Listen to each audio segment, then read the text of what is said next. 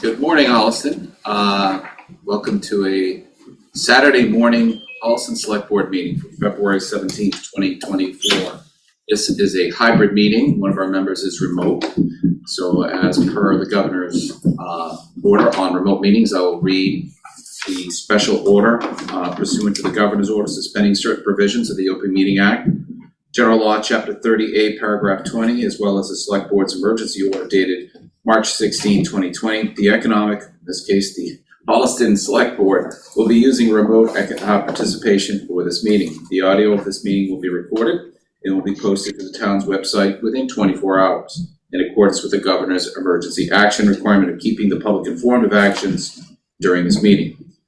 I ask that all participants today remotely attending this meeting, please state your name for identification purposes each time you speak throughout the meeting. Use the reaction button, raise your hand, you'll be recognized. At this time, a roll call of attendance will be taken. Mr. Sparrow. Present. Ms. Hine. Here. John Cronin, I am present as well. So we have a quorum, and we will get underway this morning, which will lead into this afternoon, is a first of its kind attempt to streamline the Select Board's discussion of budgets. Budgets actually that report through and to the Select Board. Our town administrator has taken the opportunity to also prepare a lot of material today. You'll see quite a lot of budget information, revenue information, slide decks, and so forth. This meeting, as we just mentioned, is streaming and will be taped and posted to our website.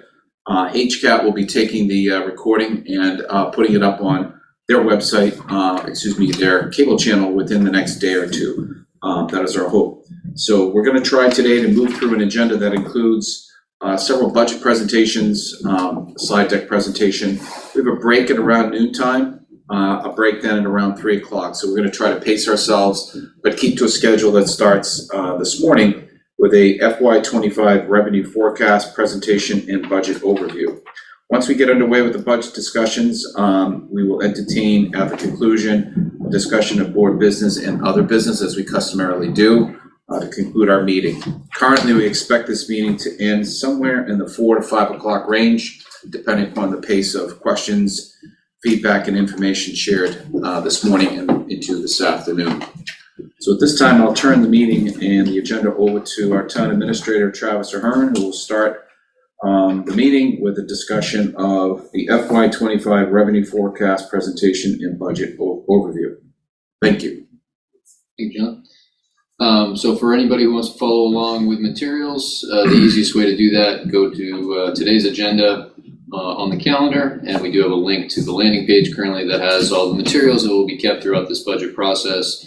This is a discussion of level 1 budgets, which are the departmental requests that have come in to through the town administrator's office right now. So the finance committee has access to these, select board does, and a summary is here available online. I am going to pull up a short presentation to go through some of the revenue estimates that go into where we are at the moment, and then I'll conclude with where we go after today so people understand the process.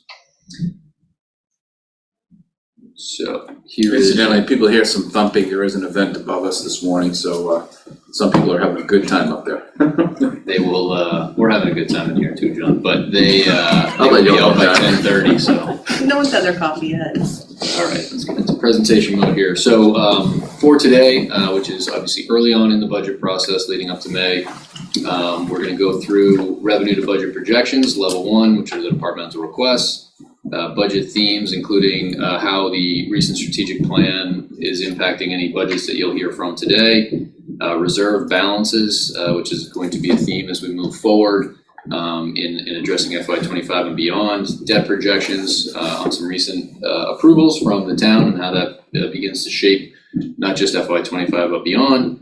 And then we'll go through a summary and next steps as we get through today and continue on with the budget process.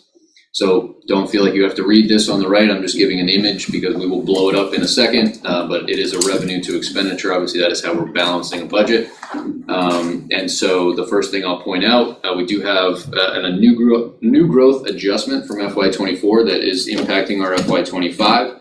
What I would say is obviously that's a little bit unfortunate. It's giving us a bit of a hiccup this year, but at the end of the day, we've had some positive new growth in the last 5 years, even considering the adjustment to prior year new growth of the $420,000. We're looking at an average over the 5 years, FY20 through 24, of $741,000 per year in new growth, which is certainly above our annual estimate of $325,000. The $419,000 adjustment to new growth is on a $1.5 million new growth number from FY24.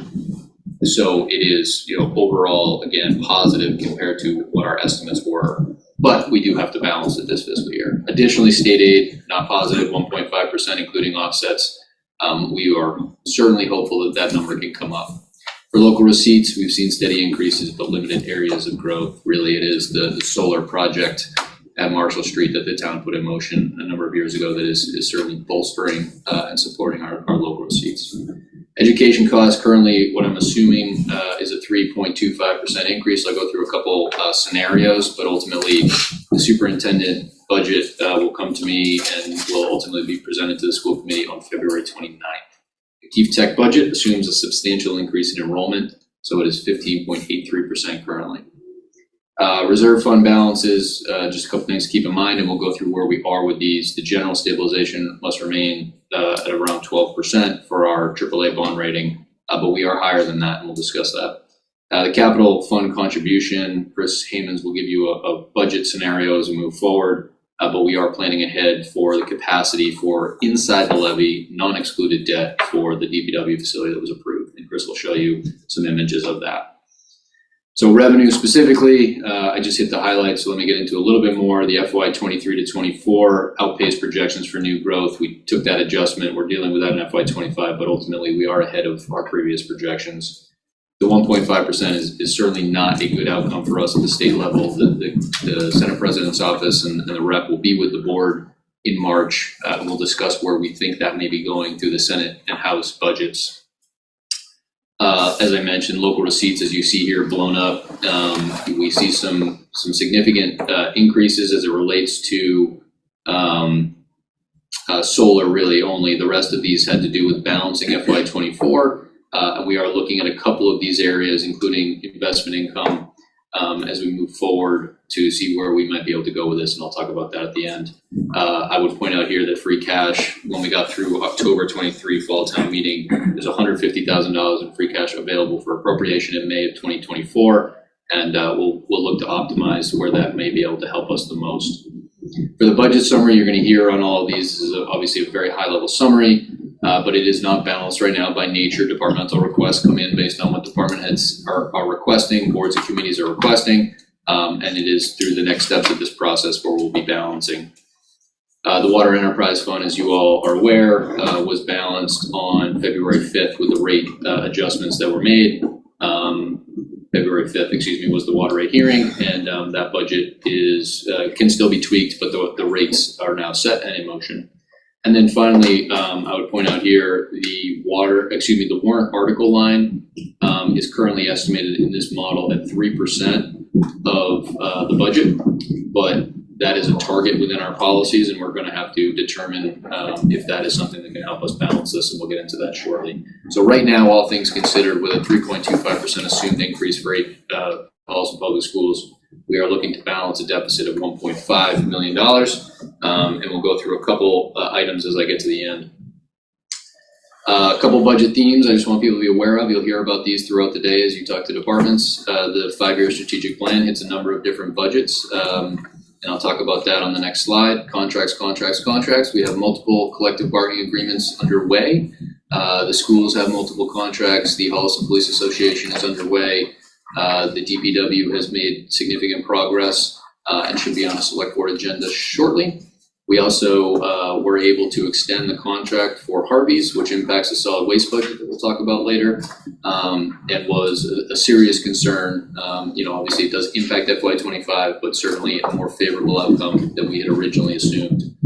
And then the Pinecrest municipal golf contracts, we brought up as well, significant increase in those through the procurement process this year on the next 5 years. And so how that may impact the general fund we'll talk about as well. And then public safety changes you'll hear towards the end of today from both the police chief and the fire chief on the dispatch transition, how that's impacting the FY25 budget. Obviously, a lot of modeling went into last year as the board made that decision. And then we also have some further discussion in trying to achieve the ALS license from the BLS and how the programmatic stabilization fund, which we've used previously, may come into play there. So I'm not obviously going to go through the entire strategic plan. I just wanted to highlight a few things, and certainly there are others. This is not a comprehensive look, but there are 7 strategic priorities in that plan. They are listed in alphabetical order here on this image, and really the biggest theme of that, or the tagline certainly of what came out of our strategic plan for FY25 through 29 is a small town with a big heart. A few items that I'll mention that impact the budget specifically, you'll hear about in the human resources budget, and the communications lines of the select board TA budget, and also the HR budget, and a lot in the economic development budget as the implementation of the MAPC's economic development vision, which is then rolled into the strategic plan, is also beginning to form. The ongoing projects, which will also be discussed at town meetings, but potentially not within this budget process, are things like a housing production plan and MBTA zoning, the Central Street brand deployment, which is currently paid for by a state earmark, which has been reduced because of the state's budget issues. And then a lot of capital projects, which I think we got significant support from surveying of the community in the strategic planning process, such as sewer district development, water main replacement, roadway, sidewalk infrastructure improvements, DPW facility design, and the high school SOI. So I think the biggest thing I would say, as it relates to people who are just now getting into the discussion of the strategic plan, is that many items that come from that are action items that will ultimately be going through town meetings in the coming 5 years. And so those are going to be the opportunities for people to hear about how those are going to come to fruition. So the ones I've listed here in terms of ongoing projects, obviously, are major items that were already in motion. And so I think, seeing those to fruition is obviously going to be a major impact. And the budgets we'll obviously be discussing and will be ultimately need to be approved by town meeting. Getting into reserves, these are the 2 of the biggest that might impact us in FY25. I'll point out where we are right now. In the general stabilization fund is 13.48% of the FY24 operating expenditures. Our target is 12%. Our minimum that we cannot go below is 8.1, and our maximum is 18%. So we do have some room, if we feel appropriate, whether it be in May or beyond, to use the general stabilization fund to help us get through what, if it is a temporary issue that we feel we are addressing. The programmatic stabilization fund, I'll point out, was created only a couple years ago at this point. The first use was to make some significant progress for the ambulance in addressing the MRI recommendations to achieve ALS for our ambulance service. $231,000 was used. We've appropriated money into the fund twice. And with that $150,000 that's available in free cash, I would see a potential appropriation in May into this fund to support if we feel like it's needed to use as we get into the ambulance budget discussion. The minimum proposed balance of that fund would be 25% of the reserve fund, which would equate to $81,250. We're currently above that, obviously. If you factor in at least some free cash in May, we would want to keep an eye on that. Yes, go ahead. Charles, regarding the programmatic stabilization fund, when you inject money into an operating budget, in this case, last year we used $231,000 for the the EMT rate change. Do you typically look for the programmatic contribution to be a one-time contribution, or is it designed to feed into ongoing operational needs? How does that play? So the intent would be that we are using it to support something that is ultimately going to cut costs in the long run or generate new revenue in the long run. So the new revenue in the case of the ALS is that achieving ALS over BLS is going to substantially increase our revenue model and the number of runs, and the chief will get into that later in the With afternoon. healthcare reimbursements. Right, and then therefore, if what we do is we have that revenue assumed in our local receipts. So by staggering how quickly we increase our assumptions of that revenue increasing over the next 3 years, it would generate free cash that could then repay the programmatic stabilization fund, making it then available for the next opportunity that we see. So somebody listening at home should look at that as more of a primer. They're looking to create something out of it. Yeah. Okay, thanks. Kickstart, I think, is a word that people like. So the OPEB specifically would be another one that we're looking at. So where we are right now at the end of December, based on our statement from CRIT, who invests that money, which is a state system, is $27.6 million. We are looking at an OPEB trust committee recommendation of $1.25 million, which would increase the schedule only from a 2040 payoff to a 2042 payoff, still being one of the most aggressive schedules I think that we've seen. And that is assuming obviously what we have here on the right, which is a schedule. This is available online, which I don't want anybody to feel like they have to squint. All of this information is available online. This is the table that sort of updates where we are currently halfway through FY24.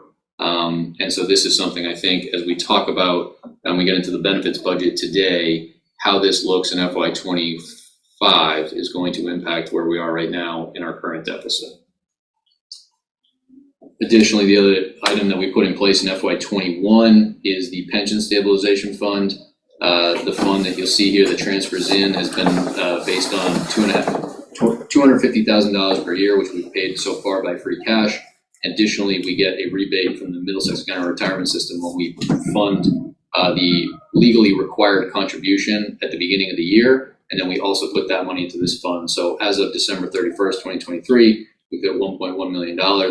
The difference I would say between the OPEB trust fund and the pension stabilization fund is that the pension stabilization fund, like the OPEB trust, can be used to offset that liability on our books, but it's also a stabilization fund that if Middlesex County Retirement System were to increase our annual required contributions based on mandates from the state, we could use this fund to protect the town's budget in future years by offsetting that increase by using the stabilization fund. The OPEB trust fund, on the other hand, there are many towns who have addressed it in various different ways. There's no town who's actually used their OPEB trust fund to offset their retiree healthcare costs, right? It's very much sitting on the books, whereas this fund could be used in either of those ways.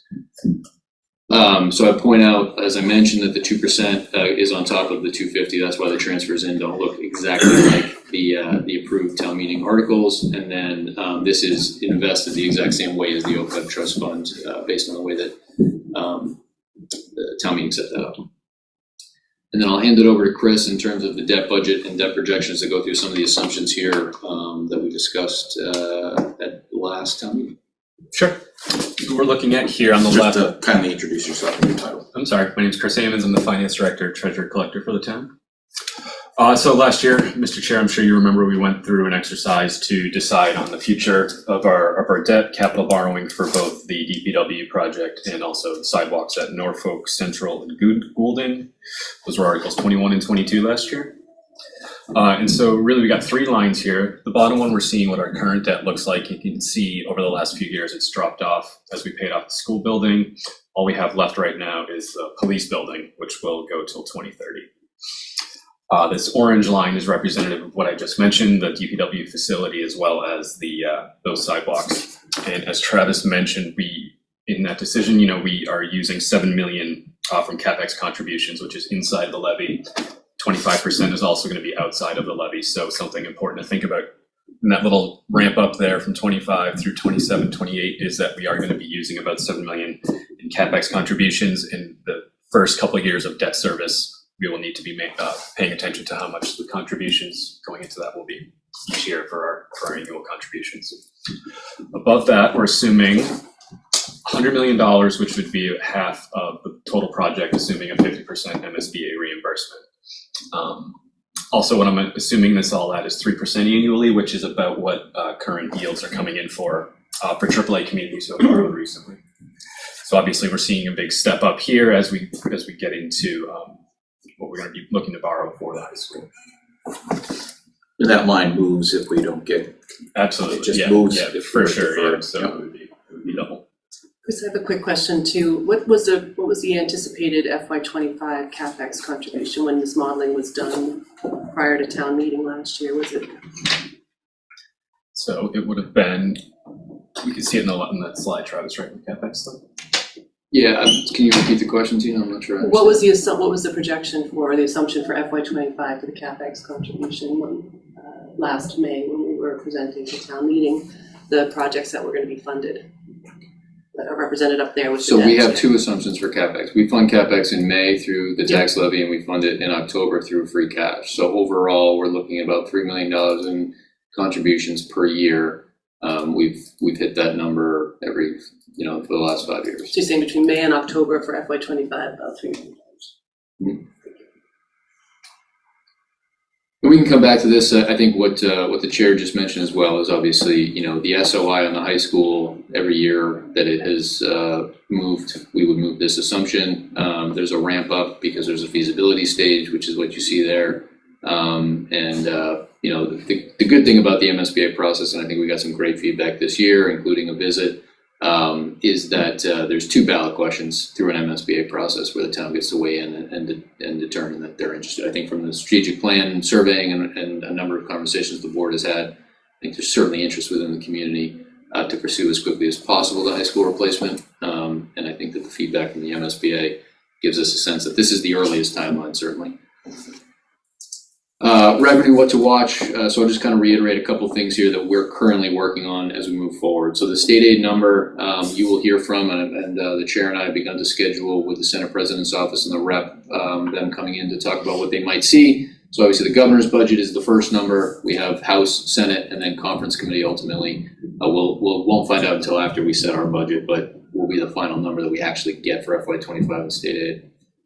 And that is up here, R3 and R4. The MSBA old methodology is now completely moved past, so we can remove that as we move forward. For local receipts, we have rentals and other revenue that I will be discussing throughout the day. So for rentals, Pinecrest, we have been having a $60,000 annual contribution from the Pinecrest revolving to the general fund in recognition of a number of different services the town provides. I'll discuss how I think that may need to play in the new revenue model for Pinecrest. And then ambulance receipts, you'll hear from the chief at the end of the day on what we may be able to expect as we get through some assumptions on ALS. This number, as you see in FY25, is not based on any ALS assumption. Go ahead, John. 2 factors. You brought up the pilot revenue, the 100,000 for the solar. Where is the revenue for the full deployment of that system in FY25? In FY25, based on where we are with our current projections, that number includes not just that, but also the private solar projects that Kevin Rudden has worked out pilot agreements for. And so 350 is currently projected at FY25 when all things are considered, and our solar project is also in line with the lease. That number goes to 450 in FY26. So you don't have any money from Marshall Street baked into FY25? I do. I have half a year of pilot and lease within that 350. Okay. But all said, once all of the revenue that's currently contractually obligated, once that project is online, that goes to the general fund, that number will go to 450 in FY26. Right. And then we'd also be assuming about $70,000 into the revolving fund to support sustainability and recycling center. And briefly, we'll talk about this at a separate select board meeting this spring, but we're going to get updates on all our projects. The Marshall Street project is expected to get underway this summer and be deployed by the end of the calendar year. Yes. So you're looking at about half a year of solar generation and power back to the grid. The other thing, I just want you to take a bit of a bow on the Pinecrest contracts. I'm not sure who originated it, but those restaurant and course operation contracts have been rolling in and out of use for the last 20 plus years. Something changed recently.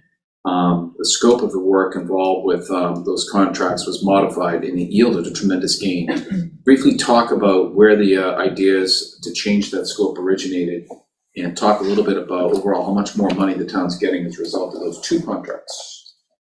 Sure, This so. is good news. We're generating Absolutely. revenue out of more revenue out of an existing asset. Good. Yeah, and we'll discuss Pinecrest specifically with the facilities manager when he's in here later.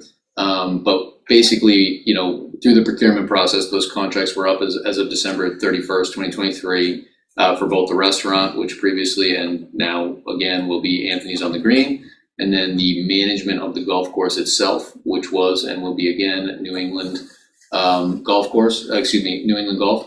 So basically, previously we had a variable structure for the restaurant, which yielded on average about $30,000 to $35,000 per year to the town based on ratio of food sales and rent.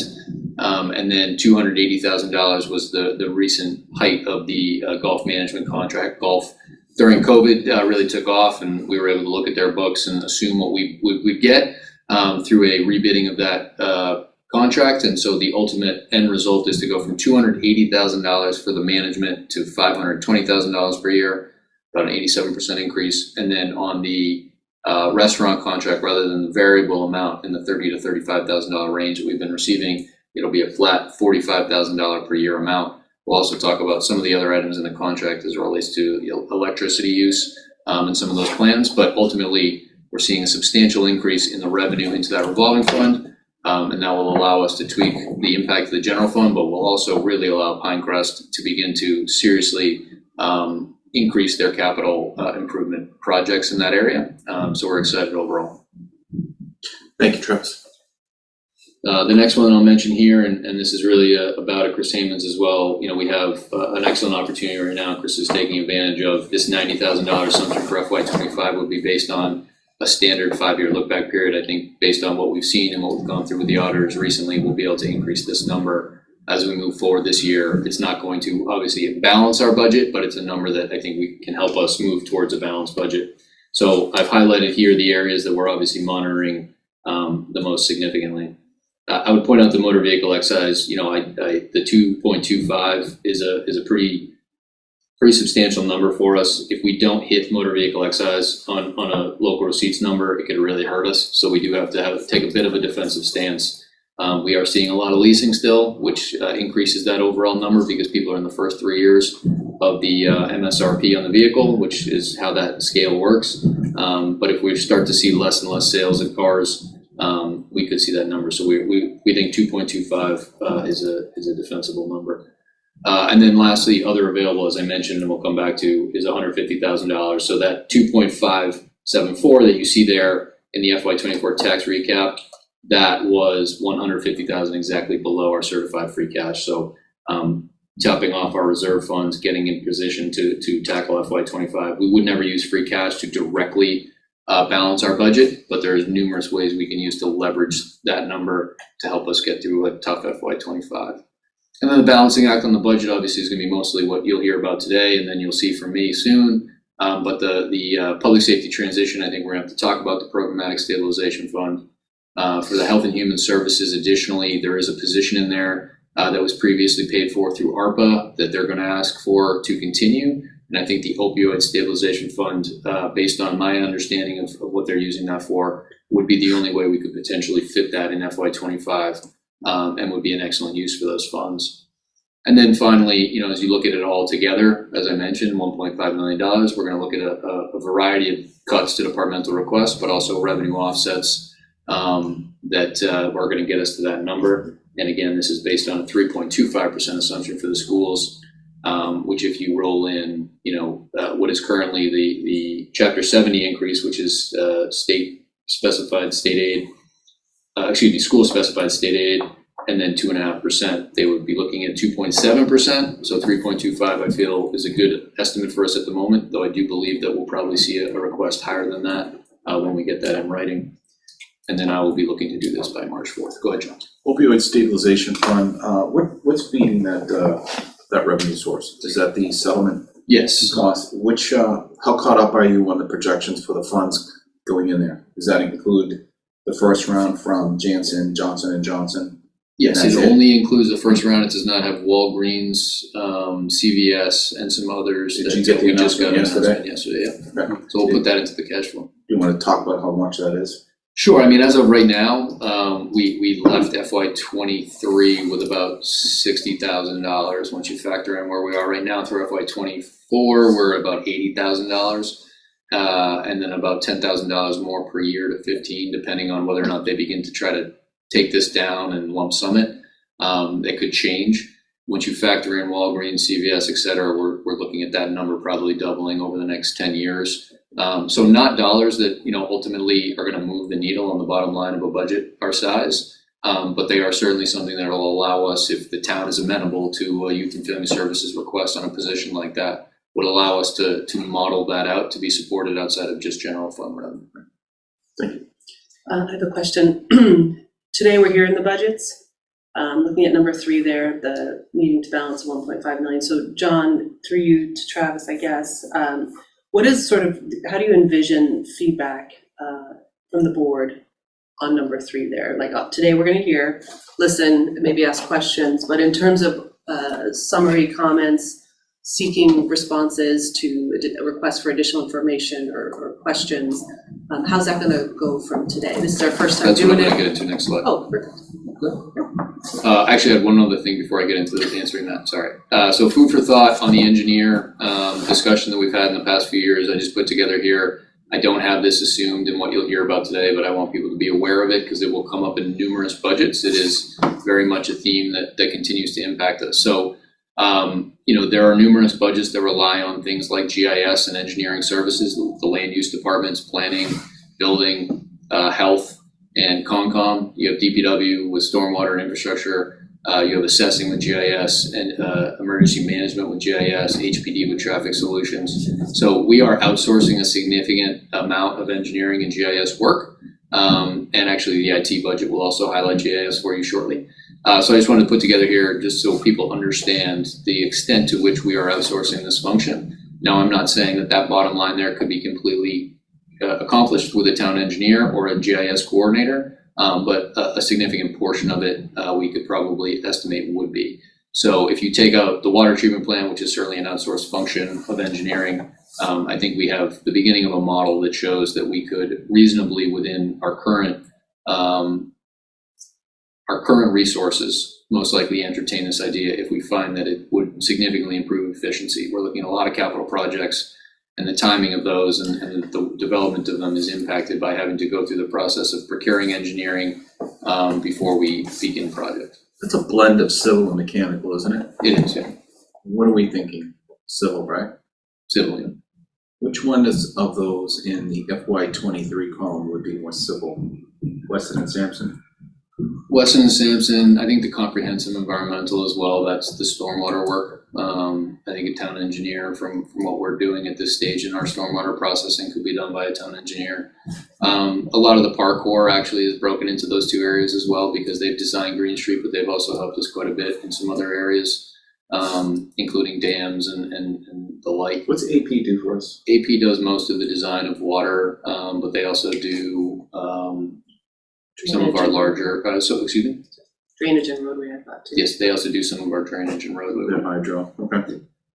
So this is something that I think as we go through today, and nothing that I think we'll be solving at the moment, but something that I think you'll hear about as we go through this. Conceivably, and I think if you go back real quickly, if we were to move ahead with an engineer request, you could eliminate or substantially reduce the comprehensive environmental in the Weston and Sampson area, right? As an offset? That's basically what you're saying? I am, yeah. And chunks of the other, right? Yep. Okay. Yep. And then I think the biggest thing with it as well is that we're paying for these through warrant articles paid for by free cash. So it's a very different function. I don't think people should take this away and say, well, let's just flip the switch. It would take some work to be able to accomplish this. But I think you'll hear through enough budgets that will be presented to you today that this is impacting us on a daily basis. Got it, thank you. And then to Tina's question on the next schedule, so I think basically what you'll see today, these budgets that you're hearing are the budgets that are ultimately under the purview in some capacity of the select board. So if there's something that you're seeing today as a departmental request that you disagree with, certainly it would be within the board's purview to take a vote to change the departmental request on it. But ultimately, what this process would be, if you agree with the departmental request and then adjustments, is you'll see what was sent in on January 19th. I will balance a budget on March 4th, And then you'll have essentially 3 weeks to make recommendations off of my recommendation of anything that you feel you might want to change. The Finance Committee will make a recommendation in April, and then ultimately we'll present all of that data and the process that led to that to town meeting on May 13th. The warrant for May town meeting that has been previously mentioned, but just so anybody's interested in something that might not be specifically budget related, the warrant closes on March 11th, and the board will take that up and put a significant amount of work in before May. And then capital budget warrant articles, for those who are interested in the capital items, are trending towards March. Obviously, by you hearing the budgets now, we'll have much more time to get in depth on those. Travis, when does the Finance Committee begin seeing and hearing town departments? Finance Committee has had 2 meetings in the last 2 weeks on the separately elected boards and committees, and then all of the budgets that you'll hear from today will begin to schedule as early as the Tuesday after next week. I forget the date, because next week is school vacation. John, thank you for that, Travis, the summary here on the schedule. We have such an opportunity today where we're hearing budget after budget after budget. I'm looking for an opportunity at some point during the day, and I think it would probably fit under other business or the end of the meeting, but sort of summary comments and thoughts. And again, if there's requests for additional information or questions that we're looking to have answered, this format today seems to really lend well to that. So Absolutely. hoping at the end of the day we'll have that opportunity. Ben, you're clear on that too. Bring forward any questions, concerns you might have. The agenda is open for that. One clarification, Travis, as the town budgets are preparing their presentation to the Finance Committee, and to the extent that the Select Board modifies those budgets, how is the Finance Committee to receive a budget that may be presented on, say, February 28th, and then the Select Board finalizes that budget several weeks later, and it's inconsistent with what was presented? So today you're going to hear on a number of budgets that I set up, and if you disagree with the number and you'd like to go with a different number, I will update it and send it to them because they haven't heard it yet. We have a shared file. Just to be blunt, I'd prefer that the town departments that report to us present the preferred budgets that we have agreed to the Finance Committee. Right. I would update the departmental request. So for example, the solid waste budget is based on that contract. If we have a discussion today, you'd like to change the number, I'll update the file and the shared folder as we go. And that's all I have for the intro. I did go over. And so let me pull this down. We are, I believe you have. You know, you only gave yourself 15 minutes to do that. I did, yeah. You took more than that. For scheduling. Something's got to give. We're going to catch Gotta up. give. Don't worry, we're going to catch up. But we do have Robert Wideneck with us on Zoom. John. Good morning, Mr. Wideneck. How are you? They're going to have to let him on. Yeah, I think you're muted, Robert.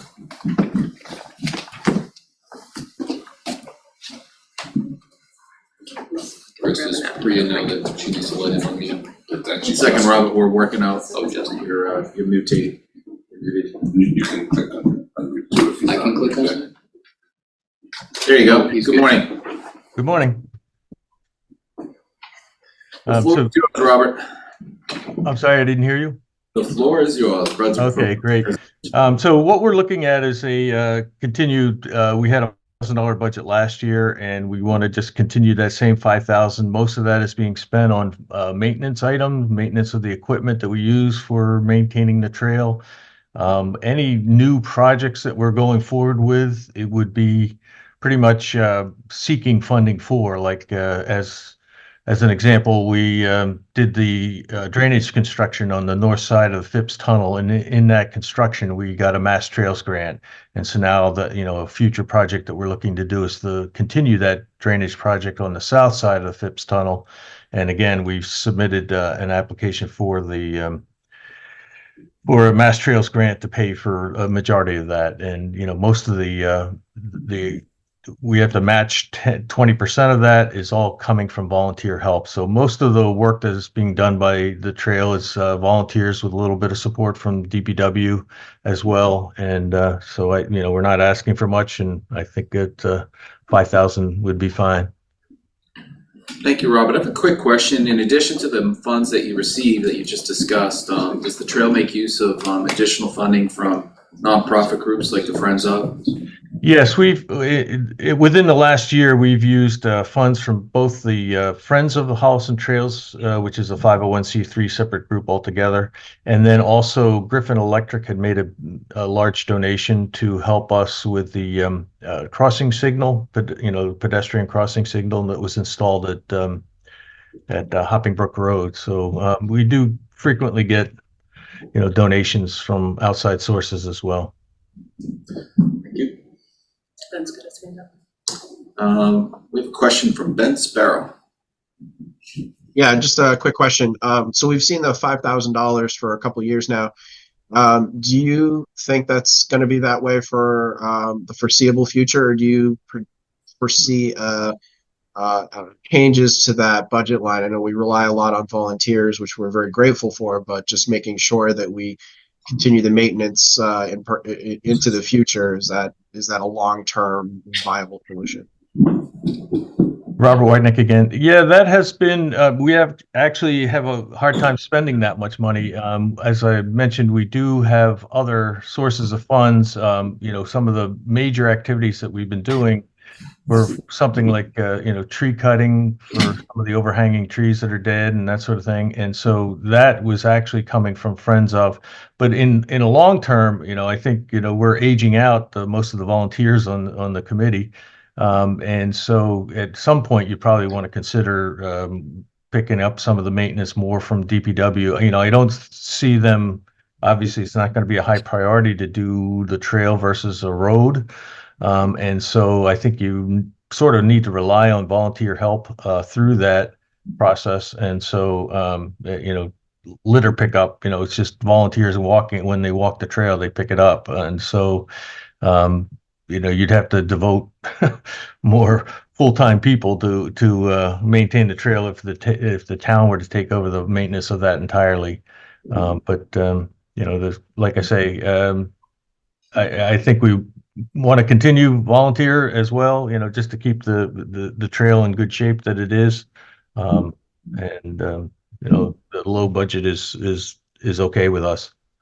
You all set, Ben? Tina, any questions? Just a quick question, Robert, the Rail Trail Committee does not have a gift account? Robert Whiteneck speaking again. Yeah, we do have a gift account, and some gifts come in and allocated to that account. And so, we tend to use that more so than the maintenance account if we don't need to. And so, depending upon the type of activity, we'll spread it out to different funds. Is there a balance in the gift account right now? Yes, there is. I think it's in the 20,000 or so. Well,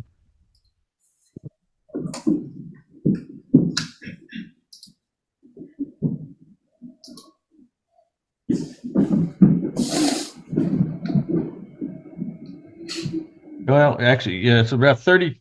Last meeting we had was 32,000. Of that, about 20,000 was allocated for tree work by the Friends of. So we do have others that were, for different purposes. Thank you. Robert, thank you very much for the presentation this morning. I hear you that you have a few different sources of funding to help support the good work on the trail, and God knows you guys do great work, and thank you on behalf of the town. Just a reminder, for any of the work that's done via outside revenue, be it the Friends of or your gift account, please make sure those requests come before the town for approval before you expend the funds. It's a town asset. We need to approve those funds and the use of them before they make their way to a purchase order. Yes, we have in all the past. Every donation has come through that process. So we're good. I think that is it for now.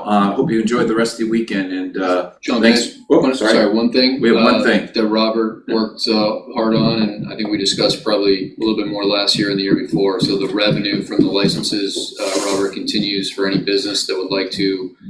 We have the ability to work out license agreements for those who might be able to utilize part of the right of way for their own business purposes. So we continue to extend those licenses for those who would like them. We have a new one that Robert brought forward this year that the board signed a couple weeks ago. So that is a revenue that almost entirely offsets this $5,000 number. I think is how we approached the $5,000 number last year. The 5,000 goes to general fund though. Yes. Yeah, got it. All right. right, we're good. Thanks again, Robert. Enjoy the weekend. Okay, great, thank you. To the next item, Travis, which I think would be celebrations or? Oh, I'm sorry, yeah, I'll do celebrations while Kathleen comes up. Come on up, Kathleen. It's, celebrations is the town splitting the cost of the Memorial Day parade with the veterans groups, including the Legion, I believe. And so we have increased this slightly as we go because costs have escalated, but ultimately it's the same split. And that parade is set. You approved that permit at your last meeting, excuse me. And so we work with Steve Bradford on this item, and we reimburse up to this amount, and then they cover the overage. Anything else in terms of celebrations? I think we had discussed potentially putting in the 300th into this line, but as you know, we have the warrant article, and that's where we're currently assuming for FY25. If the board wanted to look at any additional number there, we could certainly do so, but right now we're assuming that $30,000 warrant article is our ability to spend on 300. Any questions on that, Ben? Tina? Nope. The only question I had, Travis, was relative to the Celebrate Holliston thing. We do owe an answer back to that group regarding the amount we want to hold back. So as soon as you have that ready, just let us know so we can publicly inform the CH people what our intentions are. All right, thanks. And as we go along here, Travis, I'm not presuming to take any votes on this at this time. If you have a different idea of how you want the board to endorse what you're asking today, let me know. Yep, I would say at this point, let's highlight any areas that the board may want to discuss potential changes. Otherwise, we'll assume that these numbers are moving forward. All right. I'm going to pull your slideshow up in 1 second. For some reason, my computer is downloading it. Ready for the Kathleen Buckley show. Okay. Thank Ready? you. Yes. Good thank morning. you for How are you? having me. Thank you. So you're going to do HR Yes, I'll start off. and with economic HR. development. Yes. Okay, go. Okay. I have a presentation that focuses in on my HR budget, and then I have 2 slides at the end for economic development. I start off by saying, this is the department that's caring for those that care for Holliston residents, and the primary expense is personnel services.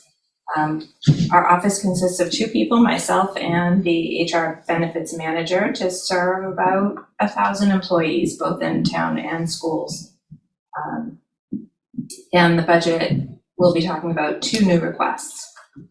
The next slide. My field of dreams is HR started off 3 years ago, and my concept was HR field of dreams, build it and they will come. So for our stats for year 3, turnover has resulted in about 290 hires for the town and schools and about 17 retirements. So we have a lot of activity. We're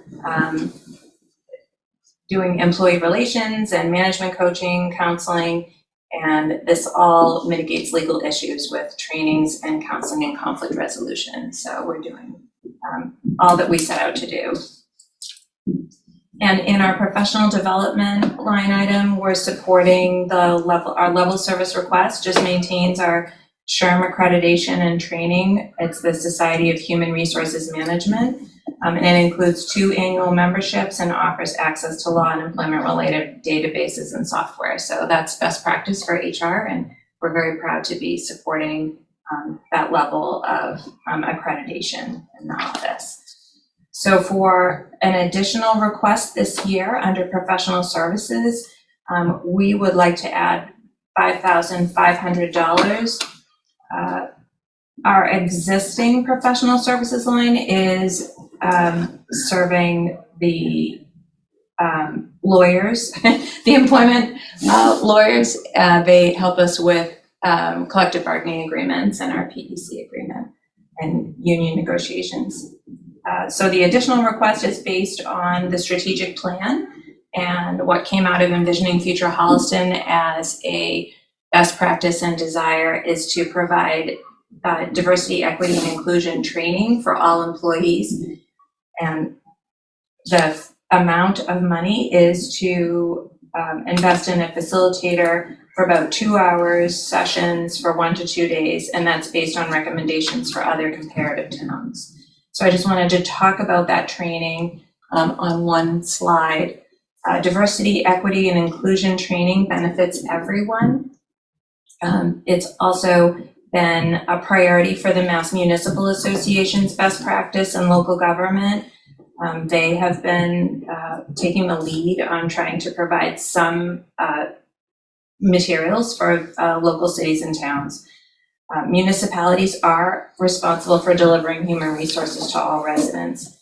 We believe that it's important to keep any kind of DEI training or activities in the business practice area for HR, for employment training. HR is the business practice area for the ADA compliance and helping people kind of get along with each other. Those all can rise to a legal level, so it is very important to keep it in HR, and we would monitor the expenditures to ensure value. Will that scope include school personnel as well? It does not include school personnel. Human resources for our communications budget, we're requesting to add $5,000 to post open positions on more diverse recruitment job boards. That also came out of the Envisioning Future Holliston Committee's strategic report, that the goal is obviously to cast a wider net, and that would also be monitored through the HR department. We are an equal opportunity employer, so that is an expectation. We do use a few low cost, no cost options that we've been working on for the past year, but we would like to have the ability to try to post in other areas. Do you have a breakout of how that $5,000 for, I'm guessing those are subscription services? If you could provide that to us, that'd be helpful. Sure. So in the document that I provided, it's currently we're spending about $7,000, and I can go over it now with you, or I'll Separately, send it. I just want to see what the subscription costs are. Perfect. Thank you. Yep. Happy to do that. Okay, so there are 3 focus areas, and the budget request will also support the focus areas. So recruitment, retention, and succession strategies, casting a wider net for more candidates, using diverse job boards, developing a proposition of why work in Holliston and expand those DEI values to communicate that we're open and welcoming and we are a best place to work. And then continue programming and events that can engage residents and employees. Our goal is to, train employees, and then they become obviously more engaging with the residents, and it's a win-win for everyone. We are going to focus in on reviewing the policies to make sure they're aligned with retention strategies, and again, the DEI training and finding opportunities for elected and appointed officials as well. Okay, and then Ben has a stand up. Ben, you have a question? Yeah, you mentioned it a little bit here on the training. The training for DEI that you mentioned initially, is there will there be a component for elected officials? we're looking at some opportunities, some grant opportunities right now. We're exploring in FY2024 to bring in 1 or 2 different opportunities for elected and appointed boards. But yes, that we're looking into how that would work if board members can join one of the sessions and how that works. I'm working with the clerk on that right now to coordinate trainings for boards to ensure that we're complying with open meeting law as well. So Ben, in the HR budget, this is geared towards staff. The assistant town administrator is working with the town clerk, and also resources through a grant at the Youth and Family Services to make opportunities available for board and committee members. I'm going to jump in with a question when Ben's done too. You all set, Ben? Okay, good. Yeah, I think I'm just looking for an approach as to how to handle the first time we're seeing the strategic plan brought in with the budget request, which we always knew was going to happen.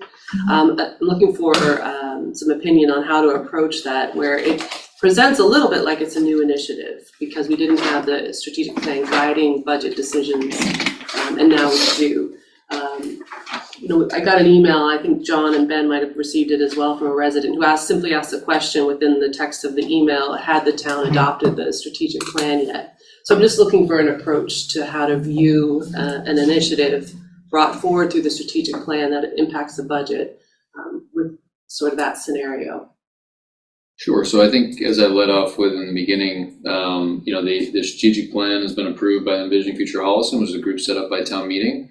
There's a number of items in there, actionable ideas that came out of the strategic plan that are listed in terms of, milestone, various types of milestones, some of which are outcomes, some of which are, ratios that we're looking to adjust over time, like the percentage of, commercial, industrial, personal property, the things that we've talked about. And all these actionable ideas, some of them require budget items, some of them require zoning changes, some of them require, all of which will go through town meeting. So the answer is, this is the process in which you are adopting some of the actionable ideas that have come out of the strategic plan. The strategic plan itself is final and online. We are going to shoot a HCAT video to sort of help disseminate it to those who weren't following along from the beginning on it or engaging through the public process. But the strategic plan at this point is, there are actionable ideas, some of which will require being approved through the budget, some of which will require being approved through other areas of town meeting ultimately. Okay. So the trigger that was pulled that's bringing forward these initiatives resulting from the strategic plan was the Envision Future Holliston Committee accepting the strategic plan. Yes. Got it. Okay, thank you. Yes. Good, ready for EDC. Okay, so our economic development coordinator was hired in the fall of 2023, Melanie Hamblin, and she's off and running. She hit the ground running right away, holding coffees and meetings with businesses and property owners in partnership with the select board and the EDC. She's also been sending out introductory letters to let everyone know that she will be our liaison between the town and businesses. Our goal is focused on generating new growth and engaging and supporting businesses. There are some grant-funded activities that Melanie has already been active in, and so I listed those just to get us to understand that we're already seeing a lot of value in this role, and we're very excited about it. I pointed out earlier, I mentioned that the Central Street rebranding was originally a $50,000 earmark. Through the 9C cuts, that's now $25,000. So that hamstrings a little bit, but obviously also gives above and beyond the current EDC budget. There are other resources that she is working with. Have you received the money yet? It's not in the bank. It is not in the bank? Not in the bank. Will we see the contract assigned for Mott? Is that how that's going to go? We're going to have, we'll have to have contracts in place, and that will all, come through the board for approval.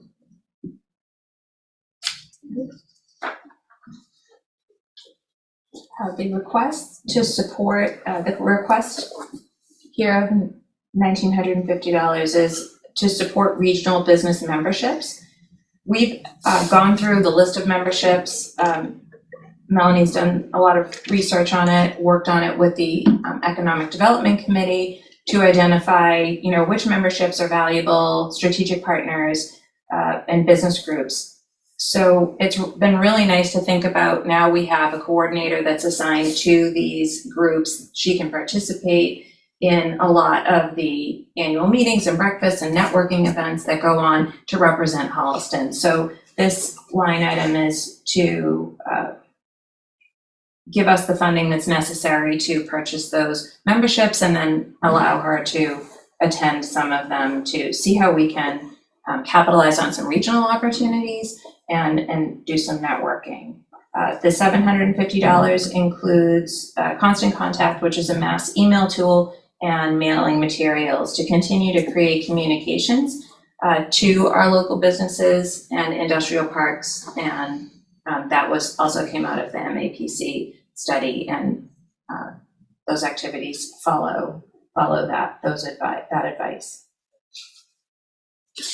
I should point out that the 1,950 is not new. If anything, it's probably culled down a little bit from the groups that the EDC, working with Melanie, have decided are the best ones to leverage opportunities in the future. we were a member of a number of different regional organizations, including the 495 partnership, et cetera. So this is really kind of a cold down number now that they've decided who they feel they get the best bang for the buck from. Does it include Metro West Visitor Bureau, the higher levels? Yes. Okay.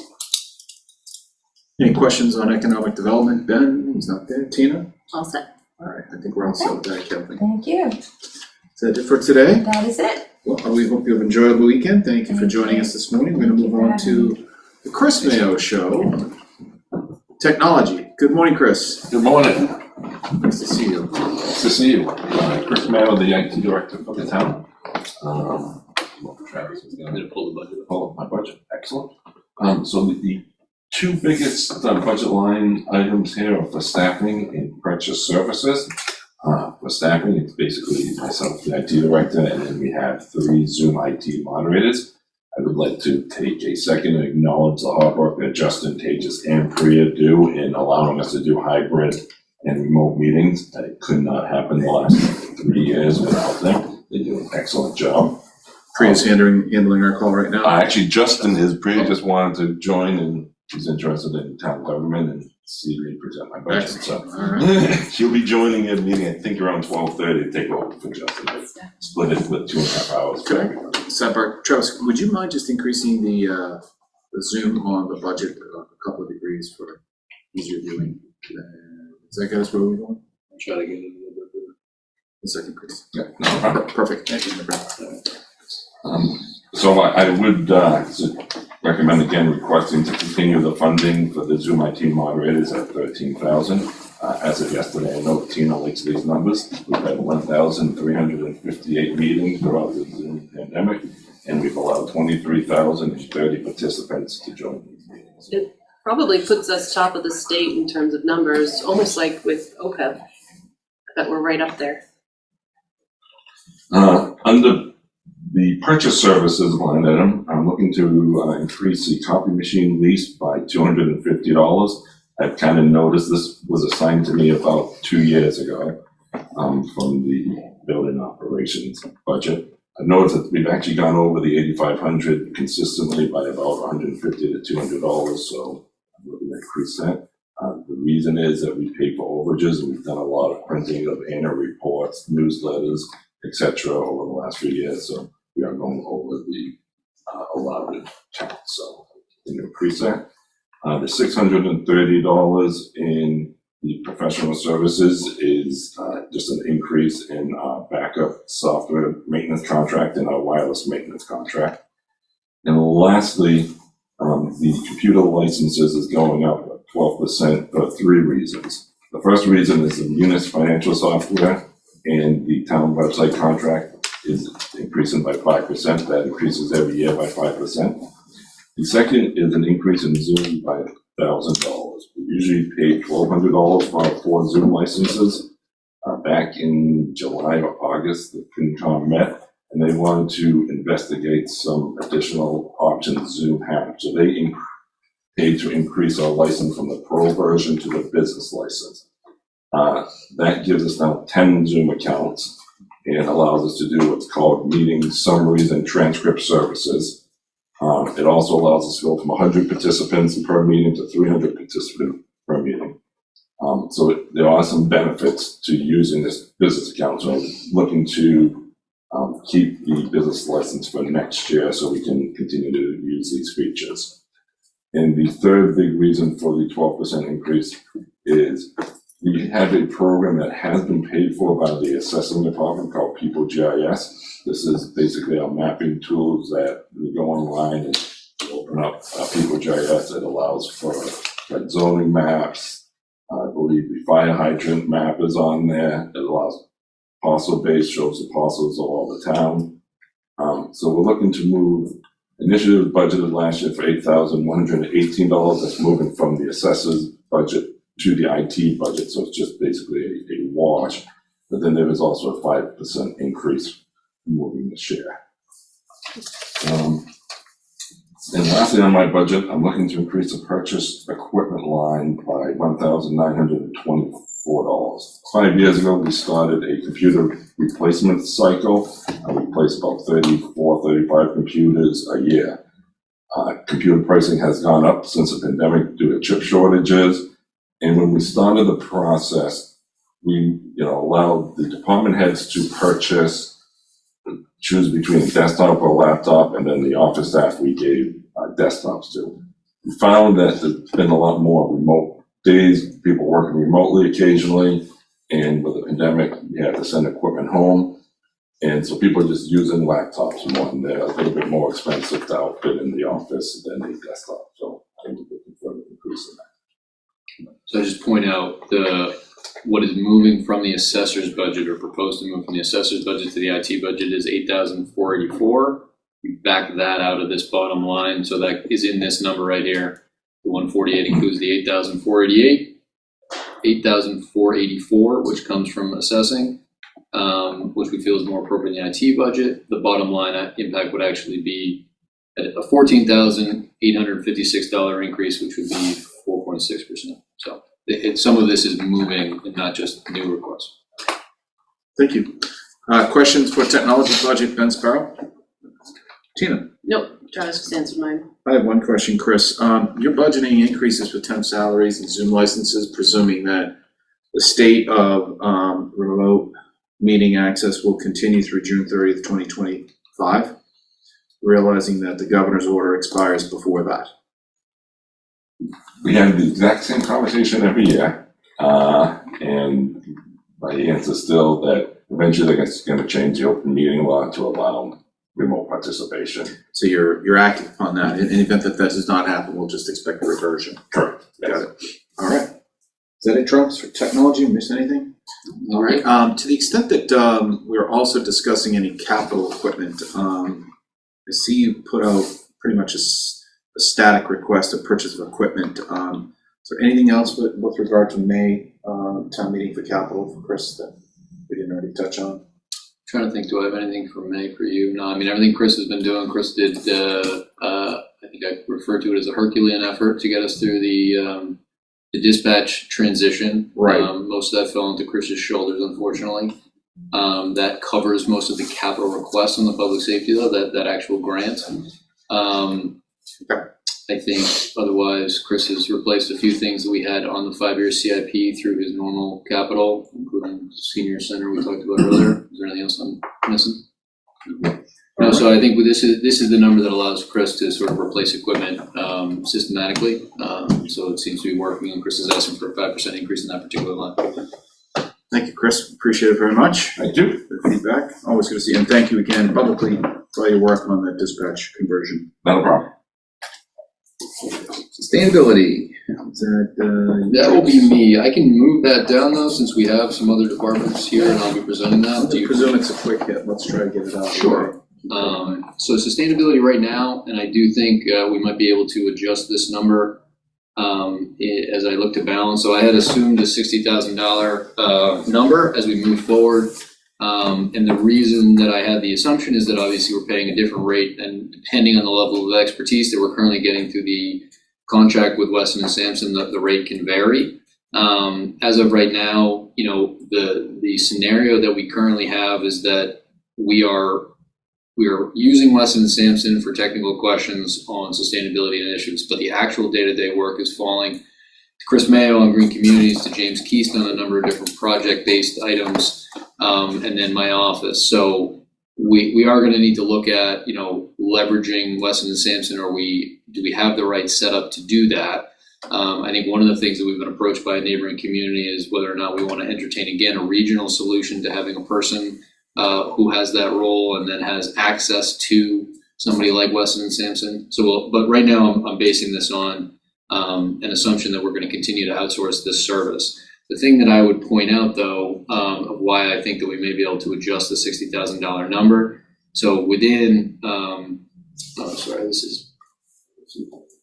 I go to the individual budget folder, which you and the Finance Committee have access to, I did put out a narrative here to discuss FY25. And within that narrative, I would point out there's a couple other sources that we can tap besides just the general fund budget.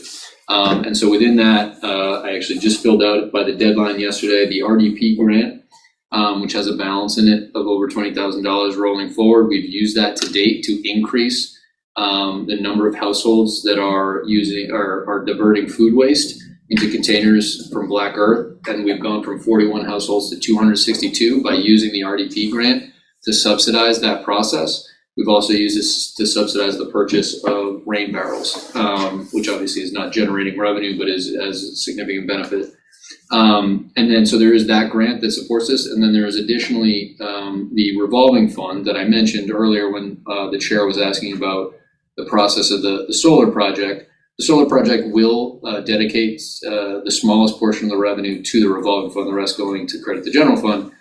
And when that comes online, we'll be able to really build in an assumption based on this revolving fund. Right now, this is everything essentially that was put in place through DPW and the previous sustainability coordinator, which is textiles, which generates a little bit of revenue, recycling of metals at the recycling center, which generates some revenue, and we're actually over $20,000 in that fund as well. So there are other sources that can support our sustainability initiatives as we go into FY25. So I may be looking at this number as we need to potentially balance, but that's where we are right now. Is that 60 drawing from those sources? It's not general fund revenue, right? The 60 that you're presuming for the sustainability coordinator services? The 60 would be general fund, right? So I'm saying we may be able to adjust the general fund contribution because of the balances that we currently have in the grant and the revolving fund. Why can't those services hit the revolving fund?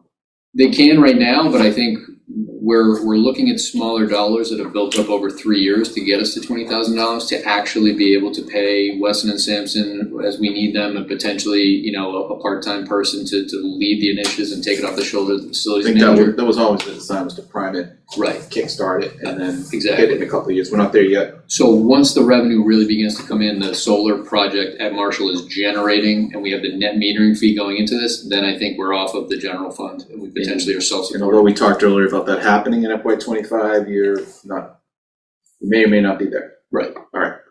To be determined. All right, any questions on this budget, Ben? Tina? Nope, answered here. I do not either. Thank you, Travis. We'll keep an eye on that one.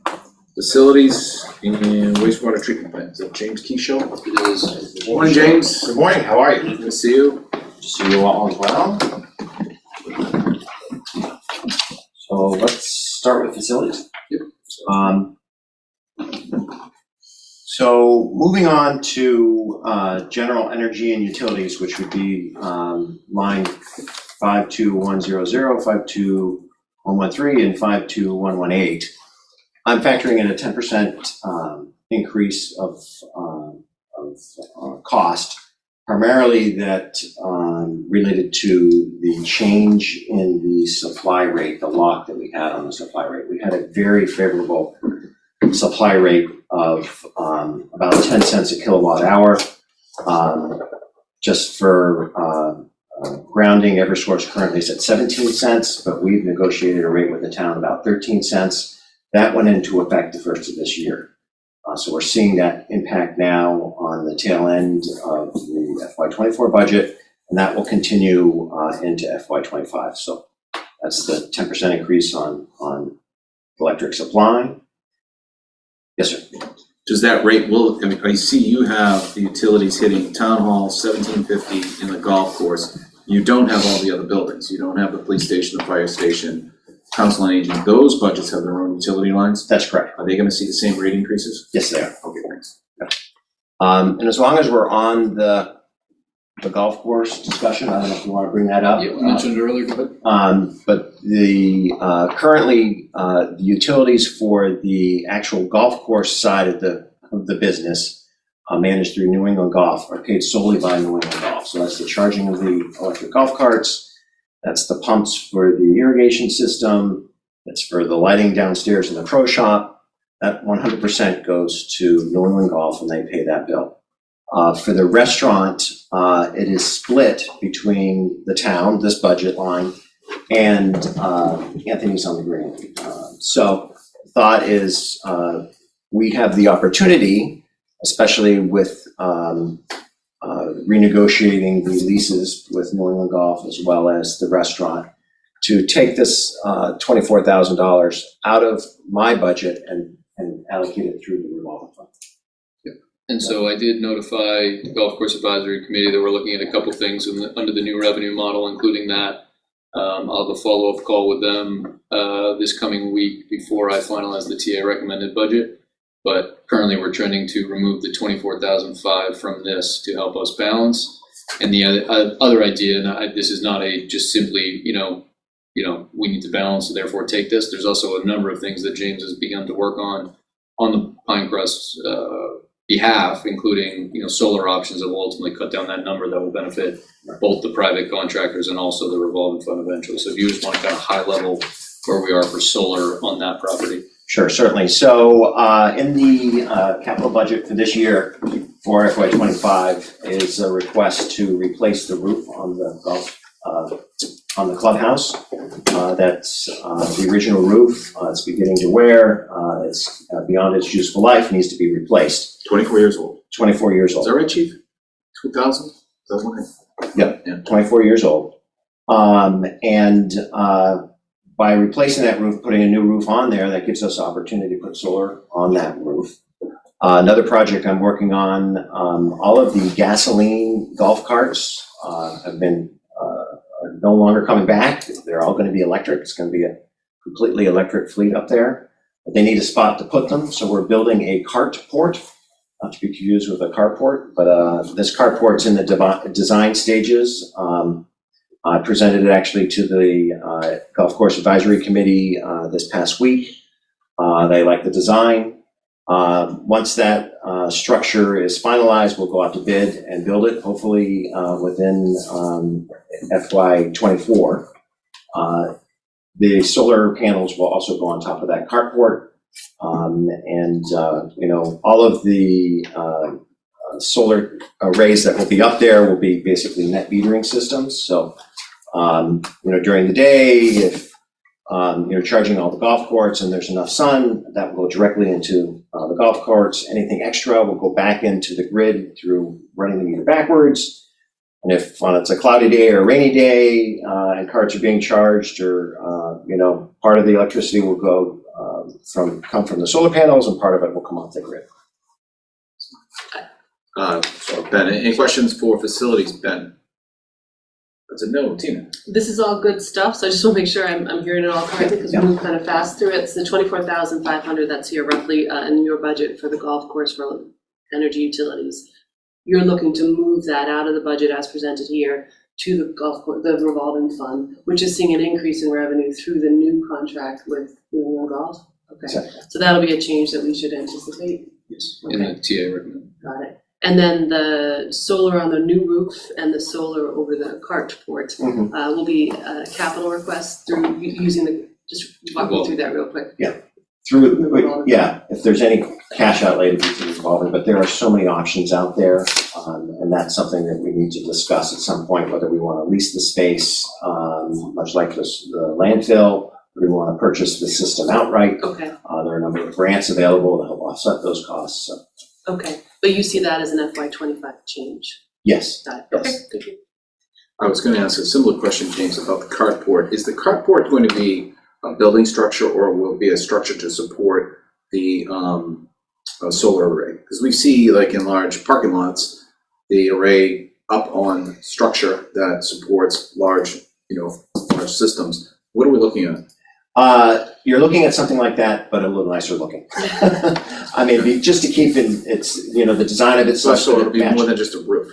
It's more, well, it's basically a roof with columns and decorative, trusses that'll be similar to what's over at the clubhouse. The columns coming down are going to be wrapped with, PVC, much like the clubhouse. So it'll be an extension out towards Prentice Street from the existing carport. Right. So if you remember where the gasoline carts were parked, have been parked for several years. So left of the building. To the left of the building. Well, as you're facing the building, to the left, yes. Yep. I'll point out as I golfed in the event to support the Holliston hockey team that one of the gas-powered golf carts left me on the side of the road. So it's time to replace those. Yes. Oh. Yes, it is. I have a follow-up question. If we were to own, you mentioned that there are options in terms of the solar, own, lease, and so on. If we were to own, this would be the first example in Holliston where the municipality is owning the solar array. We don't currently have another example. The fire station is leased. Yes. Yeah, it could be owned. I mean, there's obviously, if you own it, there's a tremendous benefit that you get everything 100% back. I mean, for a smaller system like this, personally, my recommendation would be to own it. If ultimately we get to putting solar on school roofs, it's a massive system, we may want to consider other options. Thank you.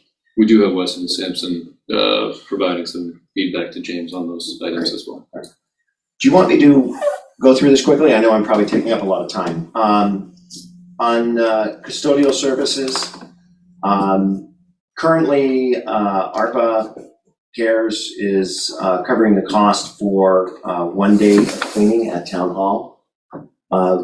That is Not CARES, that's long. Yeah, I know, it is CARES, I looked at that and it was wrong. ARPA, it's all ARPA.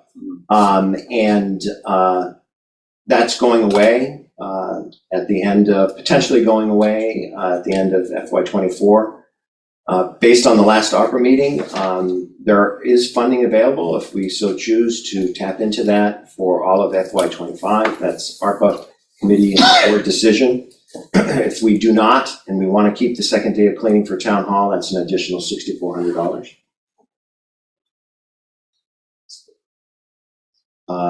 Communications, this is basically a transfer, much like what we talked about with Chris's budget. There's a phone, it has to be an actual phone that's used for the elevators for the emergency call. Currently that It's 1750. At 1750, yes. Currently that is coming out of the Parks and Rec revolving fund. As you know, that building is shared by 3 other people, 3 other groups. So we have Youth and Family Services, we have Veterans, we have myself at Facilities, of course then you have Parks. So the thought is that line would then basically come into the communication line of the Facilities budget and come out of the Parks revolving fund.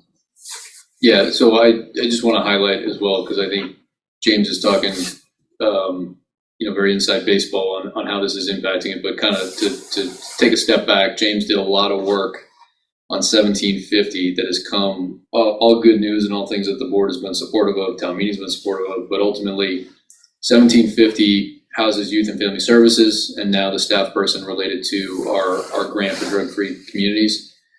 Which is Zoe Moreau. So the request was to have them all seated together. Metro West Veterans has grown over the last few years because of the demand on them. We house the regional veteran services organization.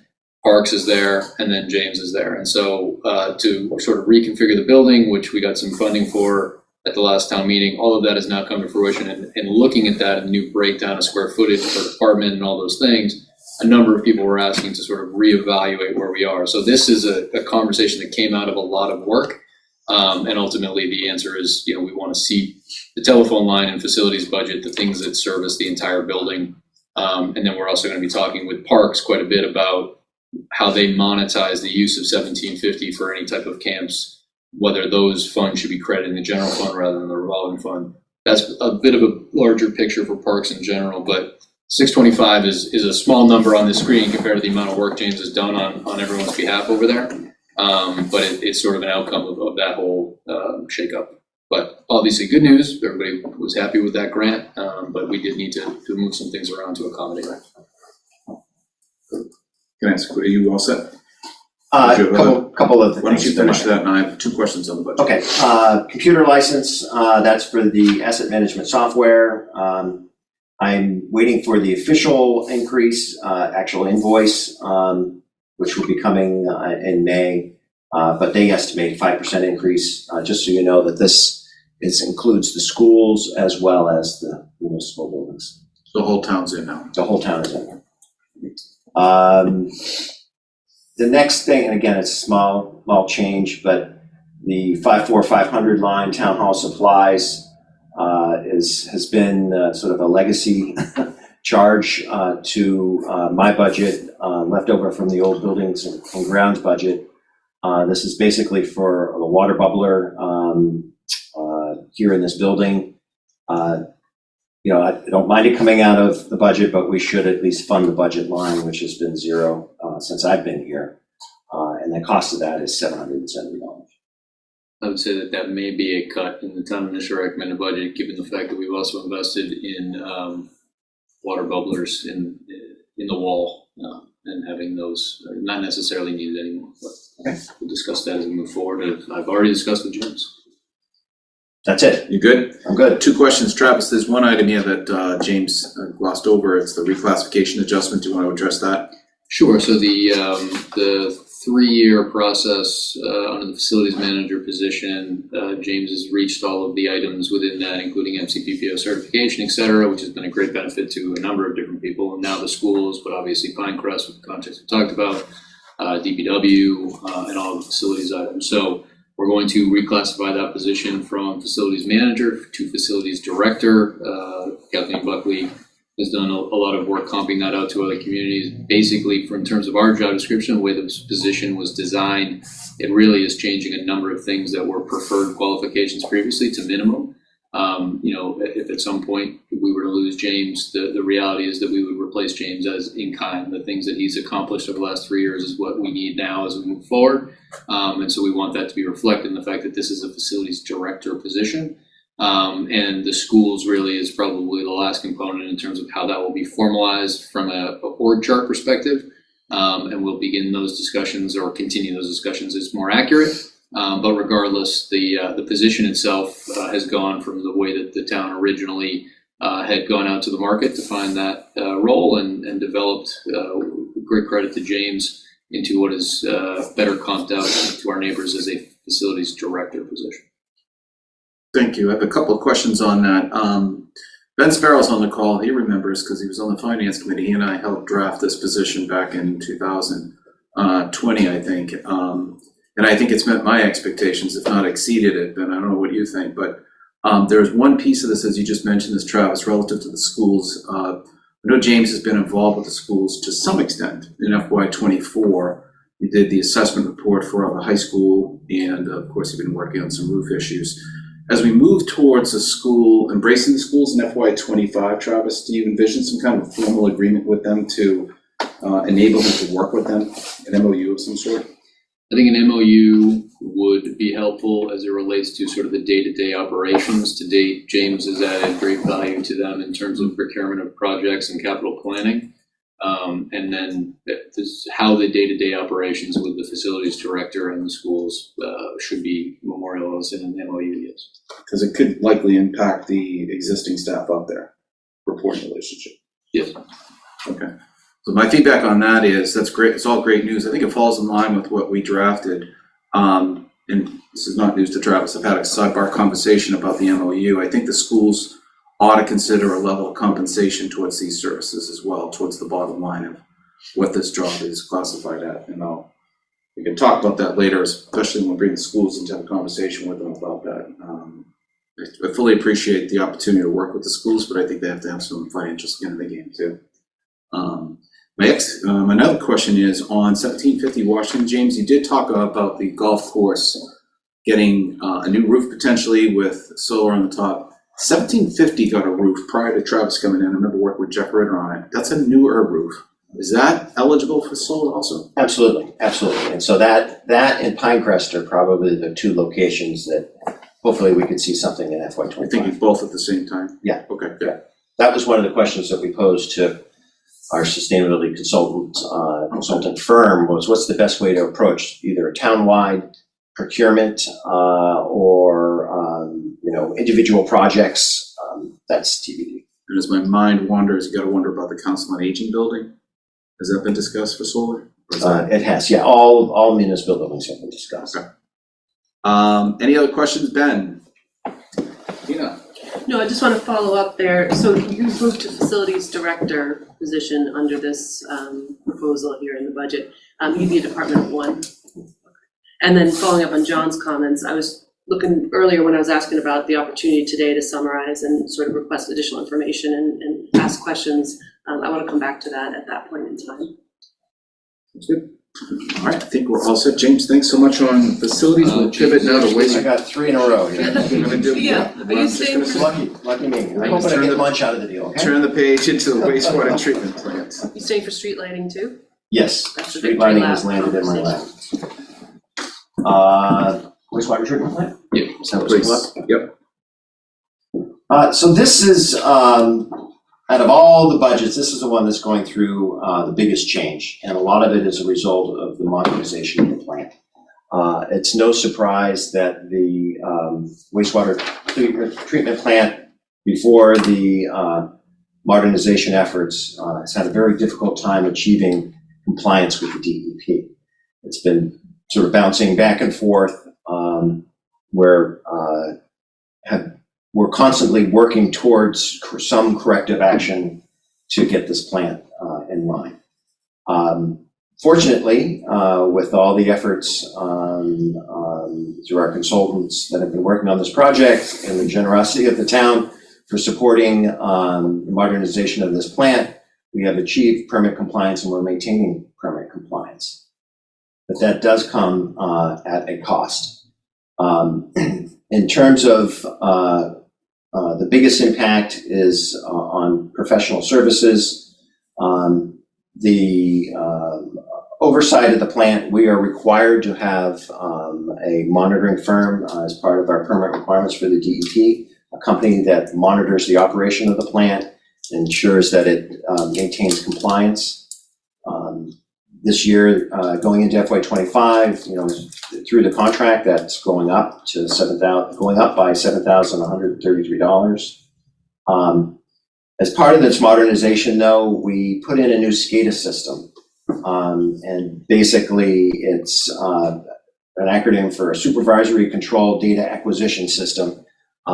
Basically, it will allow the plant to automate itself and run, so it is still being programmed and being finalized in terms of its operation, but it will be able to diagnose a particular issue, say we need more methanol in the plant, it will know that and it'll begin to dose the pumps in such a way to add the necessary chemicals to achieve the permit compliance. That system is installed, and like I said, it's being debugged as we speak. It is can be accessed by the internet, so there's a new internet service that had to be brought into that plant, and that's $1,400 a year, $1,458. On the maintenance side, there's two main factors that are increasing this budget, and it's going up by $42,000, so it's a hefty sum. One is that the SCADA system has probes, and these are monitoring probes that go into the biofilters in the various tanks, and they have a shelf life that lasts about 6 months, and then they need to be replaced.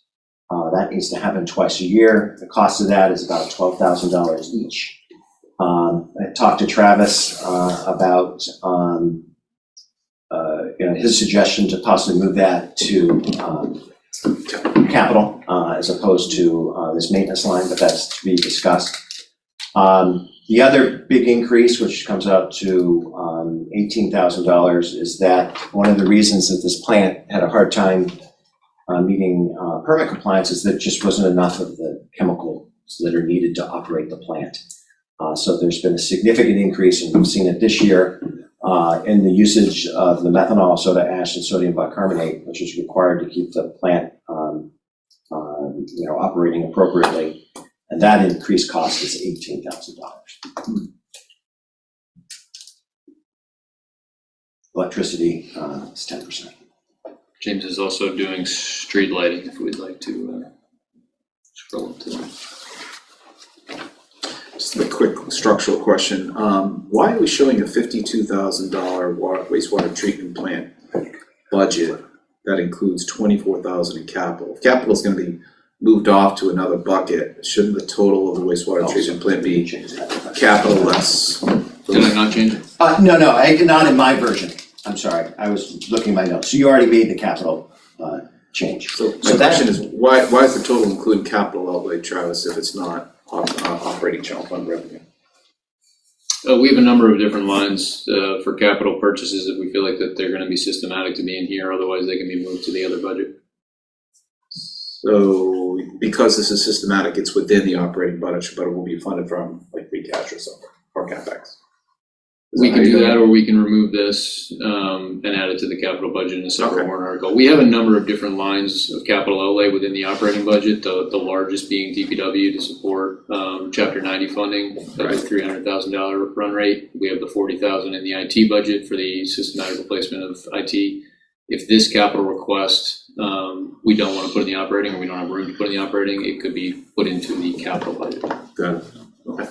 Hey, Ben, I also just want to note for the record that the vice chair has gotten a hold of her protein bar at 11:35. No, it's chocolate. It's 100% chocolate, so I expect the pace of the meeting to pick up in a few minutes if you want to get ready for that. And there's a joke here about what we're talking about too, but I already had my chocolate, so I should. There we go. I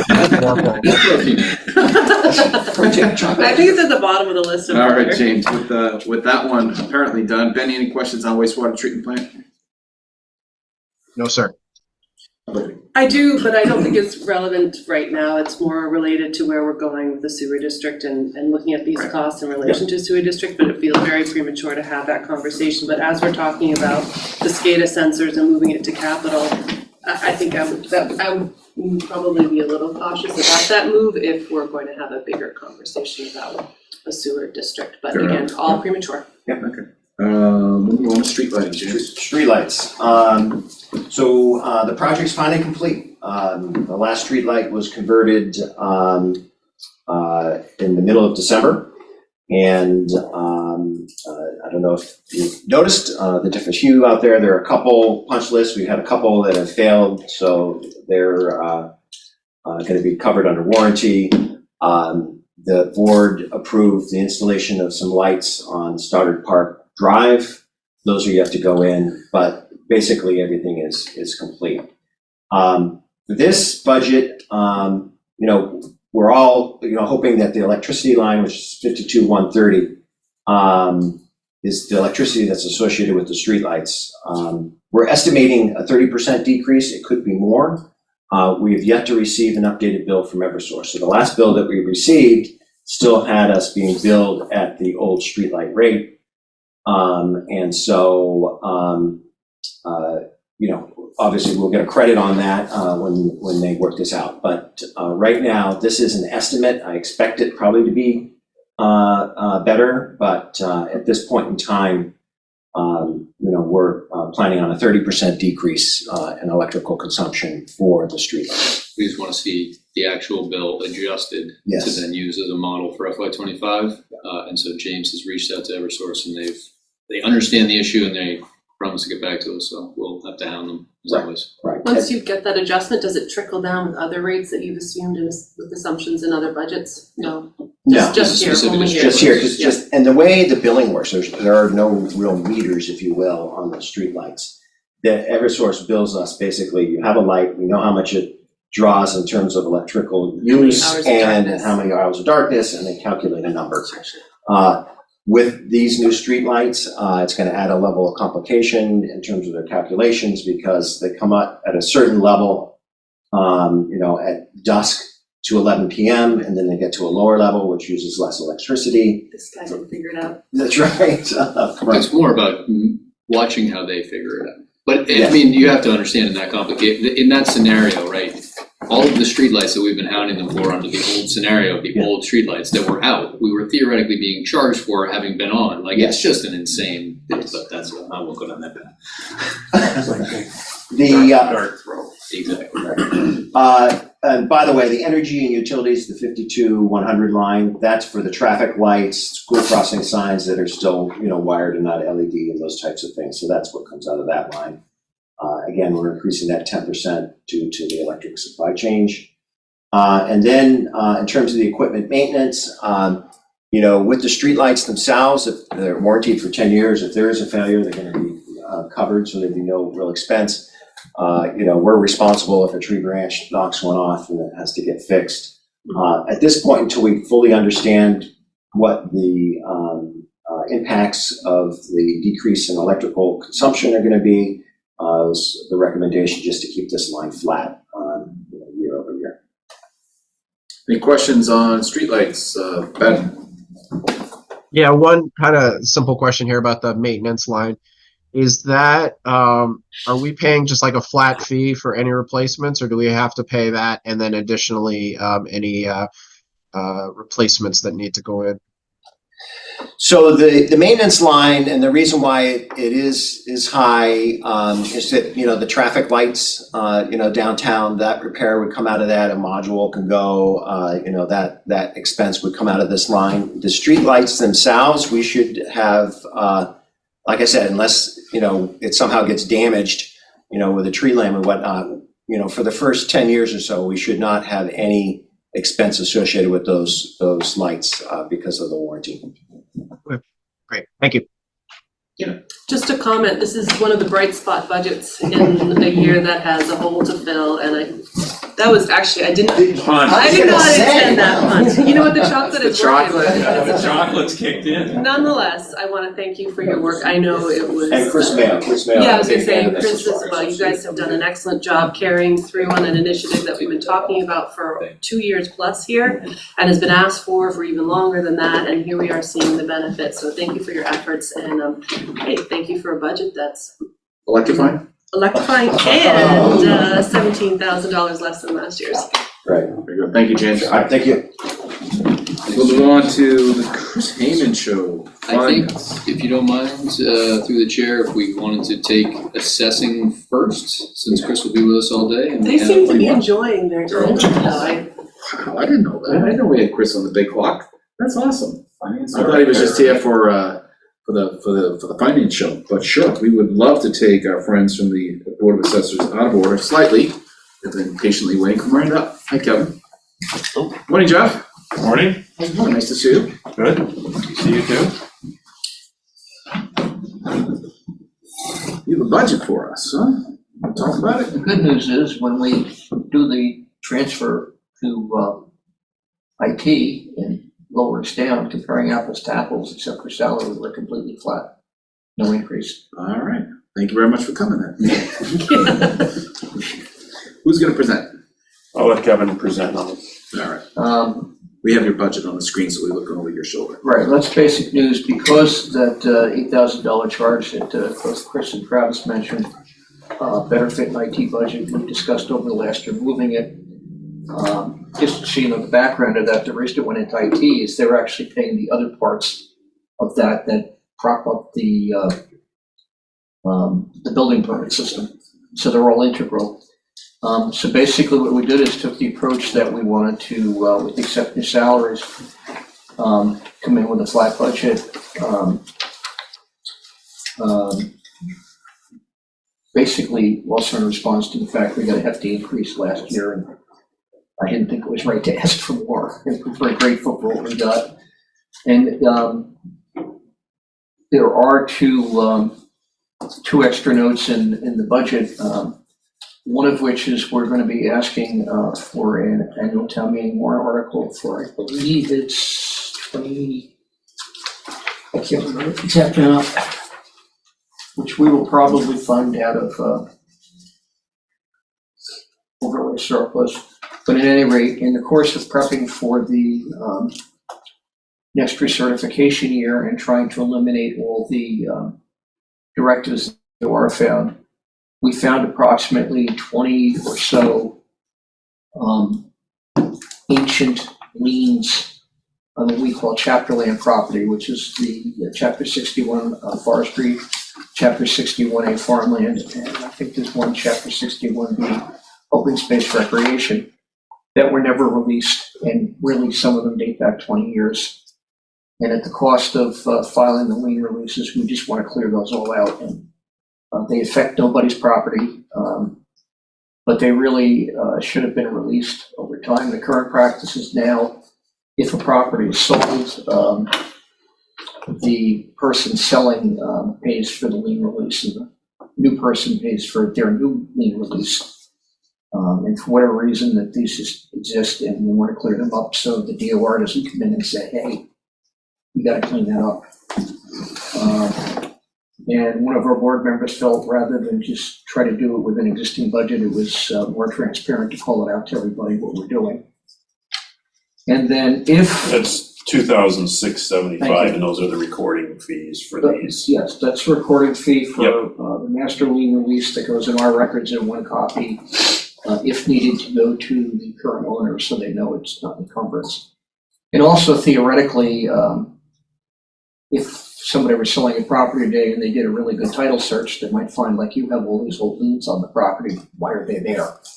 And quite honestly, half the people whose names are on those liens are no longer with us. That was for the total, all 20, or that's Yes. per? Yeah. Yes, and we've already done a few. We had funding, What we've done is everyone that comes in today, the seller pays to release their lien and the buyer pays to add their lien. As opposed to it comes out the board. it's just like a mortgage transaction that you'd have recording Yeah, fees, and these are ones that have been lingering as part of the process of preparing for the recertification, Yeah, the it's- EORs, cleaning it's these just- type of things up. We've been hitting every aspect of the department, and saying what could be a finding in the future. As we're clearing up the old ones, we're making sure there are no ones going forward. I was tasked with that by the board. And it's just, we had a new chapter land property came up this year. In the course of looking at it, we went through all of them and said, okay, this could be a problem, let's take care of it. So this is in the narrative that Kevin provided, which is Yeah. just saved out in your shared folder, and I just pulled it up on screen, so this It's is not within that. operational, it'd be a one-time thing. Right, and it's within the FY25 goals that the board established, including the camera system and Right, converting the direct. The sooner we do it, the better, because the recording fees just go up every year. I mean, 2 or 3 years ago, the recording fees were, I think, $75 a document. Now they're $105. And knowing the way the state balances its budget, I expect these to be $150 in a year or two. So let's get rid of it and clear it all up, and then there's no, and going forward, we have the system of there is no cost to the town. Yep. The only other item in there, as Travis mentioned, we do have, should we be able to release funds for overlay, replacing our camera software. There's some issues with it, and I don't know if you remember from the Finance Committee meeting Tuesday night, Travis. Our vendor is down to 28 towns in the state. By the end of fiscal 25, they're probably going to be down to 14, because we just learned that a huge block of Western Mass towns are leaving. And I have a sneaking suspicion that we need to be proactive as opposed to the vendor saying we're pulling out of the state because we no longer have a critical mass of people. But again, it depends on whether we have enough money in overlay to release. Where are people going to? Anybody but. The 14 towns in Western Mass are actually experimenting, and I wouldn't do it. They're going to a company that is only in Connecticut called QDS. Yep. And the majority of the other people leaving are going to either Vision or Patriot, most likely Vision, because there's a fourth company in the state, PK. PK is not taking on any new clients at all. And since Patriot was acquired last year by Catalyst, most people who have it are very unsatisfied with the new owners. Does DLS have anything to say about any of this? Are they giving guidance? DLS refuses to give guidance, and privately, we get scrutinized more by having Tyler than towns with the other three, because our reps tell us that, because they're aware of the flaws in the system.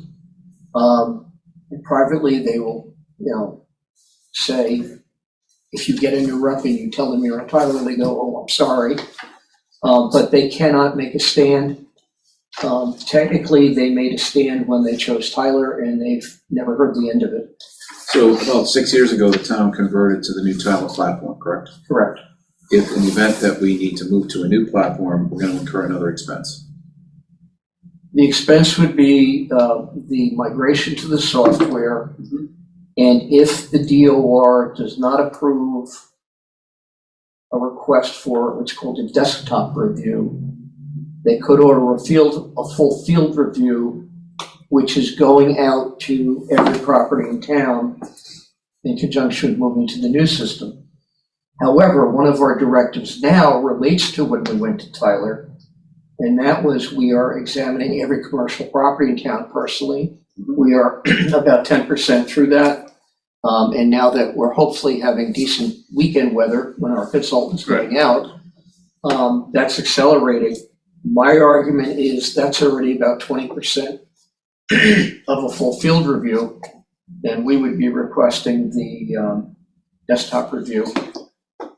There is also a very inexpensive package made by the vendor of our tablet system that's being installed that could eliminate the need for full field review. Any procurement of such software has to be done through 30B, correct?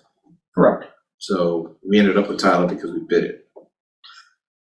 Tyler was recommended because, candidly, John, at the time, the state in its budget waived and paid for all of the conversion fees for anybody going to Tyler. And so the towns that adopted Tyler got it on the cheap. Candidly, they probably saved about $50,000, $60,000. Yep. The problem with Tyler is, if you look at the master contract signed at the time, which have since expired, by the way, and gone under a different procurement agreement with the state, they never successfully completed the 10 things they promised to do in terms of reporting. They offer no training except at $1,000 a day. Although we're paying close to $8,500 a year in service fees, you only get one thing a year out of that. Right. And so the majority of the towns have it, feel we're held hostage to it. Right. And the original people that chose it, with one exception, have all retired across the state, and everybody inheriting it has a nightmare with it. You know, we'll move on because this is your world, not ours so much, but where my old assessor sat, if I were you, Jeff, I'd be basing this information. I'd send a letter to Tyler expressing interest in having a representative come in, discuss their position in Massachusetts, their commitment to servicing these contracts, and then find out what their plans are, so that you can have a reasonable sense face-to-face on whether or not you have to start planning for another transition to another system. But that's what I would do if I were you, or an assessor. So just, John, just on the procurement, I think the answer of what was in the beginning of Kevin's summary there is, you know, we do an RFP under 30B. Yes. What you're going to get is theoretically Patriot, Vision, That's it. and probably not PK because they don't want new business. And not Tyler. And that's when the board would then have the opportunity to essentially determine what they feel is the best foot. So Kevin and the board, we put together a questionnaire and we sent this out, Kevin and Sherry sent this out to Just about every assessor, and just to get their feedback as to what systems they're using, what's their feedback, how, you know, what are the benefits of the system they use, would they select it again, so that we had some feedback from those in Kevin's role throughout the state, and whether they felt comfortable with their software as supportive of making a decision around this. We've only gotten about 30 responses, but most of them are, and we didn't care who they had. Most of them relate to why they like their system or don't like it. And Again, this is your world. We're just mindful of the impact on procurement, so. Right. we understand that, and again, we're only looking to do this if funds can be released from overlay to do it, so as not impact the capital or operational budgets. Understood. And it's, you know, not something you undertake lightly. Hopefully, this would be the last switch you ever make. And I know you're laughing. I think I said that 6 years ago. Well, you know, unfortunately, you know, the main issue, candidly, is the complete lack of support and the glitches in the system. And I know this is inside baseball talk, but the key document that's produced every year is the LA4, which is the breakdown of total valuation by category. And candidly, I've spent the last 2 Octobers, the entire month, rebuilding that by hand, because the Tyler system will print out 4 different numbers if you run it 4 times in a row. Beyond the performance concerns, anything else today on the assessor's budget that you'd like to share with us? No, I mean, I think we've got a flat budget with moving the GIS expenses to the IT area, which is a shared resource, makes a lot of sense. I think we talked about this maybe last year. felt like it was made sense this year to do that, so. Okay. No, and just actually, I told the finance committee this when because they asked, when having our consultant redo all the commercial properties is done, our budget was increased substantially last year. That item, because it's a one-time thing, we will be able to reduce the operational budget by that amount going forward. Got it, thank you. Any questions for assessors, Ben? Just a comment. I take exception with the idea that something from 20 years ago was ancient, but otherwise I'm good. Duly noted. Tina? No questions from me. I have one comment to you, Jeff, precisely. I don't know if Mary's spoken to you, but I'm trying to reach out to all the boards as they, in their chairs, with respect to a proposal from this board this spring to convert the town administrator to a town manager model. It's language that would require a special act by the legislature, but it first starts with the town. And obviously there's some reporting relationship changes that would need to be considered. If you could give me your cell phone number separately, because I don't have it, I want to reach out to you offline and talk to you a little bit about the concept as I develop what would be the article before town meeting, get your feedback, share it with your board, ultimately take a vote, all that good stuff. So it's starting a process that I think is necessary to have open communication about any concerns so we can address them, okay? Sure. So if you don't mind, just throw that on there, and I'll probably be in touch with you in the next few days. Okay. Sounds good? Well, he's doing that. If I could do one last thing, if you remember at the town meeting of 2022, by unanimous vote, the town agreed to petition the legislature to give us It's on there. a local option for a senior means tested exemption. Just give you an update, that is one Senate vote away from final passage. Great. So it needs the third Senate vote, the governor's signature. So I'm anticipating that we'll be initiating that in fiscal 25 exemptions. Good news. Well, thank you very much for joining us and hanging around this morning. Yep. Hope you have a great weekend. I'll be in touch, Jeff, okay? Thanks, Kevin. Thank you. We're gonna bounce back to the finance director. We are approaching a planned break just after 12:10. So we'll get the finance people in, and then we'll discuss whether or not we have to move the other pieces, okay? Sure. Chris? Sounds good. So I'll start with mine with the treasurer collector budget. Love to give you a real kind of quick update on some personal moves that happened this year. So we lost Lois, who was our assistant collector, tragically. However, during that, I felt like I identified her. Sorry, that made it sound like she passed She away. died? She did not pass away. She went to another community, She went so to she's dead Natick. to us. She has not died. I'm sorry. Oh, going to Natick, tragic, got it. Nobody released any alarms. I can't wait to tell her that I just Do you want to refresh? Do you want to hit reset? passed her We away. can have a moment of silence if you want to take it to that level. It was, You're on the it clock, was so. emotional for all of us. We really liked Lois, Yeah. but she had a very good opportunity to move to Natick. And she's in a better place. Well, she's in a different, arguably. Higher ground? But All right. when I did that, This is likely to get so much worse by 4 o'clock, Michael. I'm glad I'm going now. You're not going though. I thought we had you all. No, I meant I'm glad I'm Oh, presenting got now. it. So it would be at the end. Anyway, so No, we had a fire at the end. that's right, an actual one. Do you want to reset, Chris? Yeah, let's start over. No. So because Lois took another position, we did a little bit of reorganization. I promoted our assistant treasurer, who's also the payroll manager, to assistant treasurer collector. Her name's Mallory. She's been doing just a great job for us. So I felt like that was a good point to recognize her and how well she's done. She's really sort of like the operations manager in our office there. But then further to that, with that opening, I created a financial management analyst position. So we brought in a young man named Ryan Josephson.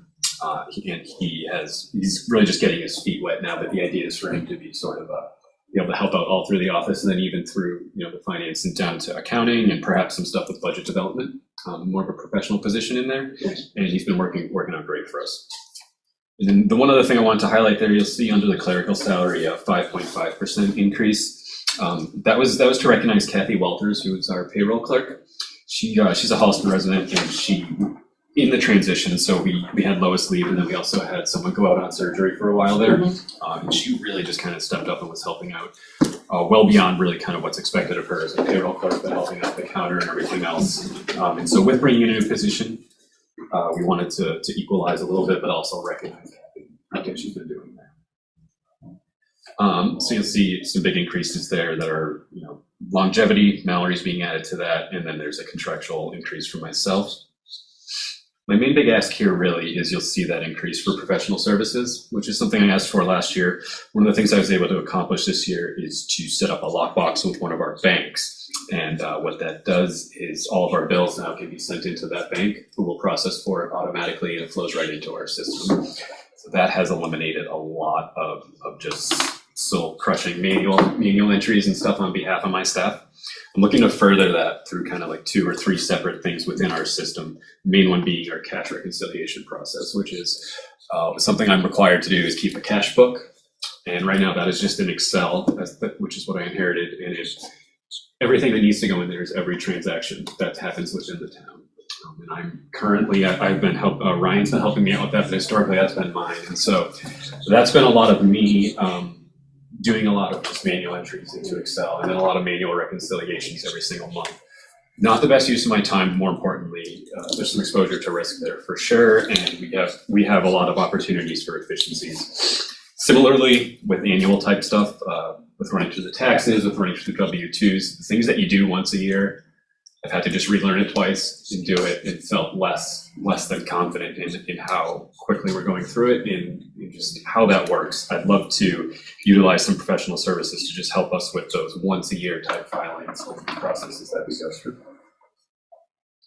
So because I'm asking for that increase there, and because I know we're facing a tighter budget year, I found a decent amount of savings. Communications is a line item we've historically always been under budget on, and so I'm going to be dropping that. Office supplies, I had to get myself a chair this year because my old one was stabbing my arm. But other than that, we're in good shape office supply wise. And then for professional development, Mallory and myself will need to go to the summer conference. That's when we'll be taking our certification tests this summer. But other than that, grounding any conferences or anything like that, that's not required. First time for Mallory? No, so this will be her 3rd year going, which means she can now take the test to become certified, as I will as well. I have a feel that, before I get to any questions, Ben, I have a feel that when we're done looking at these budgets and we see what the department heads are trying to seek additional funding for, and I look at that professional services and the justification you just gave, which I support, that these pressure points are going to add up, and we're going to be staring at some choices that are difficult to make. That's always the case, I think, with every budget, but the way you just described that was quite poignant and meaningful. So I'm hoping that we can see a path forward to things like this, because it enriches and it makes the work that you do better. And that we should always be doing that in the budget process. So any questions on the treasurer's budget, Ben Sparrow? No, just a comment along that line, just that I applaud the effort towards efficiency. I think that's great. It's nice to hear we're doing things like that. One of my concerns in the past has been, too much is happening in people's heads, and we wind up having manual processes. I've seen it in my line of work where people take pen and paper and turn it into an Excel document, and that doesn't really lend itself. So I applaud you, Chris, and thank you for doing that. I think that's great, and I have no other questions. Thank you, Ben. Tina? It's not really related to the budget, Chris, but where you talked about changes for data entry and so on, I will be in time interested to hear if you have any thoughts or initiatives in terms of modernizing beyond what we currently have for online payment for residents for all manner of different bills and so on. A couple comments came my way just casually over the past year in terms of, how can you pay bills easier with the town of Holliston? And so if there are options, I'm very wide open to hearing what they are. I didn't hear it in the budget presentation, but in time, perhaps something presents itself. Yeah, sure. Really quickly, anything you get billed for, you can pay online right now for the most part. And then we have also started standing up other things for other departments as well. Mm-hmm. One comment I'll make is statutorily, we're not allowed to auto deduct for real estate taxes, which is a question a lot of people get. Yeah, fair enough. Because of some other things, you may be able to set that up like for water, but Right. We're not able to do that for folks' real estate taxes. Okay, thank you. Yeah. All right, I'm all set on treasurer. Do you want to do accounting and debt next, Chris? Yep. So accounting, I gave Geeta the day off because she has been just really hammering down on scheduling and getting all those done. That's one of the main things she's been doing is learning all the filings that are required, and she's really done an excellent job with that this year. In terms of personnel line items, you'll see obviously there was initially a discount because of the previous salary. Gita will be getting her certification for accountant this year. I forget the name of that CGA. certification, CGA. So that's what that increase there is for.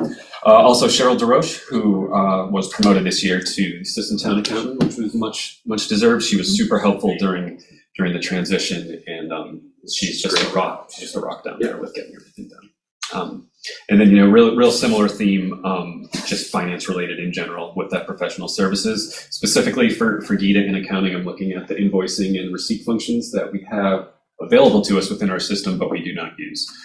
So very briefly, an invoice right now is someone gets a paper invoice from a company, they do a stamp, and they write down the account number it's supposed to go on and the amount, it goes down to Gita. What we have the ability to do right within our system is to initiate an invoice that goes to the department head who approves it, then it goes to the town accountant. What we just need there, though, is for Munis to turn some things on for us and for us to get some things set up in the background. So the normal line within that, the 32,000 that carries forward with a small assumption is based on our auditors. We're still under contract with Roselli and Clark, who will be getting to you the FY23 audit shortly. And then additionally, as you saw in FY23 with the transition from the previous accountant to Gita, we use some other professional services. We anticipate doing that and covering it under our budgets in FY24. FY25 would be to engage that party to begin to automate some of the things that we've identified through the transition that we'd like some external support for. Just a quick clarification, you mentioned Gita's getting certified this year. Did you mean this calendar year or in fiscal 25? Fiscal 25, she has, I believe, taken the test. The test is actually in March. In March, my bad. And we have within her contract, should she receive CGA certification, what that would do. So that was what we have planned here under the certification stipend. So it's expected this fiscal year. Okay, Yes. thank you. Ben, any questions on the accountant budget? Tina? None, thank you. All right, I think you have one more, Chris. Yeah, so debt, we have already gone over. We're going to be looking at around $300,000, $330,000 this year. That's the police station debt. That's really all that we have left for the general fund. There is also, of course, some water debt. That police station debt was refunded in 2020. So it is actually at a decently favorable rate at the moment, varying between 3 and 5% annual for interest. Is that what you wanted to? Were you going to ask me a question about that, John? I was interested in knowing, 'cause when Mary Biscay was here, always playing the interest game, right? Mhm. So when interest rates are down, you refi and you do all those good things. But when interest rates are up and they're up, you take your existing debt and try to refinance it, grab better investment, return on investment. So Absolutely. what was the last time we took our existing investments and reinvested them or sought better return through better matching on interest rates? So when you say investments, are you speaking to the debt that we're talking about here? Or No, not actual debt. Investments, yeah. Yeah, the town has cash invested, does it not? It does, yeah, for sure. So we have our stabilization funds invested as well as the OPEB and we don't have the trust funds. The stabilization and I can't actually talk about like checking accounts and that kind of thing. And when we send these funds out, they're being held by banks. And do we control how much money we get on a return for those investments? Yeah, sure, we do. So one thing I've done this year is to do some overnight cash sweeps for all of our major money market accounts. So that I believe is going at 5%. With Unibank as well, they will frequently give us an offer of certificates of deposit. So whenever they give me one that will make sense. I'll get into that. So we have one in there right now. Also, that was at 5%.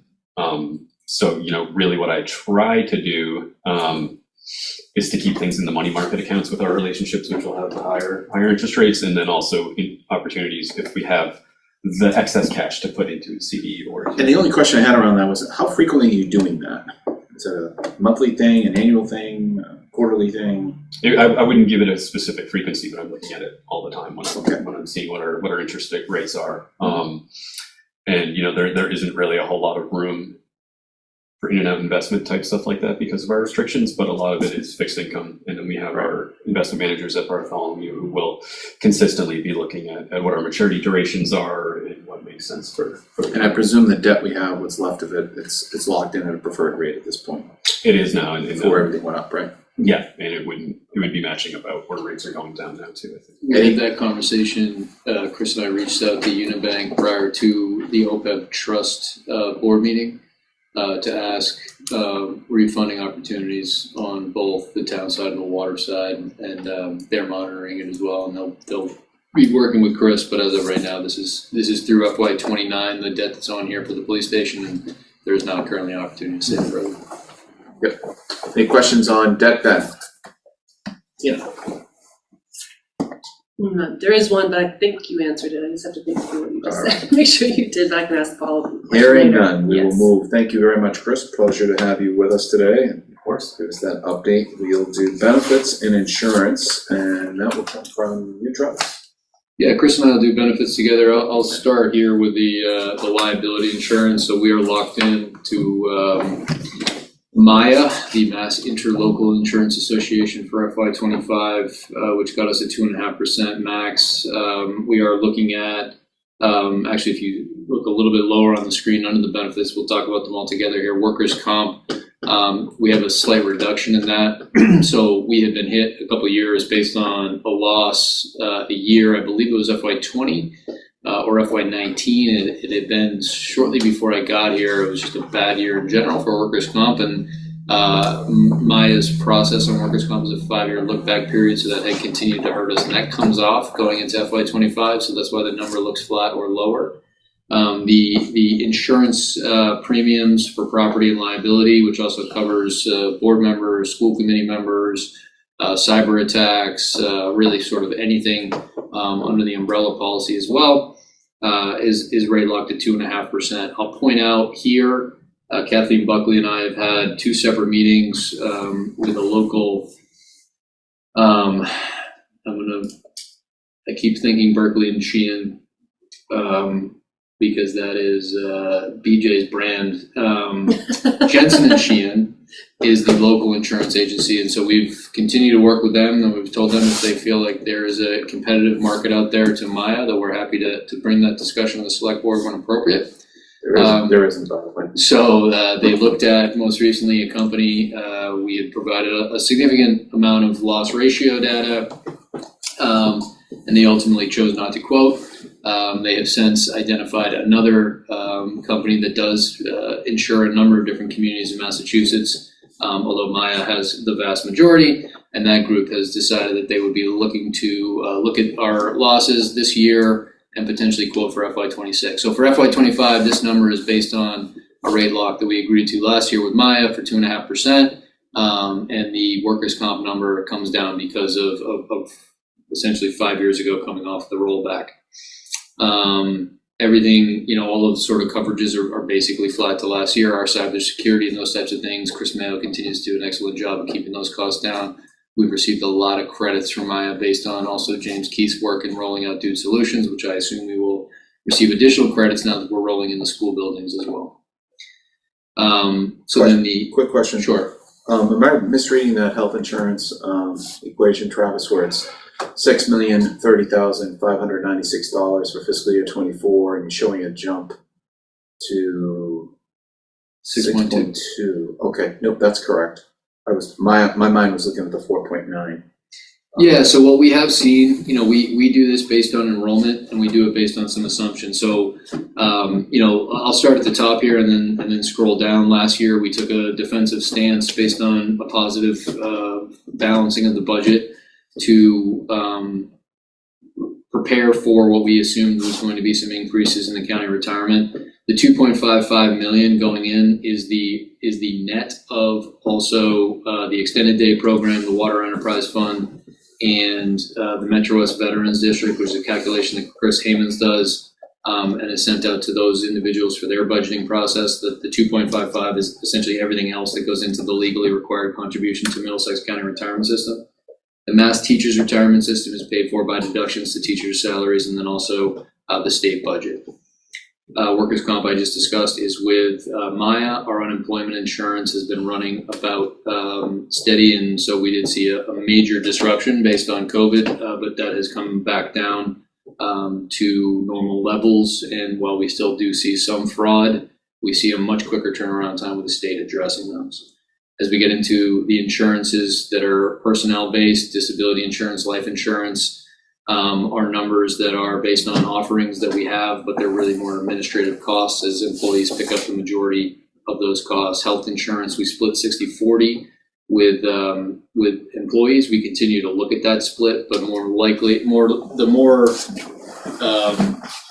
more direct discussions that we've been having with the PEC have been based on, are we getting the best benefit from the West Suburban Health Group? Our representative after Mary Busquet retired on the West Suburban Health Group board is Kathleen Buckley. We've had a couple recent calls. We actually see most likely the standard increase that we'll see for health insurance going up by about 10%, but we're basing the assumed rates on actual enrollment. And we've seen a lot of migration to different plans because of changes outside of our control. So what we saw was a very popular plan called Fallon, went out last year, and we saw a major increase to it, as you see for the 4.9 million in FY23. We saw a major disruption based on plan changes. So we saw a migration of individuals moving to different plans.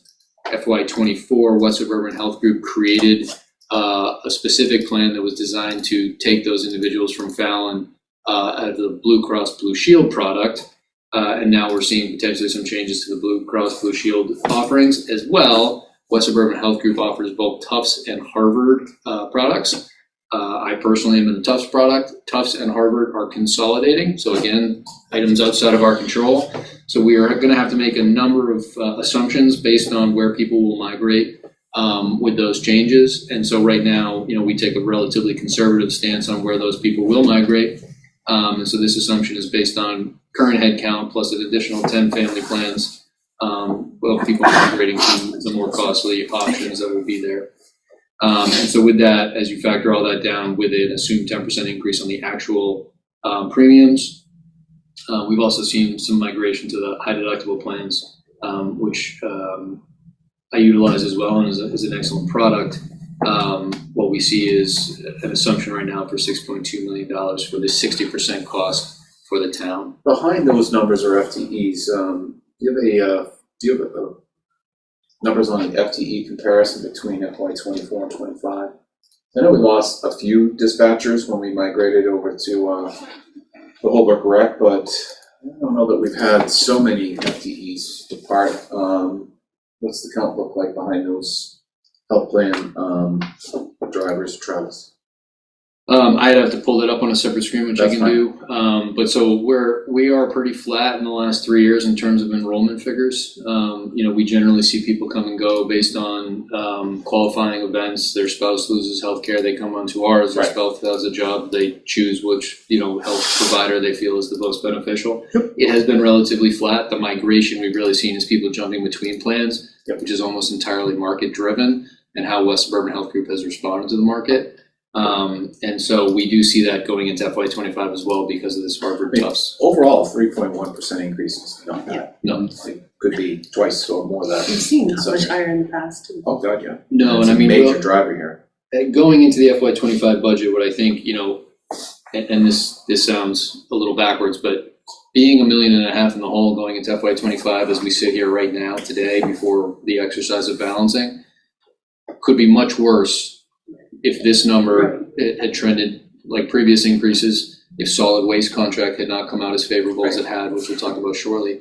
So, the things that are driving the $1.5 million current deficit are not the things that normally drive it. Because these are fixed costs that we really can't do anything about. Could be worse. Yeah, got it. What we do have on here that is new, and last year we would have seen it, but ultimately got cut. Medicare Part A is something that came out of the PEC agreement with the unions and the town.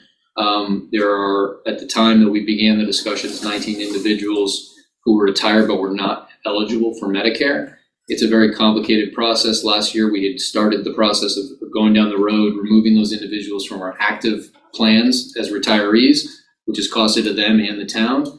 Unfortunately, those individuals ended up talking to the IRS offices, Social Security offices, and a roadblock was thrown up. This is our second attempt through it. We've gotten through it. We have those individuals now enrolled on Medicare Part A. The town buys them on a Medicare Part A.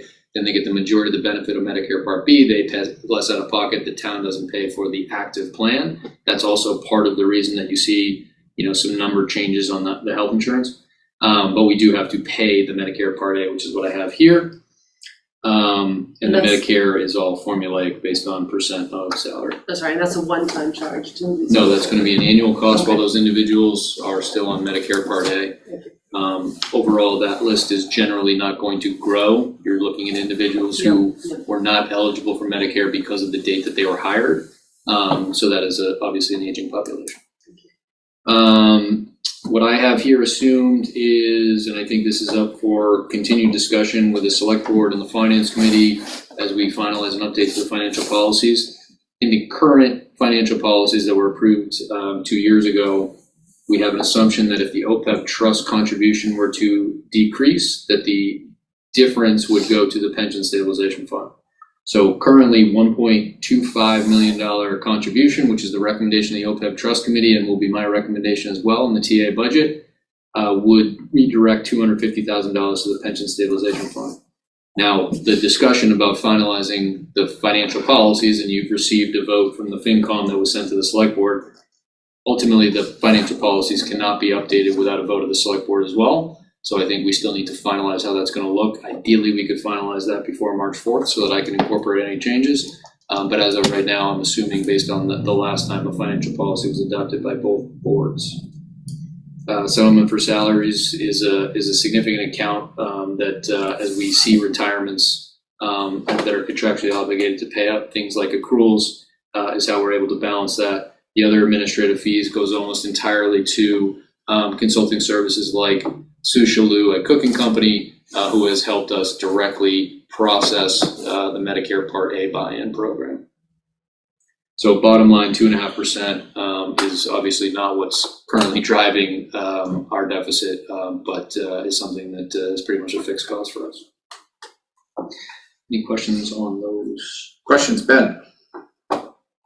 Tina? Just real quick, so you are saying that for the TA recommended budget, you're going to be looking for 1.25 to OPEB and 250,000 to the pension stabilization. That's based on, is that based primarily solely on the current financial policies? And what my question here is, if the financial policies are voted differently by the select board in that hypothetical situation, does that influence your TA budget? Yes, right now the policy is written that if we do 1.25 to OPEB, that the difference would go to the Pension Stabilization Fund. So the OPEB Trust Committee, which I'm a part of and voted in favor of, would be 1.25 to OPEB for FY25, so that would be my recommendation. The policies are as currently written, then the 250 through that policy would then go to pension stabilization. If the policy changes, I would adjust accordingly. Thank you. The adjustment would move the pension stabilization costs off book to free cash or something like that. Which is how we have funded it to date. And according to the vote of the OPEB Trust Committee, that would effectively yield a $250,000 benefit should that change occur. To the bottom line. To the bottom line. Clear on that, Ben? So we'll bring that up in the next couple of weeks. I know the Finance Committee's had some conversations about reformatting the entire finance document and in this matter as well. So it's wide open for discussion. All right. I'd be happy to move solid waste and veterans to after the break. If That's what I was going to recommend, if you don't mind.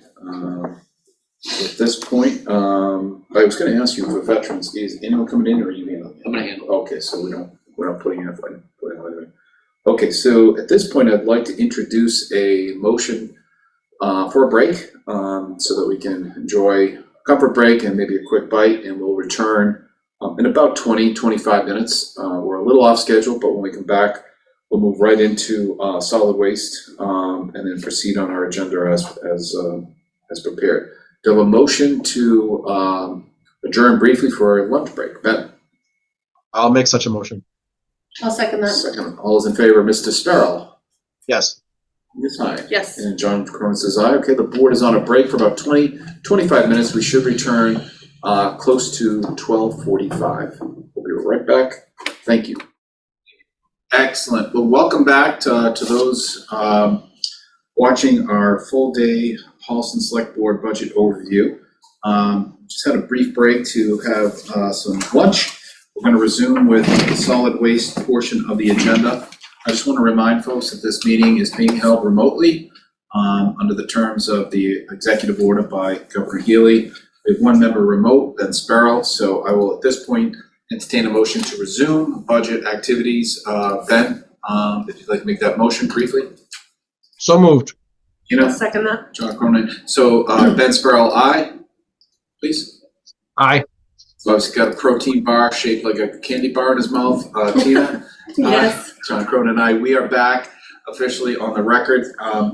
We'll resume with Travis, talking about solid waste, how appropriate after lunch. Welcome. All right, would you like, we do have, I believe we have the planner for the ZBA and the Concom agent on here. Would you like to move them around or? Let's, if Ryan and the planner can hang on 1 second. I know we had you at 1 o'clock respectively. If you could hang on just briefly, we're going to try to get through solid waste and veterans. Then I'll jump to you folks. Okay, so just hang tight. I will pull it up on the screen. So for solid waste, obviously the question mark going into this fiscal year was the contract with Harvey's, which runs currently through June 30th of 2024, the end of FY24. And so this budget was assuming some preliminary information. And so now what we're going to be doing is updating this based on the actual agreement that was signed off on by the select board and EL Harvey for an extension. And so this number should be coming down slightly. 6.5% was based on a number of requests that were made from the vendor, and the actual increase will end up being approximately 4.1%. So if the select board would like to change this request before it goes to the finance committee, we can certainly do that, or I can true it up in the town administrator recommended budget. Either way. Ultimately, the major changes to the agreement was a 3% increase on our recycling and solid waste weekly pickup, and then a more substantial increase on the tipping fee for tonnage is paid through the contract to WIN. And so that increase, they were saying ultimately that the $75 per ton tipping charges that we were paying had been, sort of fallen well out of whack with the market. They were saying that the market, in their eyes, was a minimum of $105 per ton. Ultimately, what we agreed to is over the course of a 5-year contract to get to $105 per ton, but to start with an increase from $75 to $90 per ton.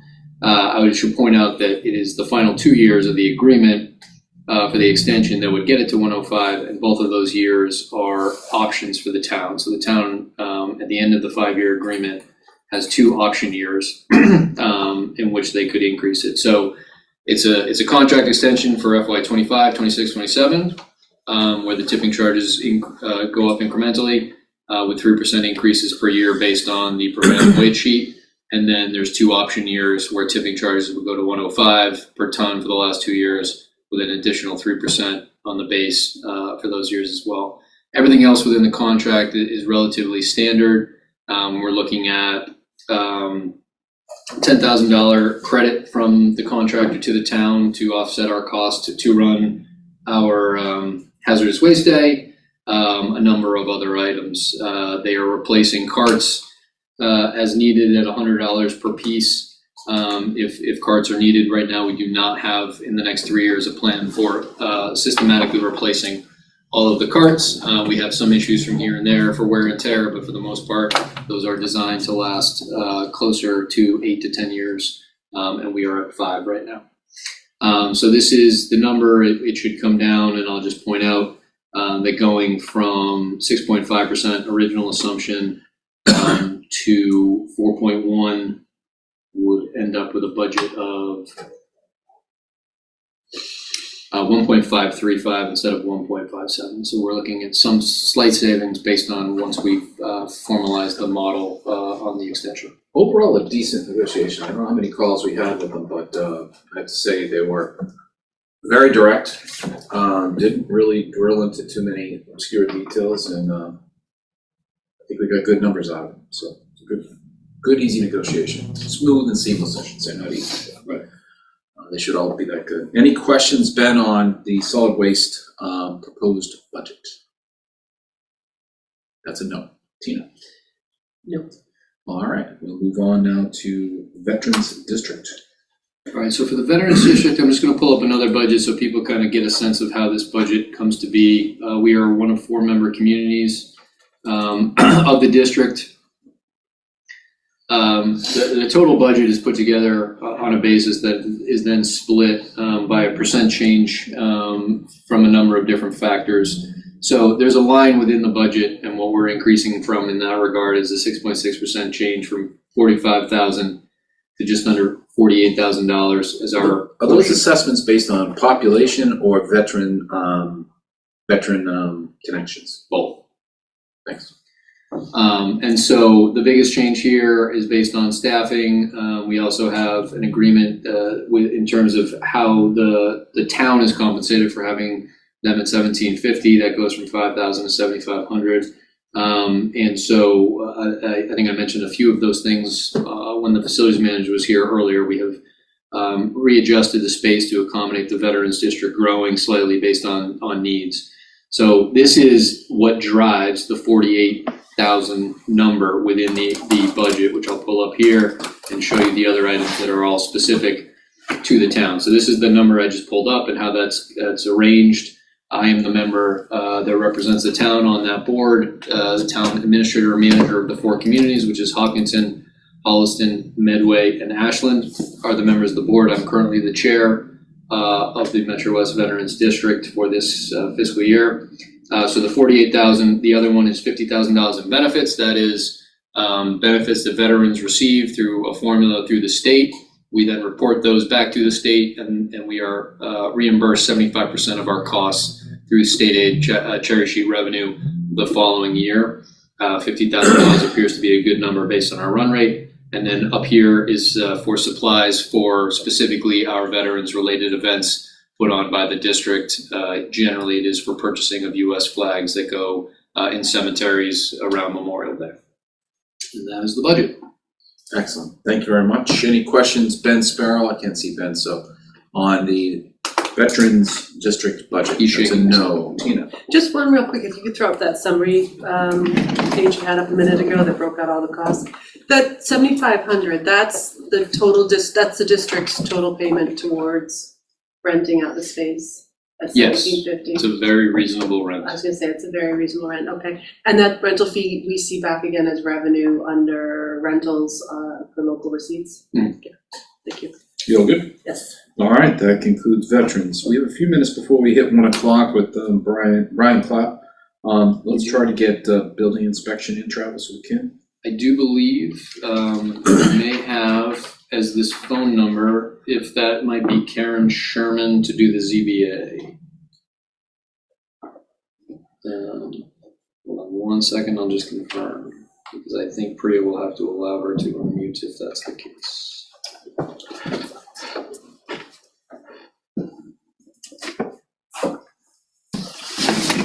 Yes, it is. Priya, could you unmute the telephone number? 401-309-1784. Yes, I just sent them a request to unmute. Great. So, good afternoon, Karen. If you're within earshot, we'll be prepared to take you in for the Zoning Board of Appeals. If for some reason you stepped away, no worries. Just alert us when you rejoin the meeting. Meanwhile, we'll start with the building inspection. If you could just do that one quickly. Priya, just let us know if Karen resurfaces. Thanks. And it would be *6 for Karen to unmute there. All right, let me pull back up here to the building inspector. And so certainly if there's any questions, he did ask that I give him a call, but he's on the road at the moment. And so here is the budget. So this was the major change last year was adding an assistant inspector.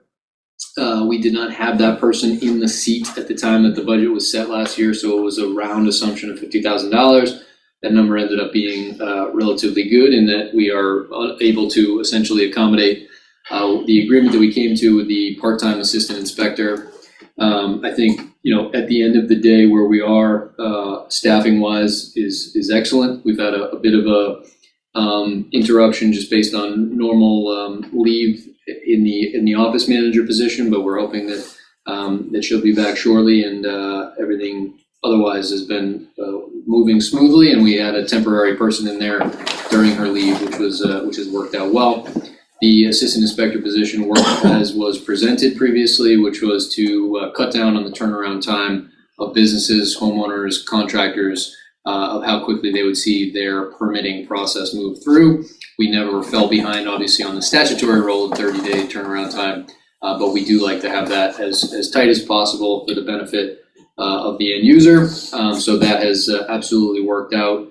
This position, we do have, if there were overages on the part-time hours, we do have the backdrop of the revolving fund. But really, because it's a normal operating business, we'd like that to be in the general fund if possible. The computer license, as was mentioned previously, is based on the permitting system that they have. Most things, actually all things through the building inspector's office can be done online. I think the only sort of process downstairs that is still requires some paper is the Board of Health, and they're looking to go in the direction the building inspector did a few years ago. And so we have that. Professional services is a very basic line within them that they have access to the state and some other opportunities. Communications is relatively statutory in nature as well. Professional development, we've continued to look at this line every year, and every year the building inspector tells us I'm going to have to replace all of my materials once the code is updated to X level, and every year it gets pushed back outside of our control. So this is assuming, again, that those materials will be purchased for professional development as a new code is rolled out above our office's head, which then impacts the day-to-day operations. So that is that line there. And then purchase of equipment has been related almost entirely to monitors designed to help people view larger size maps. So that is where we are right now. It's a relatively small increase just based on the personnel, but this is now based on the actual butts in the seats of all those positions, whereas last year was based on an assumption. So it is the actual number, and we're looking at a 1.9% increase. Thank you. Questions on the building inspector, Ben? Yeah, just one quick question. I know we're moving the computer license from the assessors into the technology budget, and I recognize that the computer license here is particular to the building inspector, but is that why we're keeping it separated, or should there be a movement towards putting more of the licenses in the technology department? Yeah, I think, the problem in any of these things, I think we look at it in facilities too, is probably a good comp, right? If we want to at any point put all of the electric use into one budget, we're going to see all of the electric use accounted for in that budget. But then we're going to start to lose over time the ability to kind of pull out who is driving which of those costs. So what we found is that the facilities budget, having the electric use of a few buildings, but then having the other standalone buildings have their own in their budget, allows us to look at that. For this particular computer license, this is based on not the GIS that we talked about with the assessor and the IT director. This is about the actual process of allowing them to have the online payments, the online processing, the online application system. So it is very specific to the building department.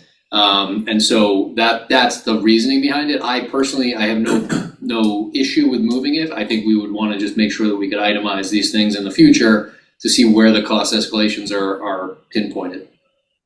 I mean, I think it's fine having it separated, but just, making sure that, I know James has a handle on the electric and facilities budgets for the particular departments that have their own spaces, and just making sure Chris has that for the licenses that are not under his department, and I'm sure he does. So I'm good. Thank you.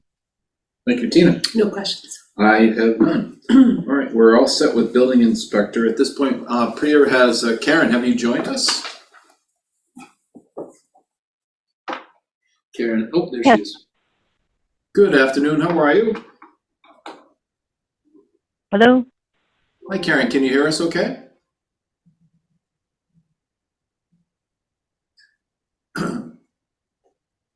Hi, Karen. Hello? Hello. Hi, how are you?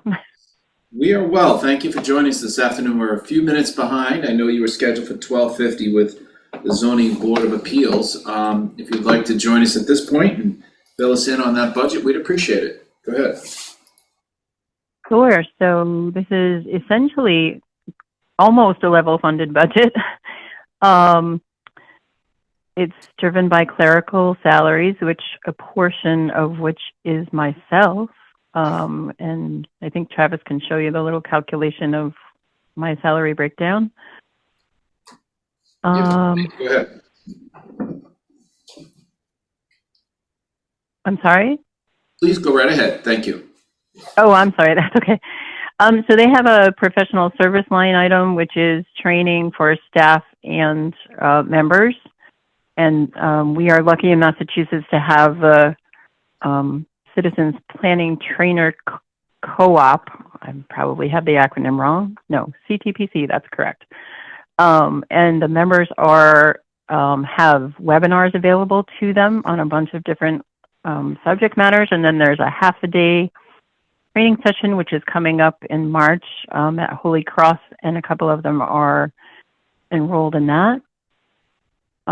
They have a modest communication budget, which obviously is, we are 2 cubicles in the basement of Town Hall, and we share a bunch of space, but the communication line item also includes newspaper publication. So like if there's a bylaw change issue, the town pays for that. And then a very modest office supply. Yeah, and professional development. Oh, I'm sorry, I messed up professional development and professional service. So professional development is for the board members. Professional services, outside services. Last year we did some zoning mapping work. And this year we'll probably be doing some zoning mapping work as well for the, probably in conjunction with the MBTA housing project going forward. All right, pretty straightforward. Thank you, Karen. We'll see if there's any questions. Ben? He's shaking his head. He did. Okay, I can't see. Okay, thank you. I'm all set, thank you. Okay. Karen, I think that concludes. I have no questions. The presentation of the Zoning Board of the Appeals budget this time. We're good to go. I hope you enjoy the rest of your afternoon. Thank you. Thank you. All right. We have almost caught up to our schedule. Ryan Clapp is up next for the Conservation Commission. It was scheduled for 5 o'clock. I believe, Ryan, you're with us, yes? For 5 o'clock? I thought it was for 1. No, I'm just seeing if you're awake, that's all. 1 o'clock. Nice to see you. How you been? Good. Yourself? No complaints. Travis is going to pull up the budget on the Zoom, and we'll just have you walk it through, and if the board has any questions, we'll throw them at you. Great. So, so up first we have administrative salaries. So that is where I get paid out of. That is the largest driving change in the budget.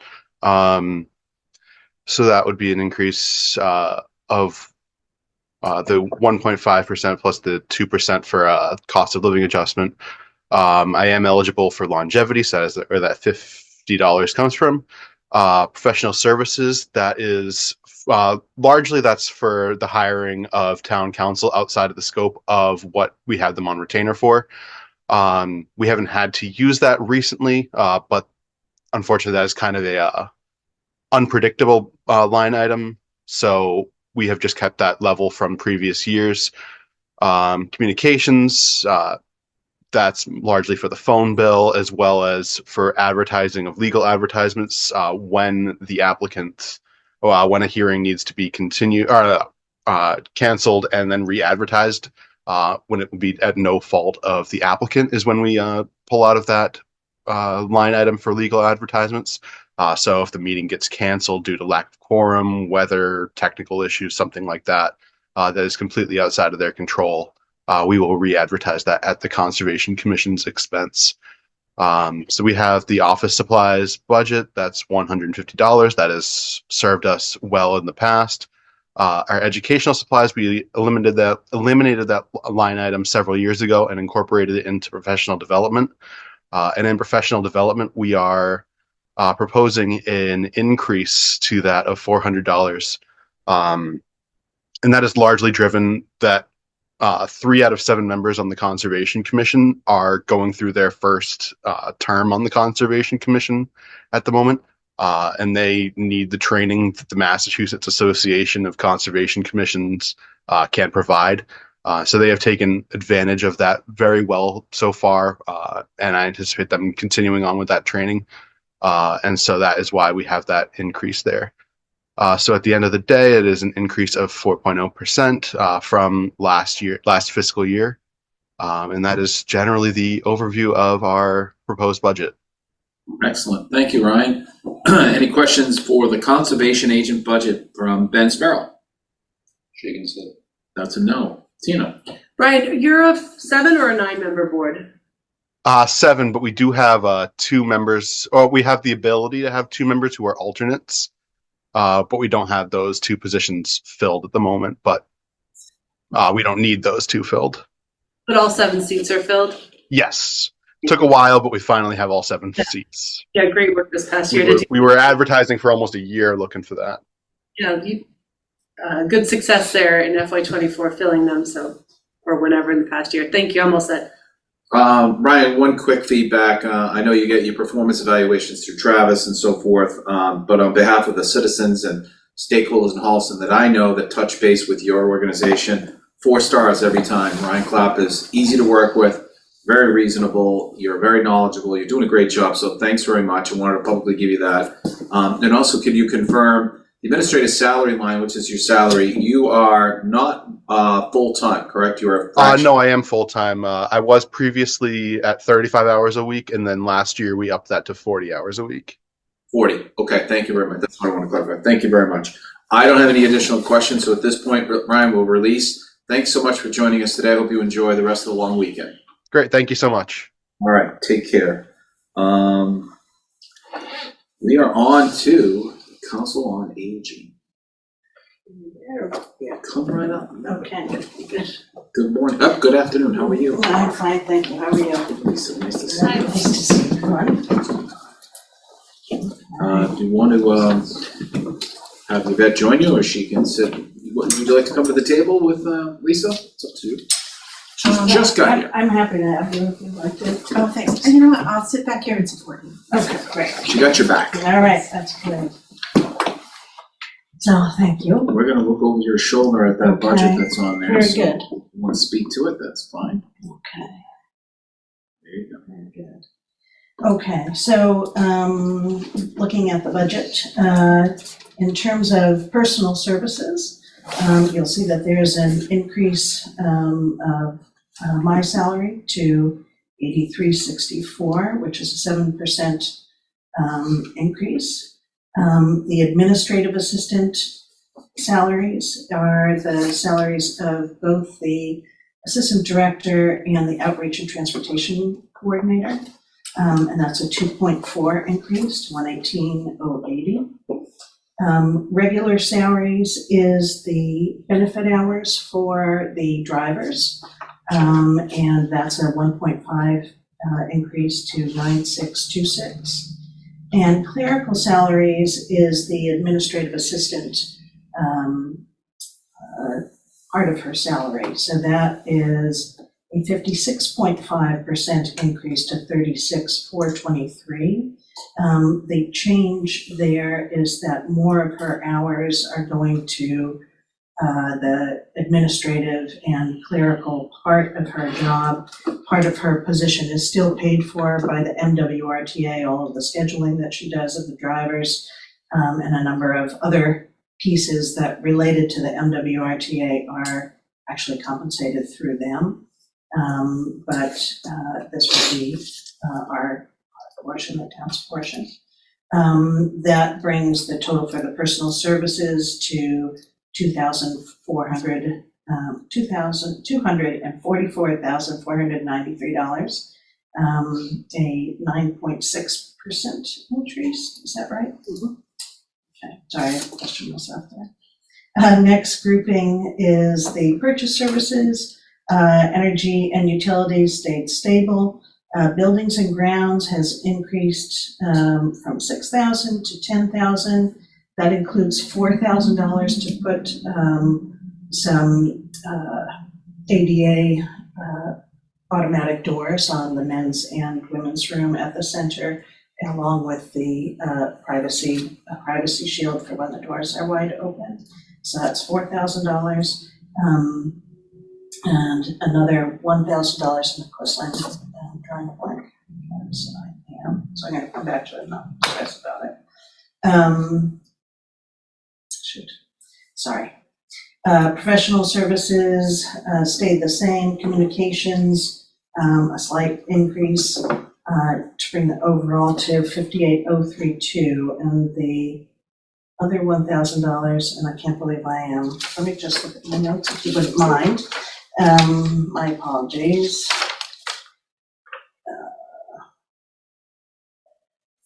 Where are you looking? I'm looking at the buildings and grounds maintenance. Okay. We have a $4,000 increase that is for the doors, and that's it, sorry. No, there's another $1,000. Something in the kitchen, I can't remember.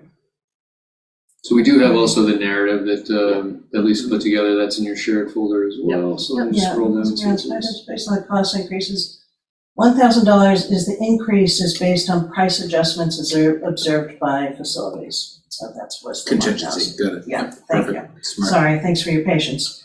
And then the rest of purchase services brings us to a 12.8% overall increase to 58,032.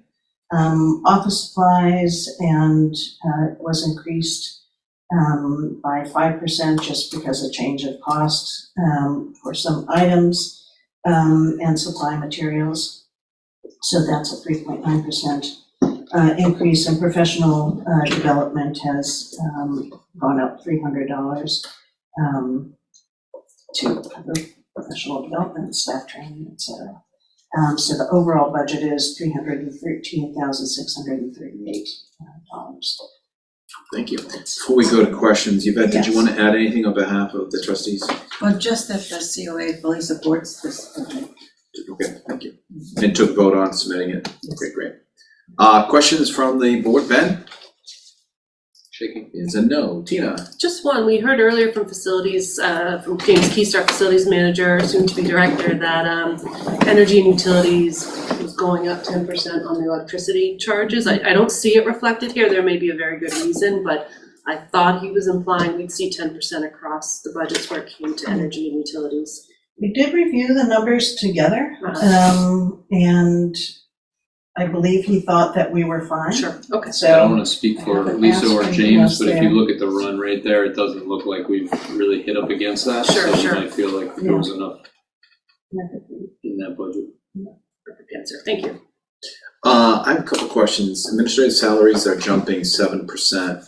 If you mentioned why that is going up, I missed it, but if you could just circle back and take that one. So that was, those are all of the administrative salaries for department heads or town administrator recommended based on performance evaluations. And in the case of Lisa, the top merit adjustment with COLA would be 3.5%. We've also looked at where Lisa is as a high performing department head to also look at the market and found that having her below 80% we found to be problematic.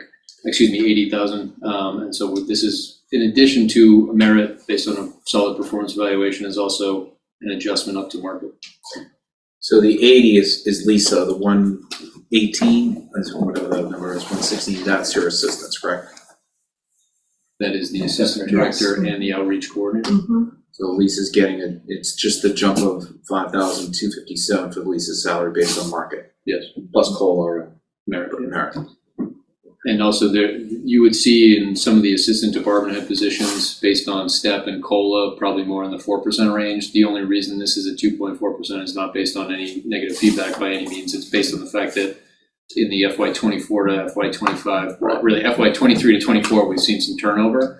So just people coming in at different steps than those had gone out at.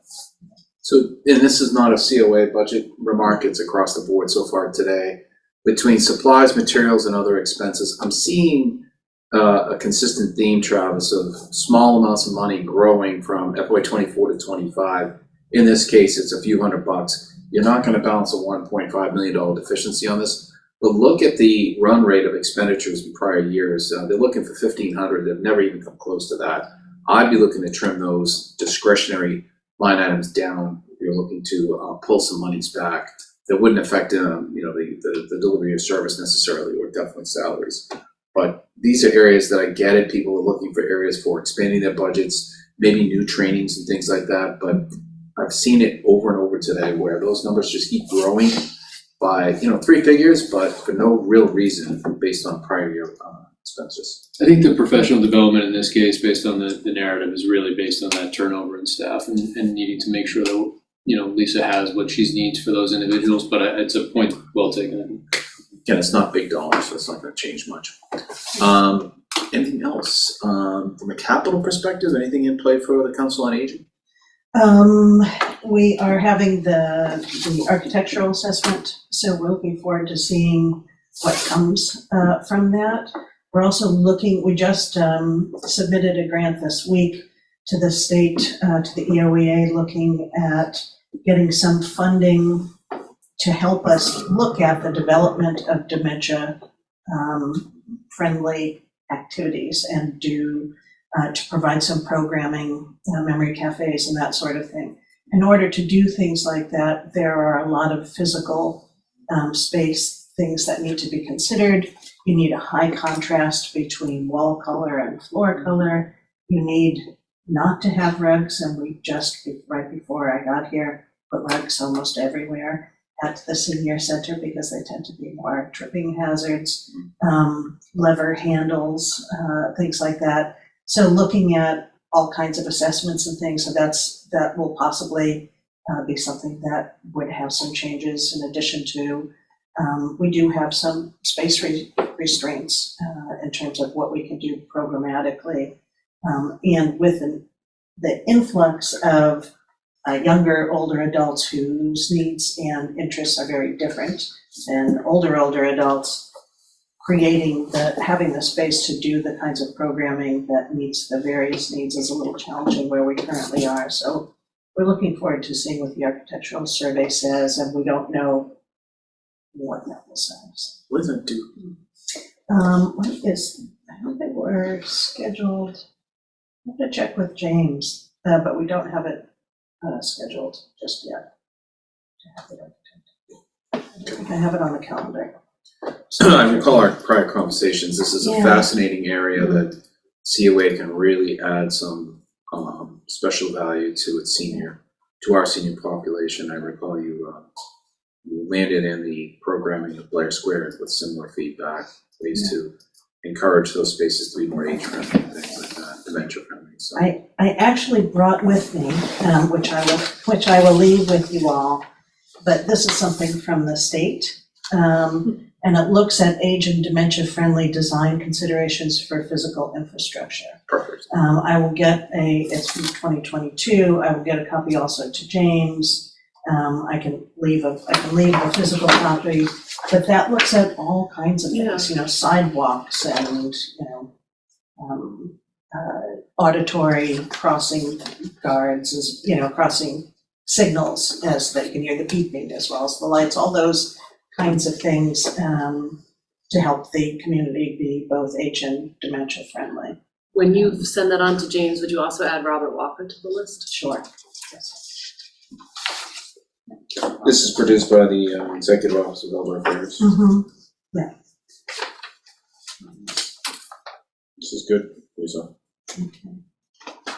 Yeah, there's a lot in there. So those are the kinds of things that when the architect comes in, they will also need, we will also have to think about if we're going to make some changes, obviously our building in particular, but the rest of the community as well should be thinking about things from this perspective. So we'll see that's why it's hard to know what will come.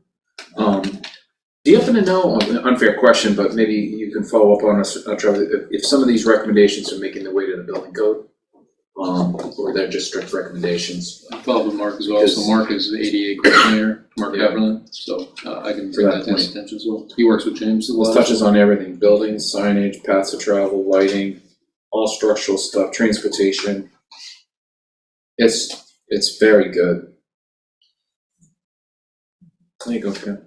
I think we have a minute, John. Oh, Yep, Ben, go. You have a question, Ben? No, okay.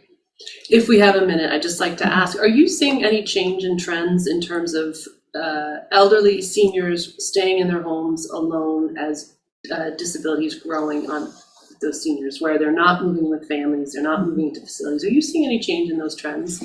People are really wanting to stay in the home. And so home modifications is becoming a big thing. Though it was a bit of a slow start with the Habitat piece, it looks like we will certainly utilize all of that funding. And there's so many things that need to be considered when you're making home modifications. So that is absolutely a big thing that is happening with people staying in their homes. So things like having a bedroom and a bathroom on the first floor that they can use, having, wide enough doorways to get through, having a roll-in, tub shower situation so you don't have to go over a curb. Or there's so many different kinds of things. So that is a big thing in the building. How about requests for services to support that elder senior with, again, growing disability living alone? Yeah. We do get some of that. That would go to the outreach and transportation folks. We're actually doing a presentation. We're going to be doing a presentation with Mr. Handyman is actually going to be giving the presentation, not in terms of a sales piece, but to look at home modifications for people who want to age in place, because age in place is what most of us want to do. And it is a growing thing. So looking at what does that mean, and how are you able to do that? What modifications you need? But it's not just about the presentation's not going to just be about the physical changes, but there's all kinds of things, and access and services that can get to people as well as people getting to services. Thank you. Sure. Well, I think that concludes our interest questions at this point, Lisa. I want to thank you for coming in on a Saturday. Thank you. Hope you enjoy the rest of the long weekend. Yes, thank you. Yvette, always great to see you. Hope you're well. You too. And we will move on. We actually have a small gap, thank you, Kim. A small gap in the scheduling here. We were scheduled to bring Youth and Family Services on at 1:45. We're actually going to take the opportunity to bring in a budget that is not listed, but is still a budget. I'm gonna ask Travis to do the select board budget for the board at this time. So if you want to pull that forward, we'll get that going, Travis. Thank you. Sure. So I'll just go through really quickly at the top here. Town administrator contract FY2025 is the second year of the 3-year contract with a 1% increase built in. The merit and COLA for the assistant town administrator, which is split between the HR budget and this budget, is 3.5%. So that is exactly 50% of the proposed salary, which is split between the HR budget, which you saw earlier. The administrative assistant position, just for sort of some clarity here on how this is developed, was originally a 40-hour per week executive assistant position in the office of the select board and the town administrator. That's what became the assistant town administrator / HR director. And so you'll see that that will drop off next year, but FY21 was the last year that it existed in that form. Clerical salary is our office manager, and that is a 35-hour week position on the 100 to 700 scale. The clerical is actually 2 separate individuals. No, I'm sorry, the temporary part-time is 2 separate individuals. So we have one person who works Monday, Wednesday, Friday in our office.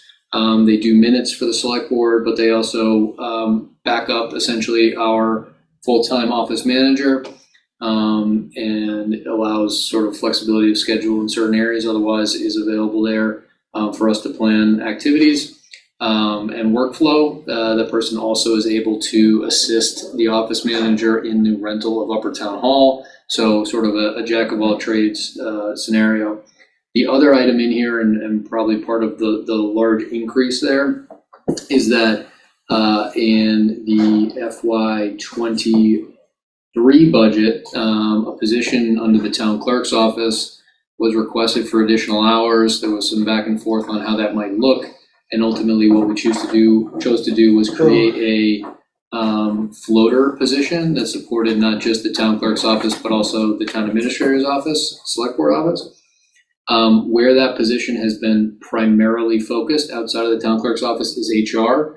We found that the workload in HR, which Kathleen mentioned earlier, just an incredible turnover, which has put a lot of pressure on our HR department, including also payroll, which is in Chris Heyman's office, the treasurer collector's office.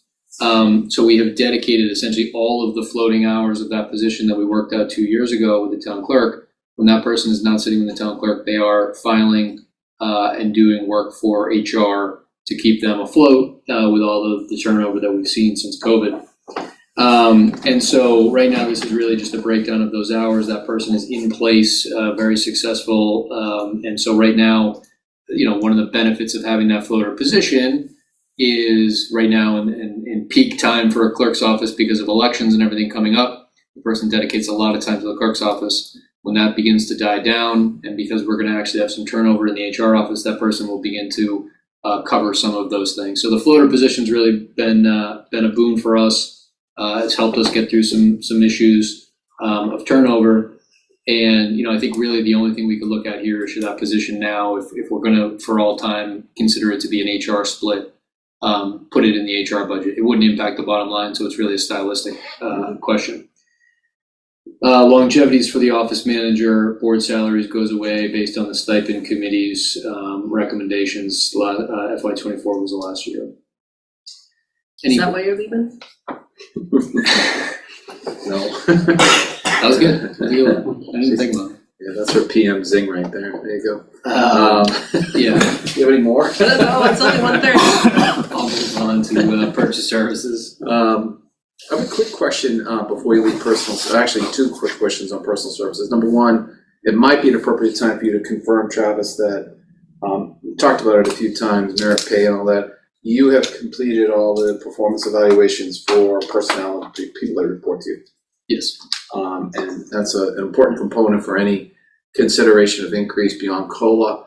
I will also announce that all the select board performance evaluation input has been delivered to the town clerk's office. I'll be reaching out to her and Travis to sit down and do his PE in the next week or so. So we're fulfilling our responsibilities to the taxpayers to have accountability and an evaluation of all personnel. And it does feed into the budget here. Under the administrative salaries for the ATA, that's a portion of Kathleen's salary, correct? Yes, split with the HR budget. Yeah, can you just go back to the HR budget real quick? I just wanted to match up that, what was it, that was 55? 56. It's a 50-50 split, right? It is. It is not. Oh, no, wait a minute. Okay, you got some highlighted there? That's the assistant. Okay, there you go. Okay. Administrative assistant. That 4%? I didn't see that earlier. What was that? On the administrative assistant, that's more than COLA, isn't it? That's step and COLA. Step and COLA. Okay. Thank you. Ben, any questions? That position, FYI, is posted. Actually, you know what? So we will have a true up when that position is filled. Okay, thank you. I beg off Ben. He's not done. He's going to move on to purchase services. We'll get to questions in just a second. Sorry. Unless you had questions on personnel. No, he shouldn't say. Okay, keep going, Travis. All right, so professional services previously had been sort of a catch-all. We did do some refining of that in the FY22 time period where the HR budget came online. We moved the labor council costs down there. So you see professional services now within a line specific to labor council in the HR budget. So this is professional services for MTC. We rolled in a flat fee charge for them, which is $5,500 per month, which includes litigation. So we'll have a discussion, and most likely in the TA recommended budget, we'll look through professional services throughout the organization of who has counsel budgeted. So where we are right now is that the majority of items are covered under our MTC flat agreement. There are instances like needing to record something at the registry where there's an additional cost that would be outside of that. for a couple $100 here and there. But for the most part, we have council sitting with the planning board about 2 times a month. We have allowances for additional support from council to boards and committees, including the select board, as you've seen with numerous things where we brought in Jay or Liz Leiden, usually cannabis questions. And so that is really all encompassing of our town council. There's other council, as I mentioned, labor councils in the HR budget. We also are assigned counsel periodically if there is a suit that goes through our insurance provider, Maya. That is just a process that happens due to statute. Additionally, Chris Haymans in the Treasurer Collector's Office will have counsel as it relates to land court. Otherwise, this is encompassing everything else. So if you look at $76,000, the reality is that is $66,000 for a flat fee structure with MTC and $10,000 for other items. And so the other items that I would point out, we've had to have a couple, bills to the LSP on Green Street. We've had some bills to Beth Greenblatt outside of, available funding as we've worked through some issues with the solar project on Marshall Street. Ultimately, that's a number that is a little bit unpredictable. To have $10,000 for miscellaneous needs of the select board at any given point could be 4 times that, and sometimes if it's a good year, it's not needed. But it is really just, it's $66,000 flat, and $10,000 is based on a run rate of all of those other incidental things we've seen in past years. As you see from 2021, the number can go up substantially higher, and I think when I came here, when we looked at it, there were like 4 years in a row that this professional services budget had required a reserve fund transfer. And so, luckily we've been able to sort of stabilize it. But it's a bit of a catch-all because so many things, when people run into issues, they look to the select board office to solve. And many times that requires us reaching out to a Beth Greenblatt or, an LSP type professional service. The specific professional services related to the Marshall Street testing is actually not related to our solar project. It is the cap landfill. Previous to this being in the select board budget, it was in the Board of Health budget. I think my understanding was they begged off at some point in the select board. I think previous to the current select board, accepted that into this budget. We are working through with Kleinfelder, just maintaining compliance of the cap landfill. Some of those things will get rolled in and theoretically could be paid out of revenue from the solar project as we move forward if we'd like to remove this in the future. As of now, I'm assuming that we will continue to do the level service approach to the testing there. If we're able to back off testing entirely, that would be ideal. Communications, $4,500 now assumes sort of everything that needs to go in terms of posting releases for items that come in front of the select board. The select board pays for those that are statutorily required. Additionally, we did send out postcards for the October town meeting. We would like to do that again in the future. Some of the additional communications items are under HR. The ones for town meeting would be assumed here or in the clerk's budget. And then office supplies is pretty basic, rolling forward. Professional development, really anything that is MMHR related for the assistant town administrator would be in the HR budget. Anything that is for the professional service of the town administrator or the assistant town administrator role would be here. I can say that I will not be going to the ICMA conference in FY2025, which is in Pittsburgh. I would have gone this year if Child wasn't in the picture because it was in Austin, Texas. I'm just kidding a little bit, but ultimately I don't intend to go to the ICMA conference in FY25. So this would be for Kathleen and I for all things MMA. We pay a flat fee to be part of the MMA, which is part of this number.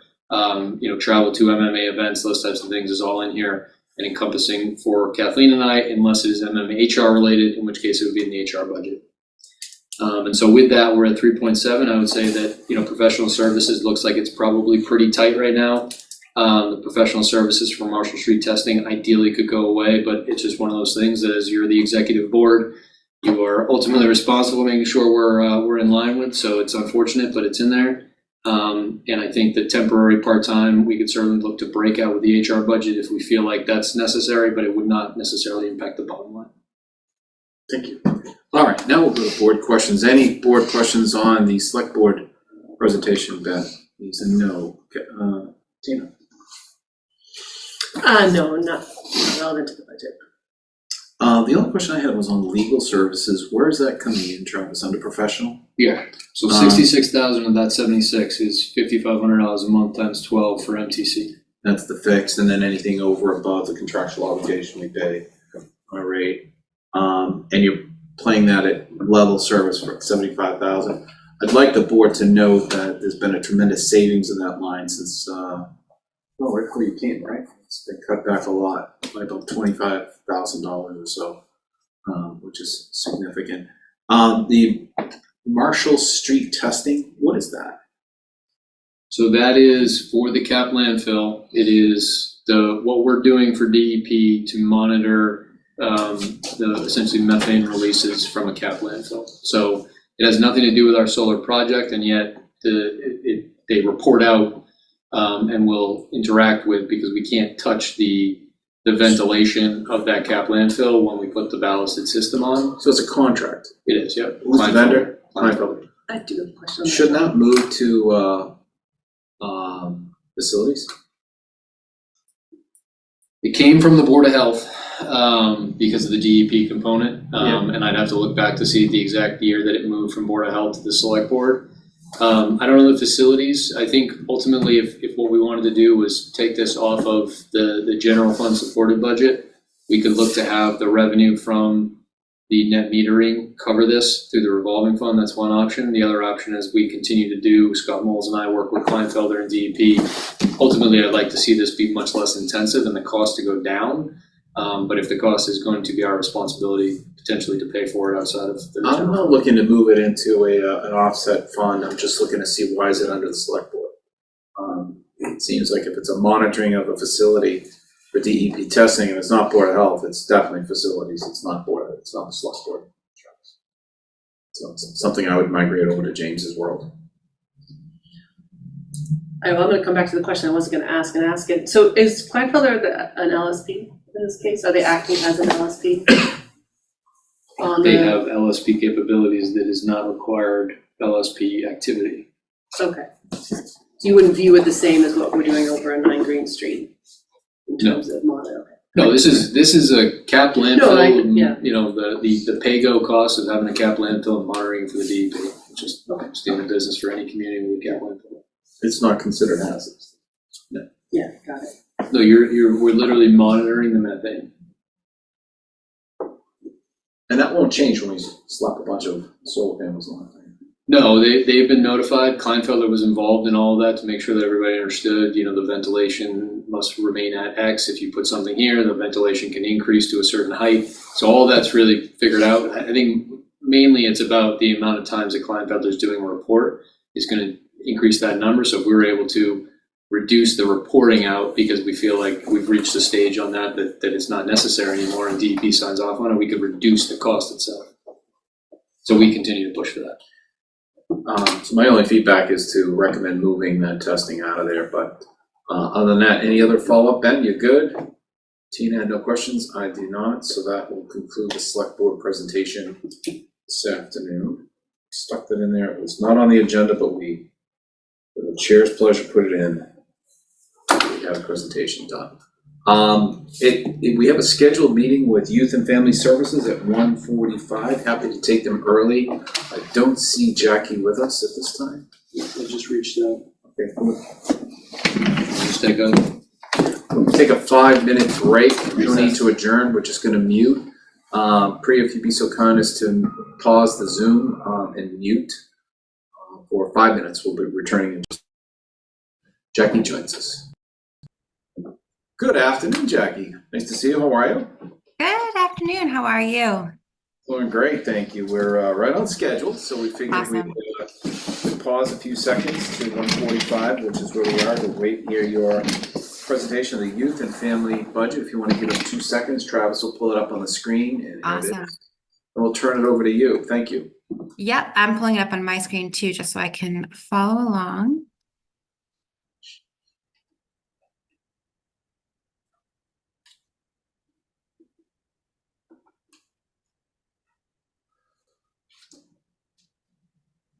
All right, so Youth and Family Services budget.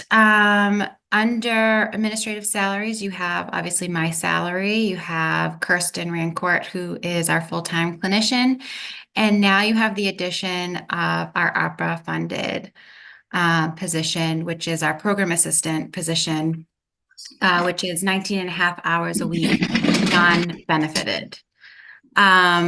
This is a grade, I want to get you that accurate, 500, step 5, and includes additional responsibilities, which I have linked in my presentation as a proposal around that position. I don't know if you've had a chance to read it or have specific questions for me particular to this position. I'm happy to answer any of your questions. I don't have nearly enough time to go through that proposal and the budget at the same time, but if there are questions, I'm happy to answer whatever's coming up with that. I did sit down with the ARPA position maybe 5 months ago at this point, maybe even less. I went over, gave an update on how that position's going. We've made incredible leaps and gains as a department, just in terms of what we're offering, how we're meeting the needs in the community, how this position has alleviated some of the things that were on my plate and redistributed some of the responsibilities across the board. And we've had a lot of success this year just as a program, incorporating the program assistant service navigator position. So we would love to see it remain. And so that's included in my budget. That's why you see kind of a bigger increase this year to my budget, is really that administrative position. And then also under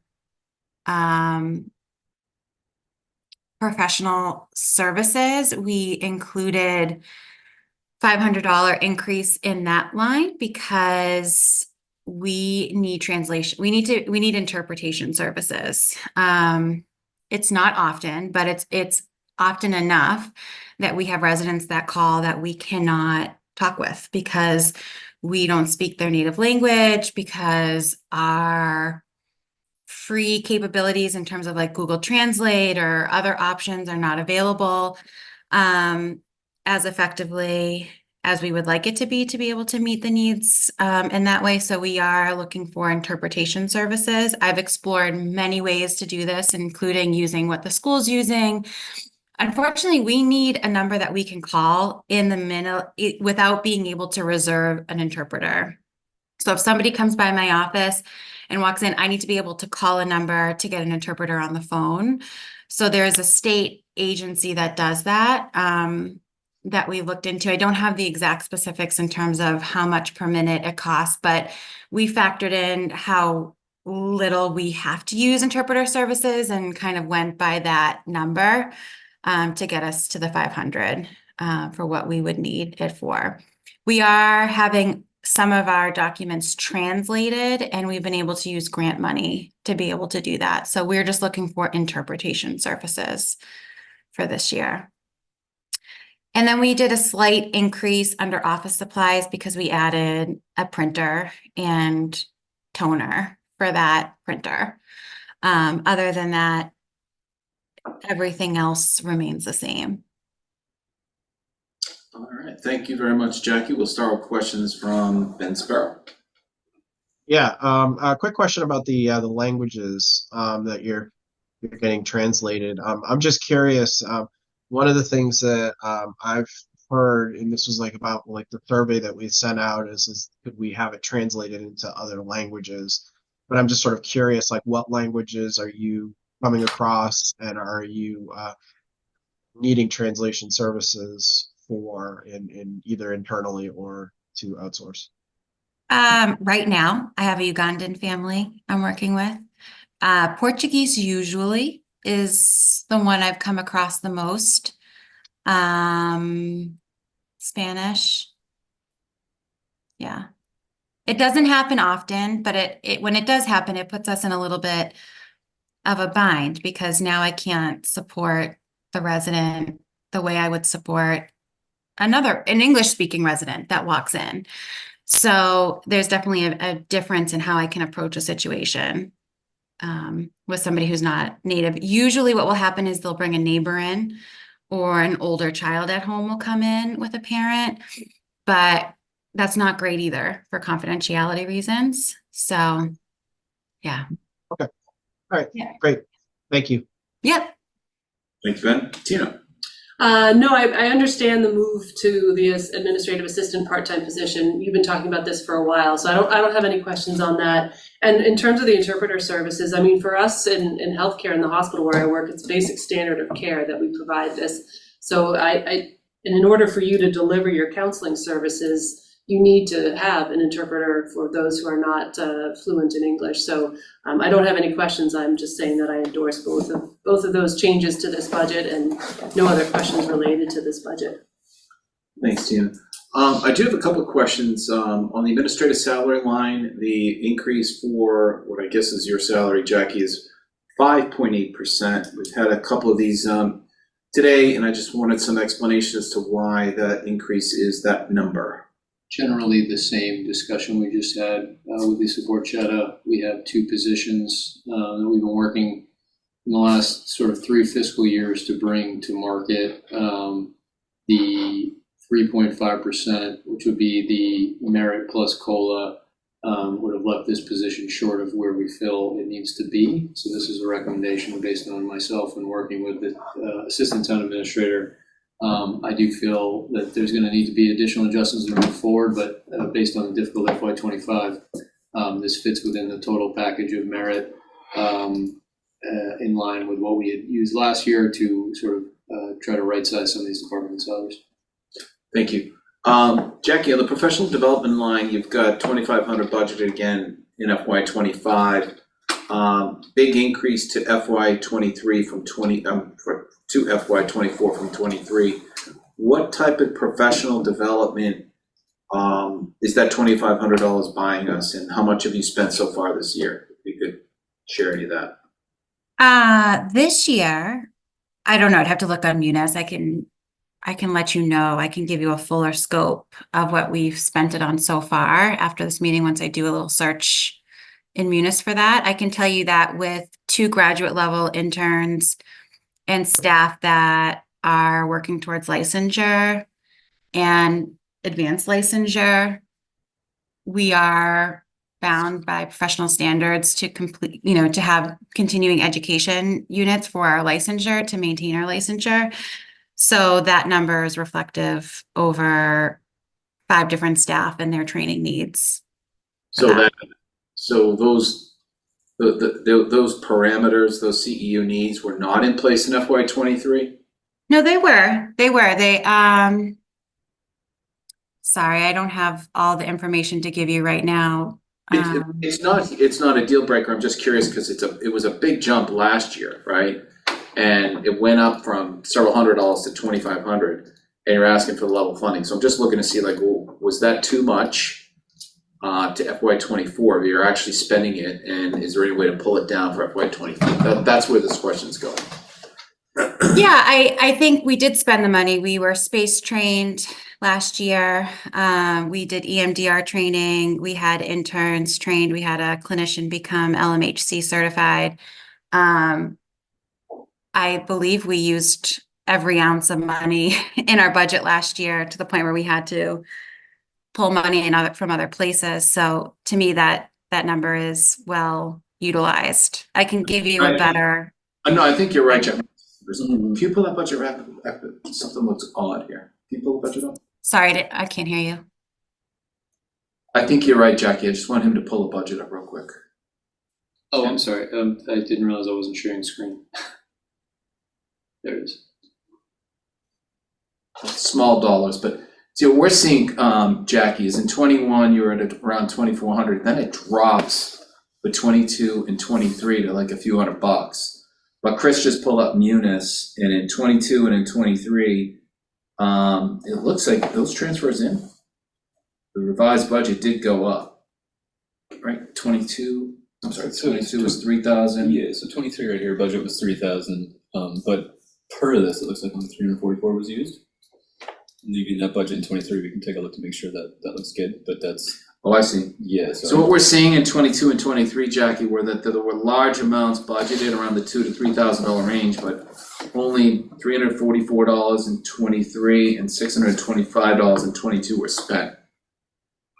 You follow me? Really? That seems really off to me considering we had like coming down to July 1, I feel like I had a lot of conversations about money needing to be pulled in other places. So that Right. doesn't seem right to me. And this is not, it's not a budget buster, it's just me looking at trends. Yeah. And ways to sort of justify why I'll just fill in a couple of things here. So if you look at FY23, I think what happened was the office supplies essentially goes over professional development. The bottom line of her operating budget, I don't think had capacity.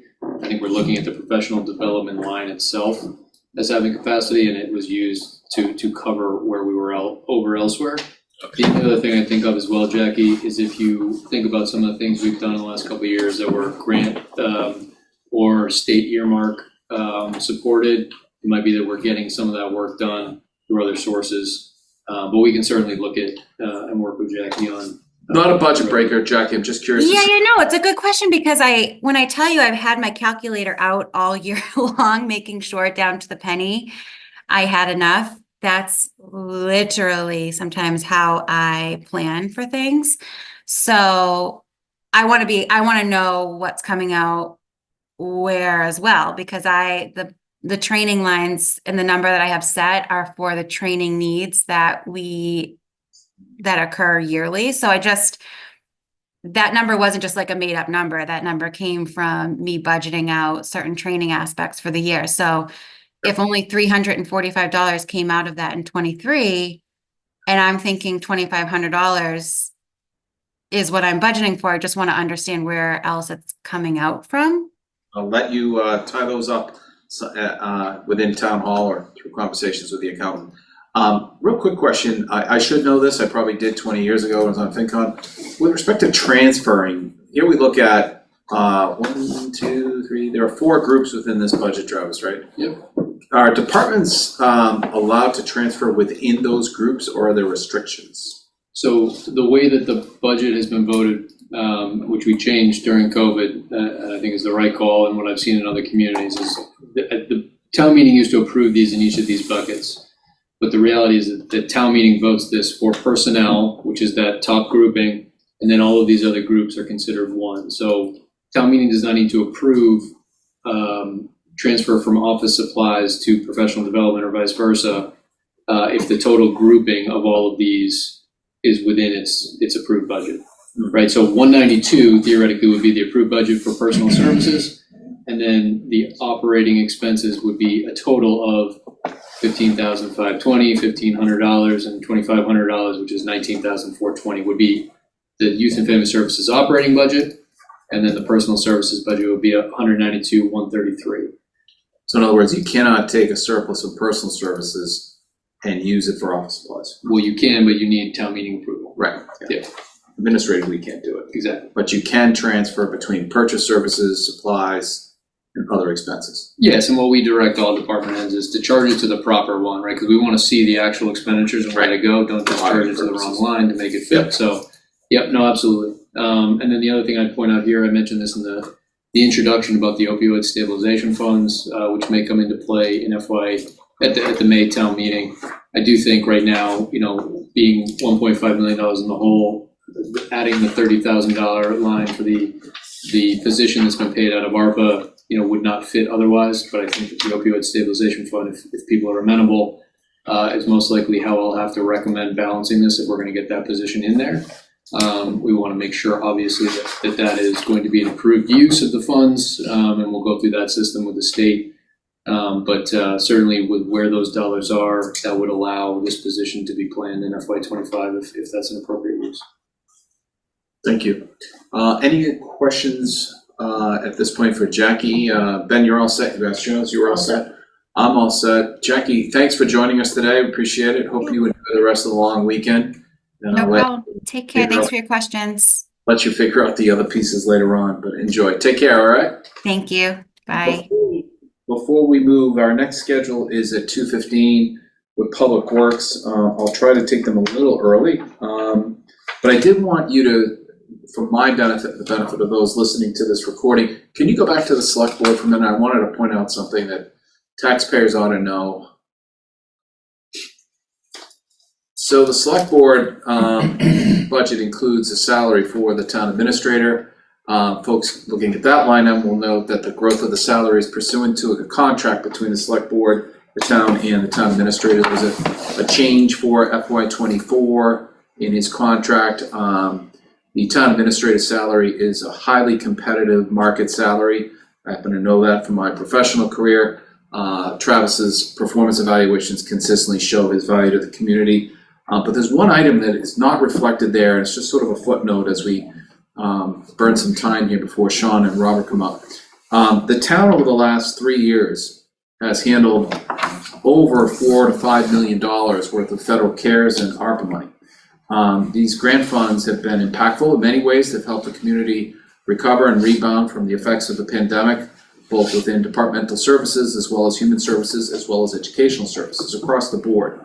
I participated as a board member with the CARES money. That ended in 2021, and the ARPA money has been ongoing.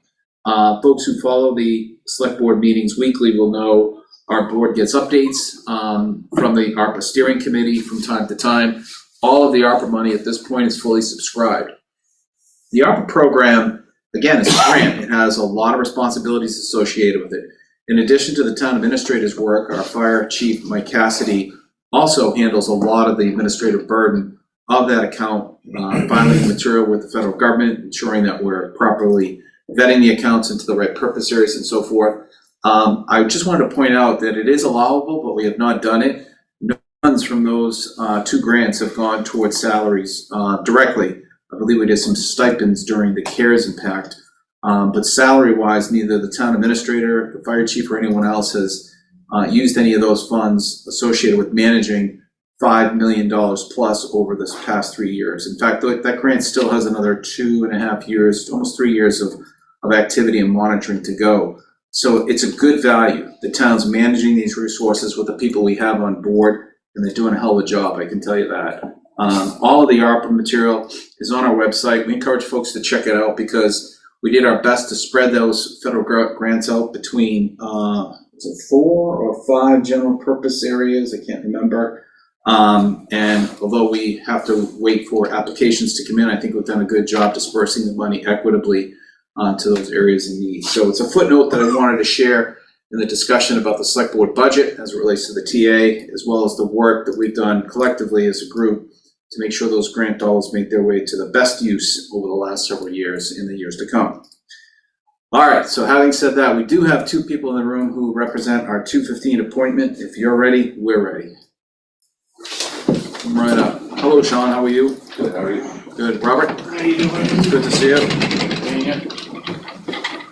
As you guys get settled. Sean, I want to ask you, do you know what NHL team has a losing record right now in the Eastern Conference? You want to take a guess, Sean? Is it Canadians? It is, actually. They're still suffering after all these years. One has to wonder as Robert settles in if he's wearing the hat of Toe Blake. Is that what that's all about? He was paying homage to another Canadian in front of us today? No. I was going to throw that out the window. No. They're doing better this year than they did last year. John, Yeah, yes. if he wants to come to the table and pay homage to any Canadian, go ahead. Put my hand up. All right. He wears it to annoy. I will not entertain a motion on that. If it's the Montreal Canadiens, you'll do a motion to adjourn. Actually, so. Nice to see you. Haven't seen you in a while. It's good to see you. Yes. Good job on the storm last week. Thank you. Appreciate that, such as it was. Yeah, these storms haven't been easy this winter to track. Understood. So before us this afternoon, we have the Public Works, Highways, Grounds, and who's doing motor vehicles? You, Travis, or? Okay, cool. So we'll turn it over to you, Sean, and you can play Robert's hand in or out. Yep, It's an that's open what we'll do. format. We're gonna just peek over your shoulder to the budget's presented here. Should be the same material you have in front of you. Let's hope we got the same numbers, yes. Yeah, that's All right, so we were on the that's same always page. a risk, I know. All right. That's So okay. the top portion of personal services, union labor is in the process of ratifying the contract now, so that may change a couple of dollars here and there, a couple percentages, but for the most part, I think that's fairly accurate. Let's confirm it is. Is it, Travis? It is. So what we have here is really more or less based on the idea of the value, right? This decreasing has nothing to do with the fact that we're having a contract that's going to have substantial increases. It's just that we had some changes to our assumptions of personnel with a new division coming in previously. So this is just right sizing based on the contract. Okay. So the majority of the highway budget is zero based. We didn't increase anything with the exception of 4 line items, which Robert can give you greater detail on those being drainage maintenance, professional services, repair and maintenance supplies, and professional development. So the first one is the drainage maintenance, which we've requested an additional 10,000, so 71.4% increase. Professional services is 20,000. Repair and maintenance 10,000, and professional development is another 10,000. We feel like these are the bare bones minimum we can basically request to maintain a fair level of service. So we can kind of answer your questions regarding each one of those line items, or our request to increase those line items in specific detail if you'd like. Scroll down, you can see the bottom of this. So your repair and maintenance is going up, Sean, too, and professional development. Yeah. Yes, we have total 4 separate line items. There may be some questions. We'll start with Ben. Go for it. We'll start with Ben. If you have any questions on the proposed budget of the Public Works Division. I know you guys arrived late, Ben is remote. Go ahead, Ben, any questions? No, I think I'm good. I've seen this budget before, so I think I'm good. All right, Tina. I do want to, we'll explain some of why we increase them too. If you don't have any questions, I don't want you to think we're blindly increasing some. Well, I can speak to my questions if that's what they don't, good. but go ahead, Tina. No, it's a detailed budget. There's a lot to it. This is one of the bigger ones in terms of items in there. I think my only question is just to confirm what I believe I already know to be true. The DPW director is split between here and the water. Correct, 60-40. 60-40, thank you. No, I looked at it and it all made sense to me. I think the only, no, because I had more questions, I think, on the water side. Nope, I'm good. All right, I do have a few questions. If you can go to the top, we're gonna start with the director's salary. Again, trends above what I would expect. This one is a 5% growth for the director and 5.6 for the superintendent of highway. Travis, can you give us an explanation on these 2 increases? Sure. So the DPW director actually net is 3.5, which is the top with merit and COLA. And it just happened that last year the split that we had historically had got a little screwed up into skewing towards water. So this is bringing it back to the 60-40 split, and the year-over-year increase for the DPW director is 3.5 to a total of 120,000. Highway superintendent, as you see, if you monitor that drop from FY22 to 23, that was when we had a transition in the individual.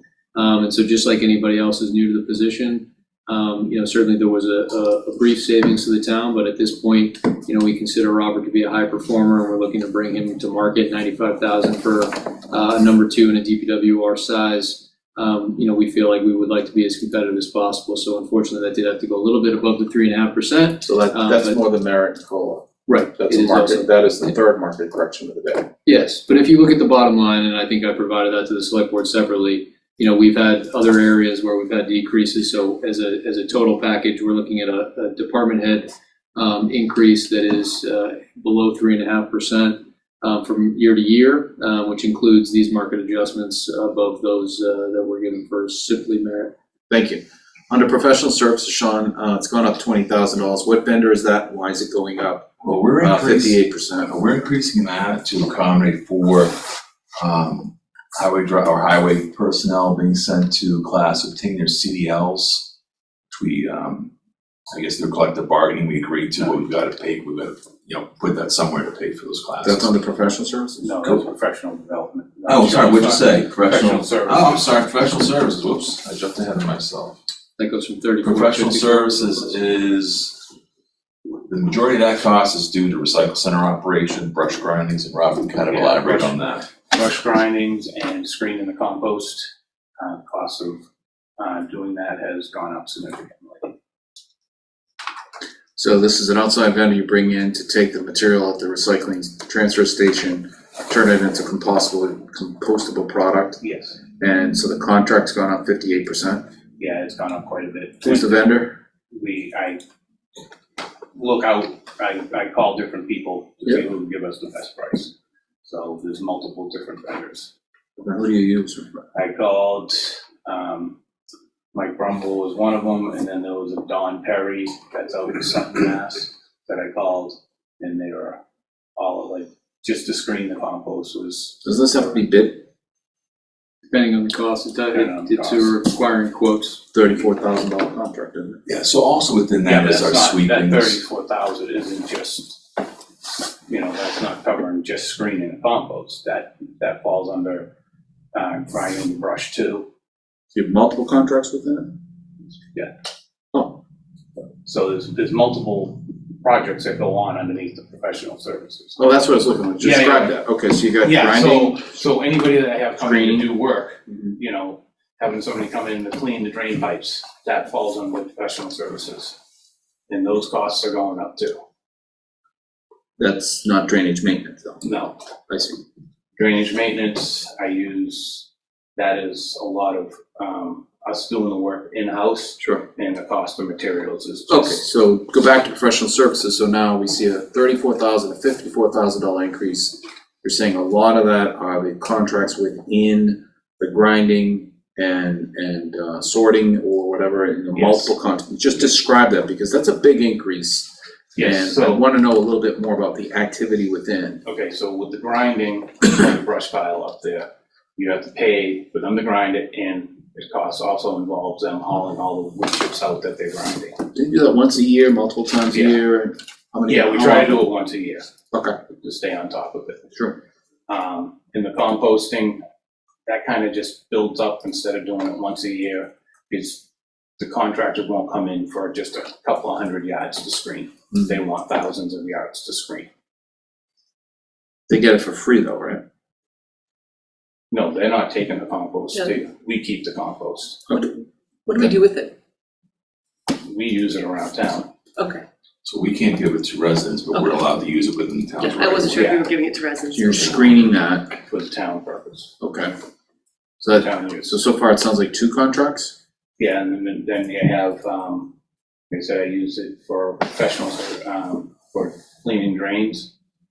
And then I have somebody now doing, infrared on the asphalt for doing repairs around catch basins instead of us, in manholes, instead of us cutting them out, digging them up, they do the infrared, so there's no joints, it's a smoother. Gotcha. So go back to the grindings and screening. Yeah. How much does that cost per year? The grindings, you're gonna look at probably around $15,000 a year. That's that one That's event where they one event. take all the trees, the brush that's been delivered. Okay. And then the screening? The screening right now, for what we have up there right now, is about $16,000 to $18,000. Okay, so both of those are over $10,000. Yep. You would have to get 3 quotes. Right. Okay.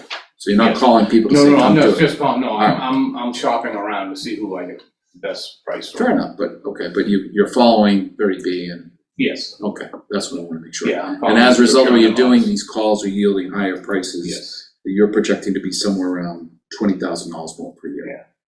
Thank you, okay. Can you pull that budget back up, Travis? Sure, I'm just looking through the account number as well. Sorry, Travis? Dieter root testing, there's a number of things that are outsourced materials in here besides, he's giving you examples. So yeah, under Yeah. professional services, so additionally is, and that's the line that you're talking about, correct? Yeah. All right, so it's, we had, anything not covered in another line item, so the beaver trapping, includes, all drug testing, any drug testing is paid for out of that line item, any type of, cleaning that's done at the highway department,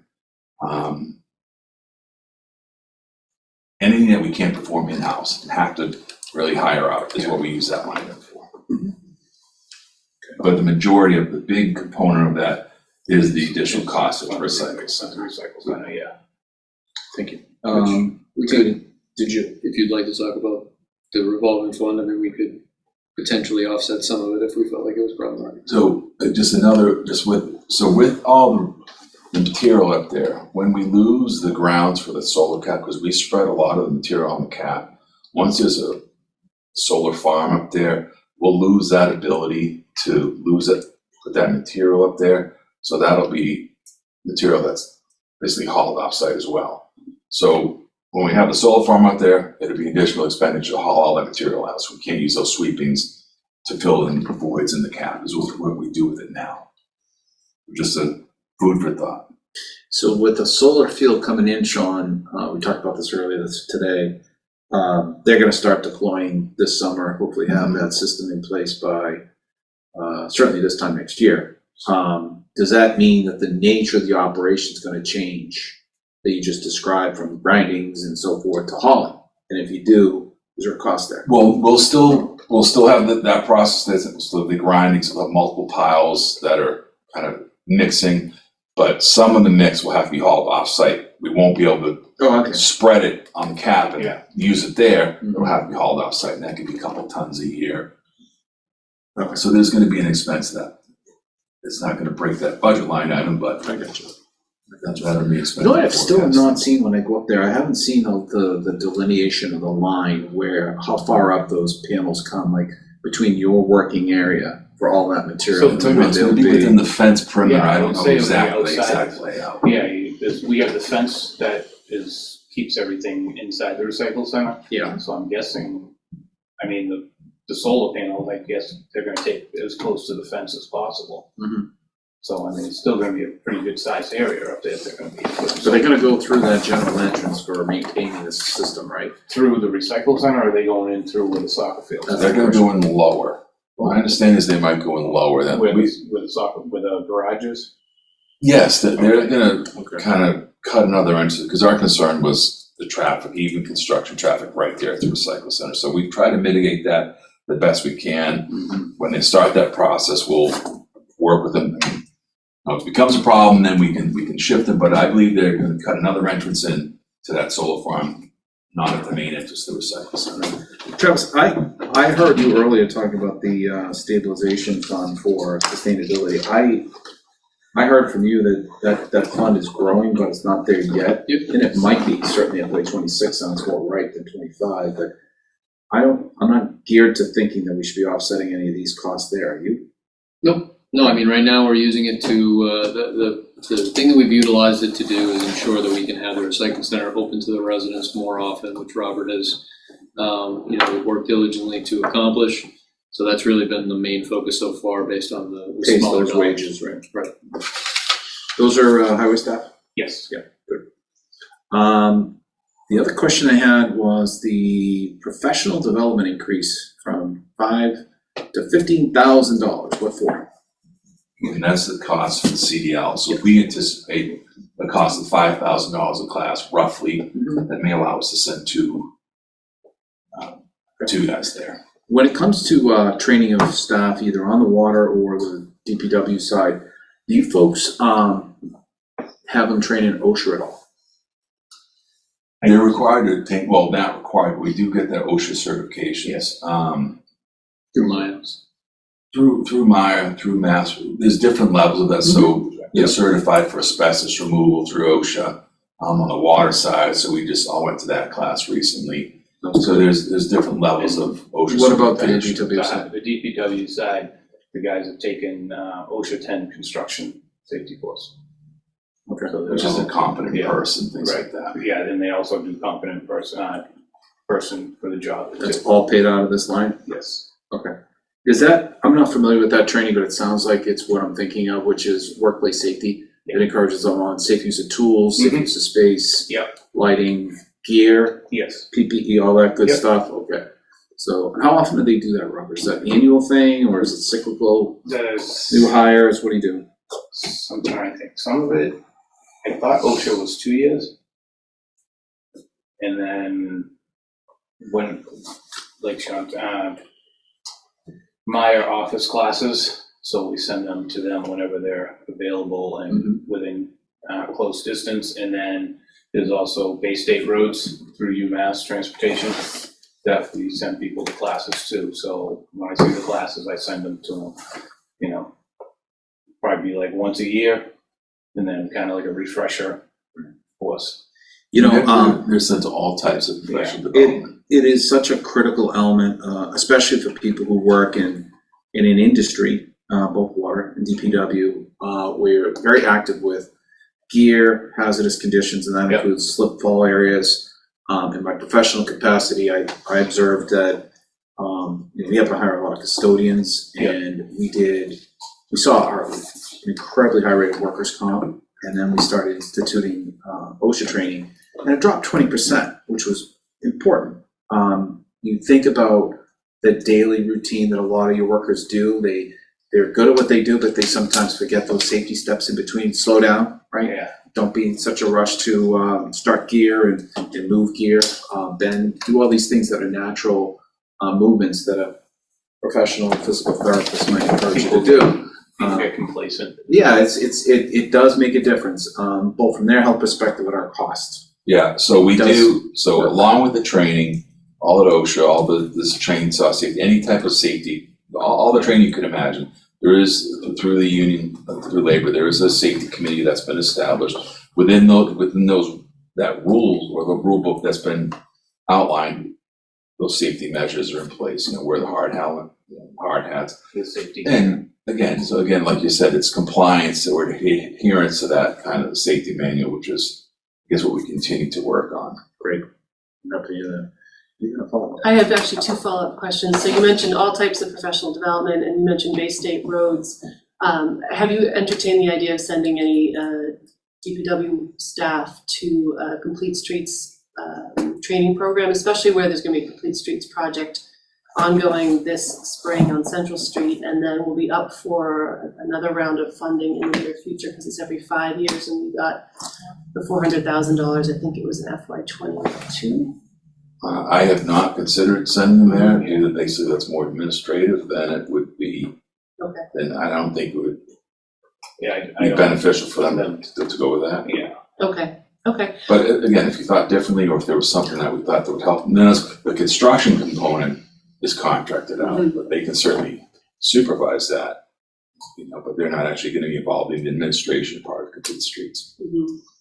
Okay, well, I see us being active in the Complete Streets program for the foreseeable future. I don't see us not reapplying for another Tier 3 grant. 100%, so that has been, So overall, in terms of professional that's been development. Robert and I Okay. working with our vendor, basically, who assists us with Complete Streets, Green International right now.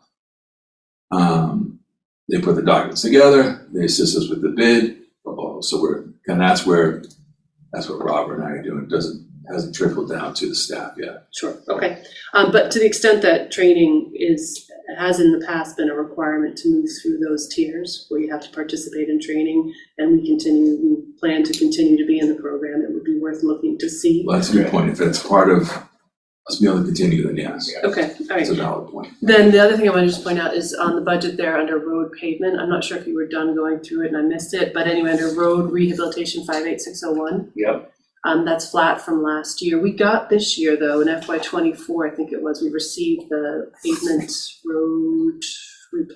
road paving management plan. Yes. I don't see, it's not reflected here as an increase, so I'm assuming that there was not a need to increase to implement that plan.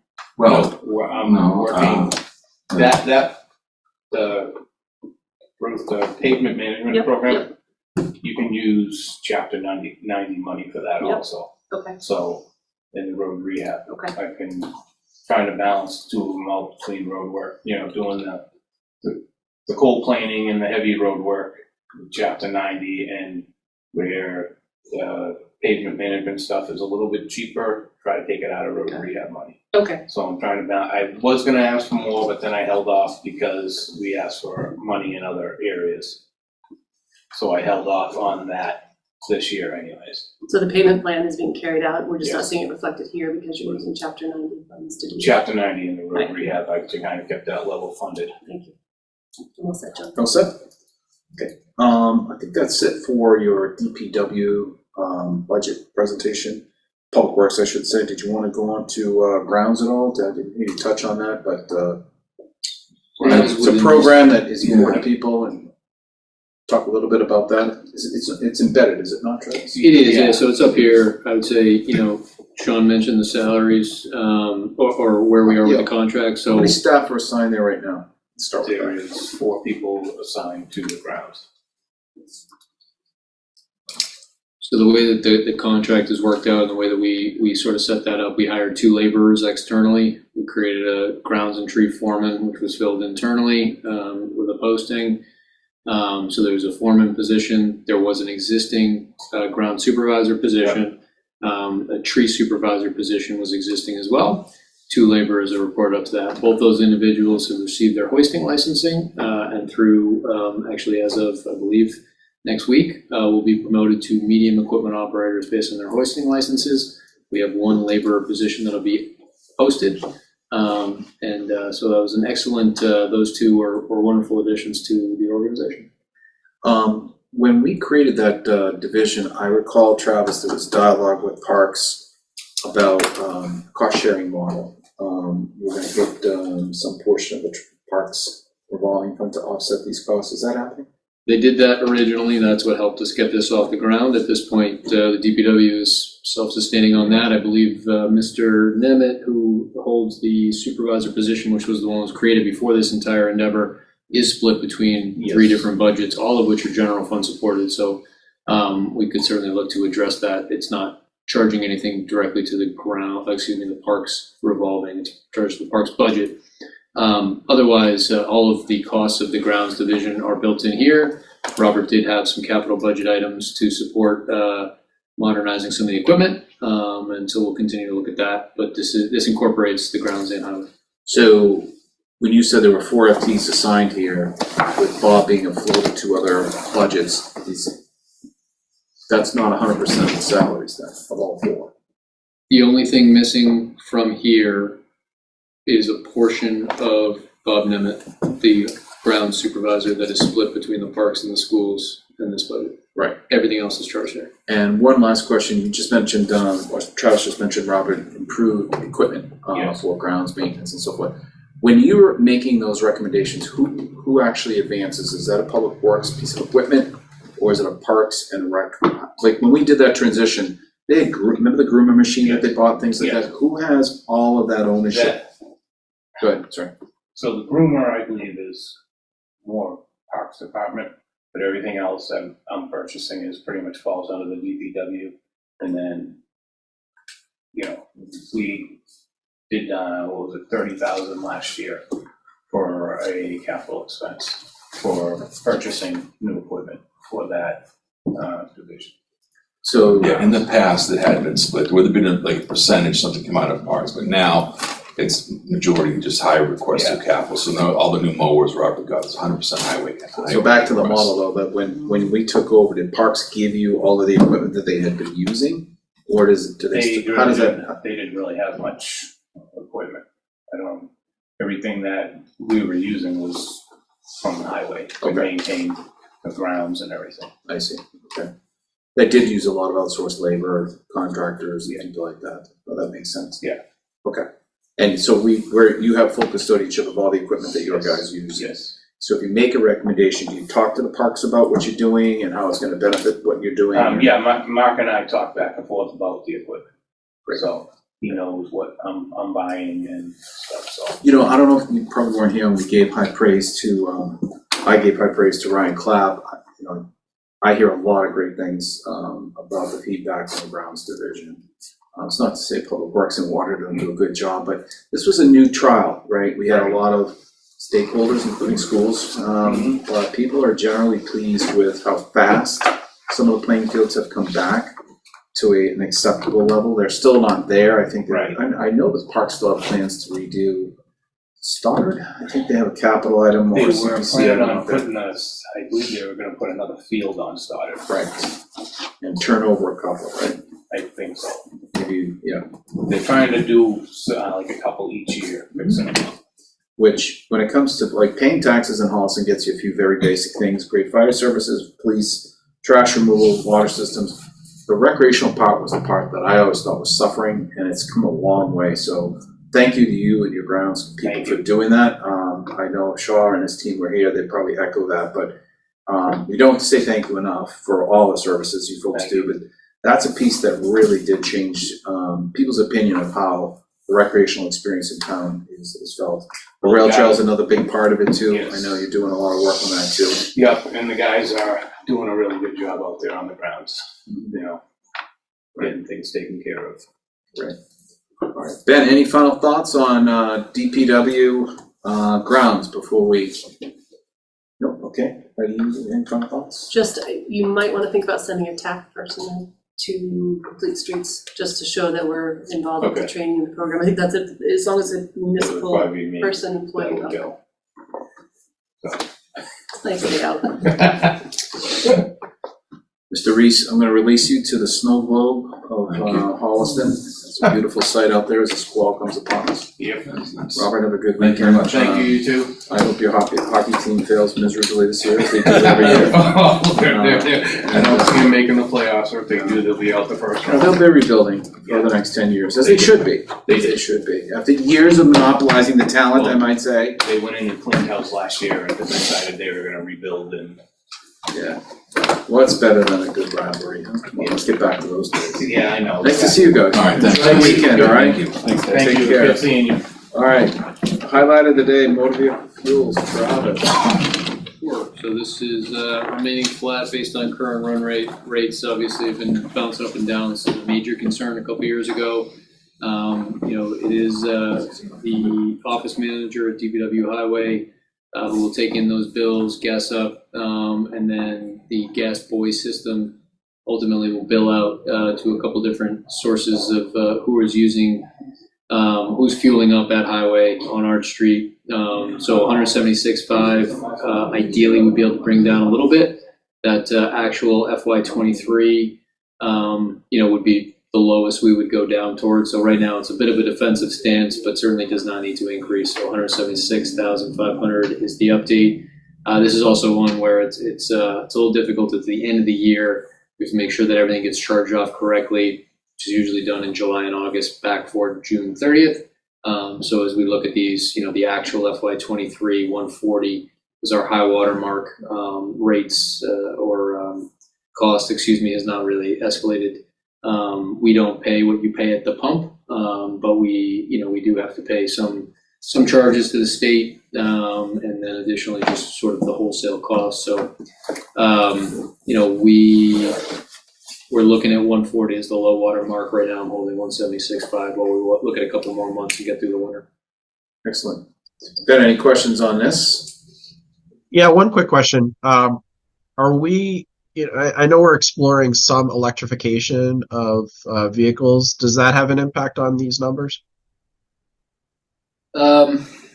I would say as of right now, I'm not sure that we're looking necessarily at expansion of electric, so I wouldn't anticipate a change in FY25 by any means.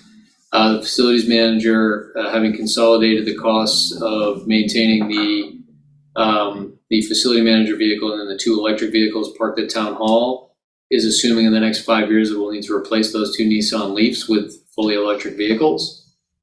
So that would be status quo. We're looking at 2 approvals from town meeting so far for including the assistant fire chief vehicle. Actually the replacement because of a incident with the facility manager vehicle fully replaced by insurance is also going to be replaced with hybrid, and the administrative vehicle for the police will be hybrid. Quite honestly, none of those are going to drastically reduce our gasoline usage. A hybrid SUV is still, it's preferred by green communities and all those things, but ultimately, it's highway still in the 30 mile per gallon range. I mean, they're not drastically reducing our gasoline usage. What would drastically reduce the overall gasoline usage of the town is if we're able to pursue a contract for school busing, for example, and there's a big push for that. I have not seen, despite how much of the push I've seen, I've not seen a lot of towns in our area actually go full electric buses. We contract out that service so we can have that conversation with the schools on where they see that going. That is paid for out of their budget, so it's actually not within this either. And then separately from that, we have the buses at the COA. COA pays a significant portion of theirs through a revolving fund based on rates. theoretically those vans could go electric in the coming years. But in terms of FY25, I don't see any usage that would drastically reduce this budget. We're pretty much looking at costs per gallon. All set, Ben? Tina? That was my question too, so I'm all set.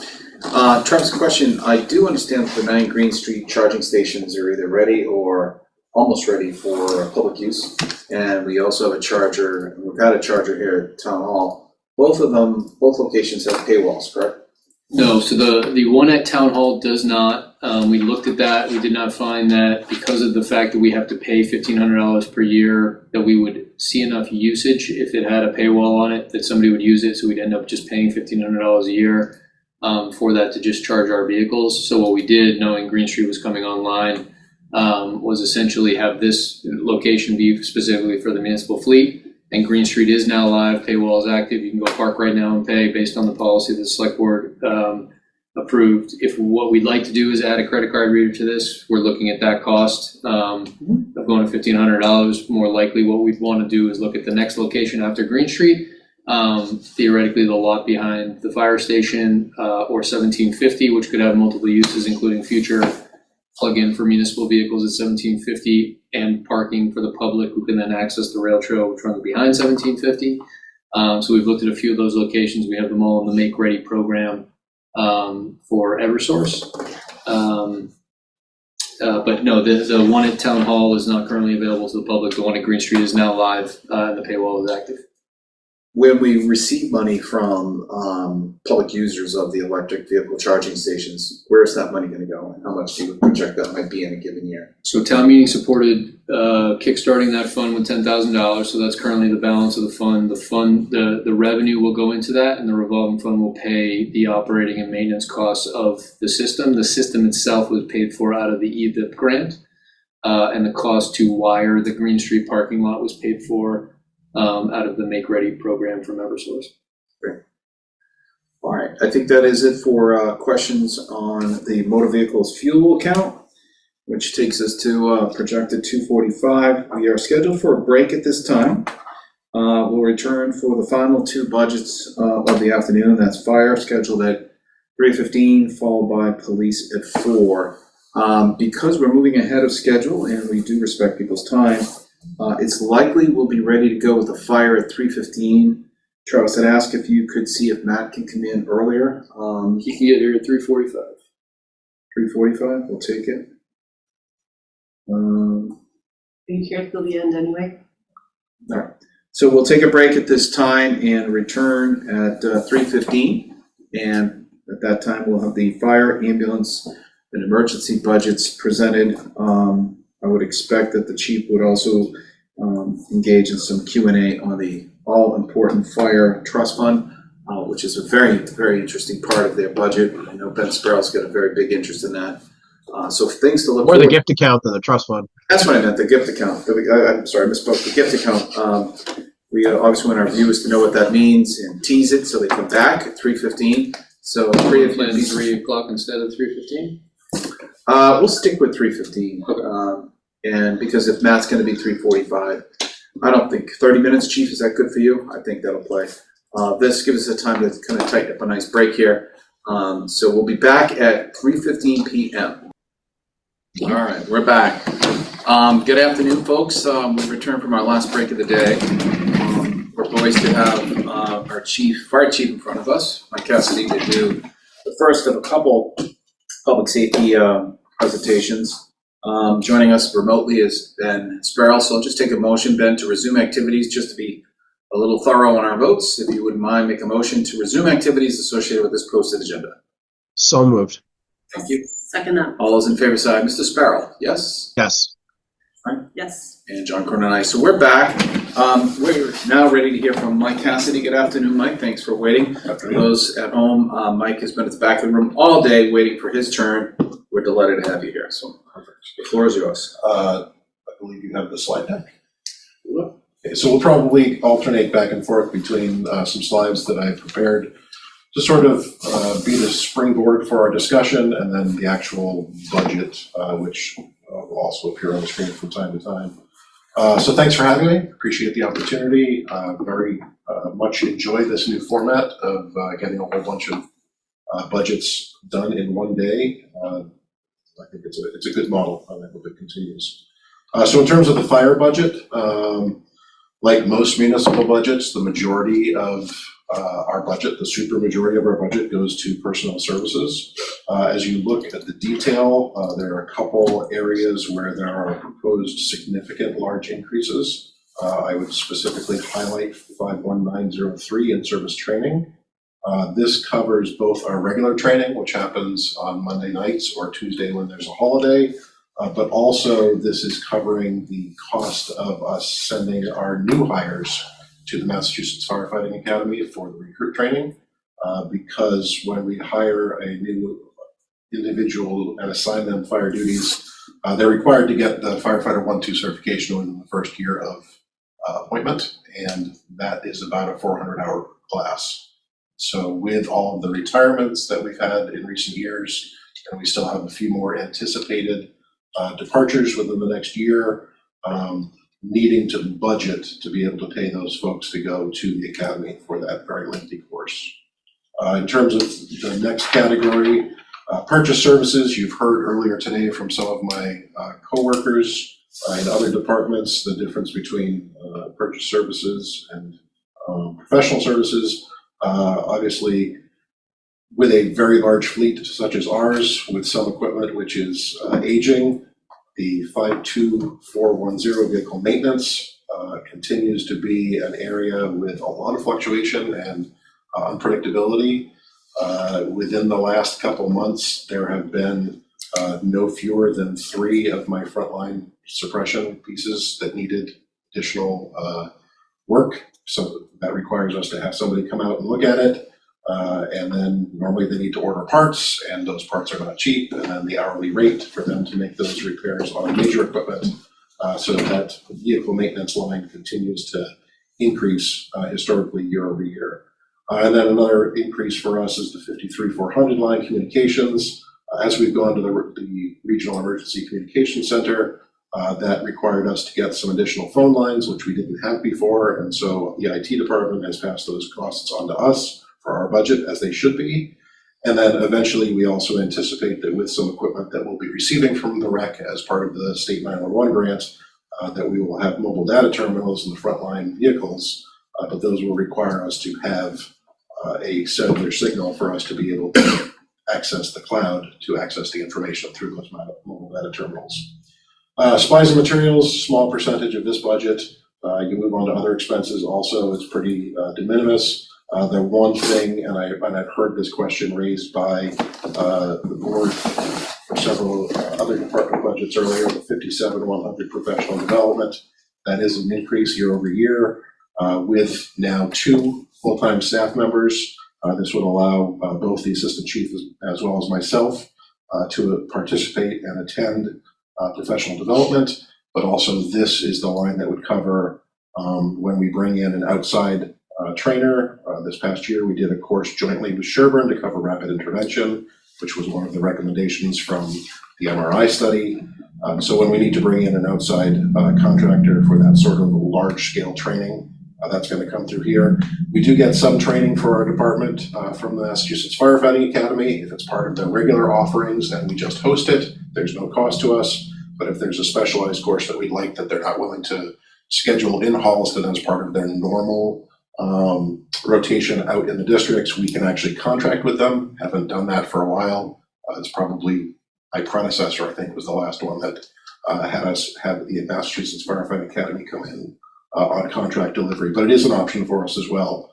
When you look historically at the 57-100 professional development expenses, and you see that they've been kind of low in the last couple of years, as I've been focused on other issues locally, it didn't really afford me the opportunity to do as much training out of the area.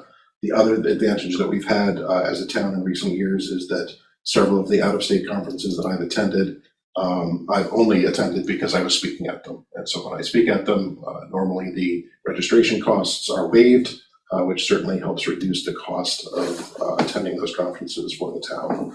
And I did hear the town administrator earlier interested that he's not going to be heading to the ICMA conference. And I certainly understand that out-of-state travel is one of those things that may need to be cut in a very slim year. I'm already scheduled to speak in a couple conferences this spring into the summer, and those are ones where I'm paying for them out of pocket to go to speak because my registration is being covered and I'm using vacation time. I've got currently have workshops scheduled in March, April, and June right now for a couple national conferences. So if you want to advance to the one, and then 3% of the budget goes to capital outlay. And I know this was a question that came up earlier. Most departments don't have a capital line in them. Ours does. And that 58,000 capital outlay is used for replacement of things like nozzles and hose and gear, stuff that we need on a regular basis. As things break, we need to be able to replace it.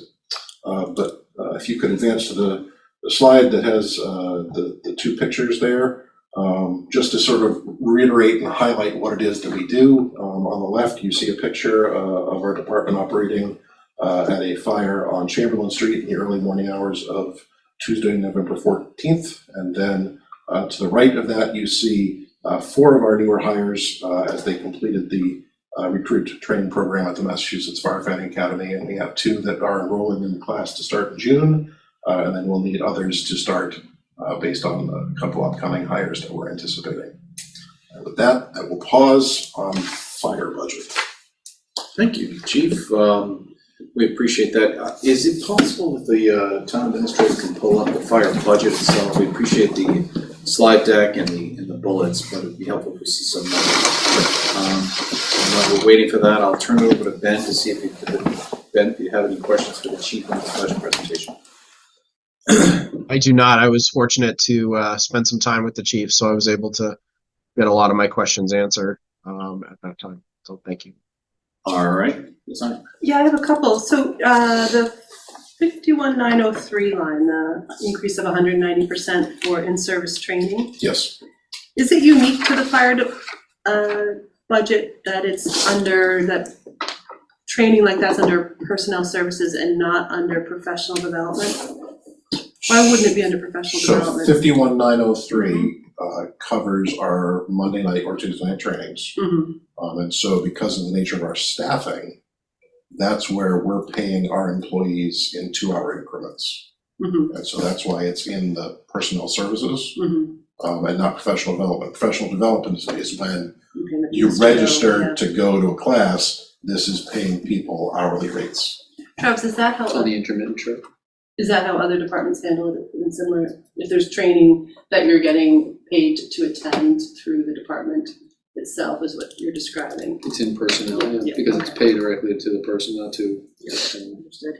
And then the 190% increase is to cover the training in a large part for the new firefighters. You showed the picture up there a minute ago of the 4 new firefighters. Is that fair to say that these costs reflect that you have new hires within the past year that you're bringing up to speed with the training? Is it most of that 190% increase, or?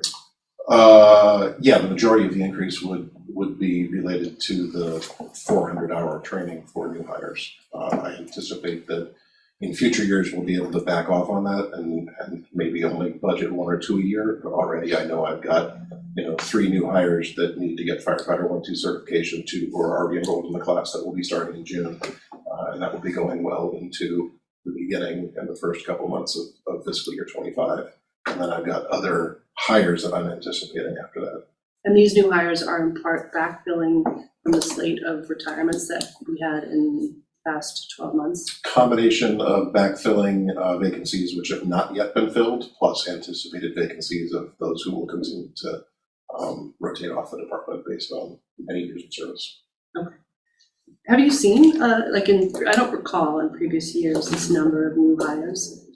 Is it fair to say the department is still primarily veterans, or are you seeing a shift? I think Chief Stone later will speak to the makeup of his department as being newer to the past 5-10 years, majority newer to the past 5-10 years. Is that fair to say in the fire department, or you haven't tipped that? Yeah, no, we're seeing a cohort within the last couple of years of folks who were hired in the 1980s and 1990s who are now rotating off.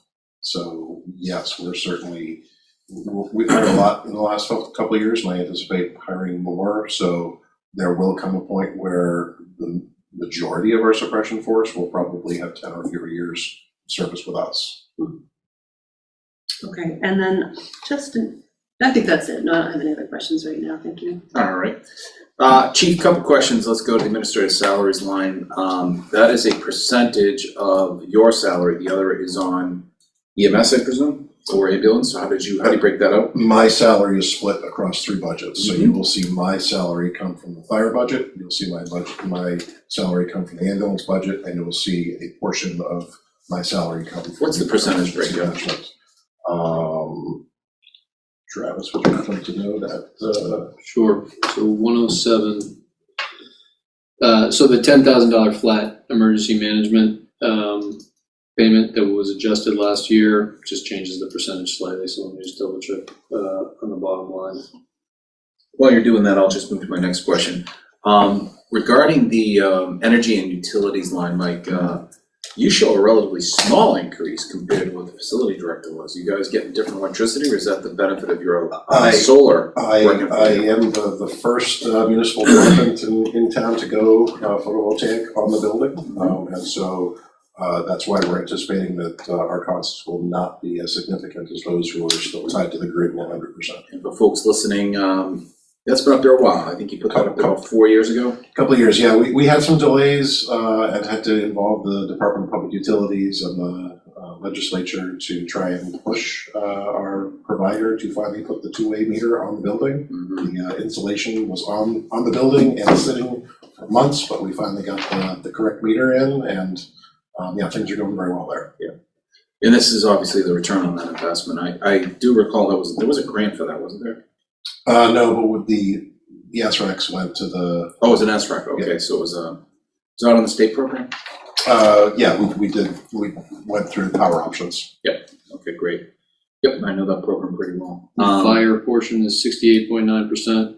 The ambulance portion is 24.7%, and the emergency management $10,000 stipend is 6.4% of total compensation. Okay, thank you.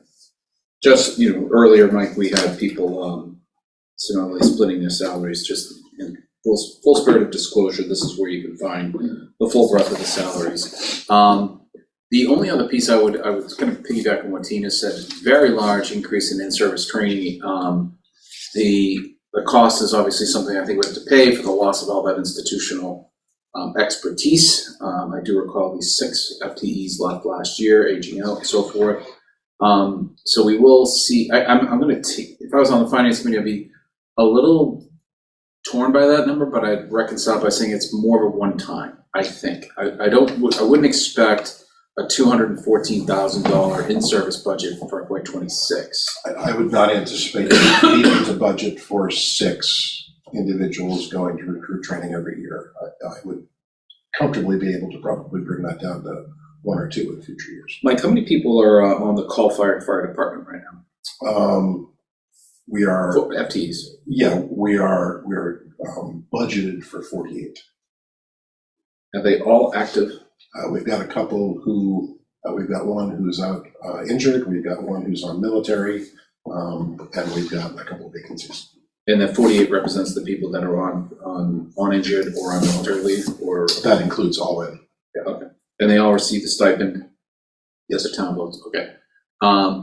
So at this point, I don't have any further questions regarding your budget. The purchase of equipment and the capital outlay, I presume, is separate from what we'll see in the fall. That's always a different perspective. That's when we see vehicles and heavy gear. Very large vehicles. The larger pieces are coming in, so those capital pieces are not problematic for me. So I just think when you get to the finance committee, you may want to think long and hard about how to couch that in-service training, bring some detail to them to show them exactly what kind of training these new hires are going to be undergoing, not to justify the expense, but it is a bit of a budget bust when you look at it. It's a big increase.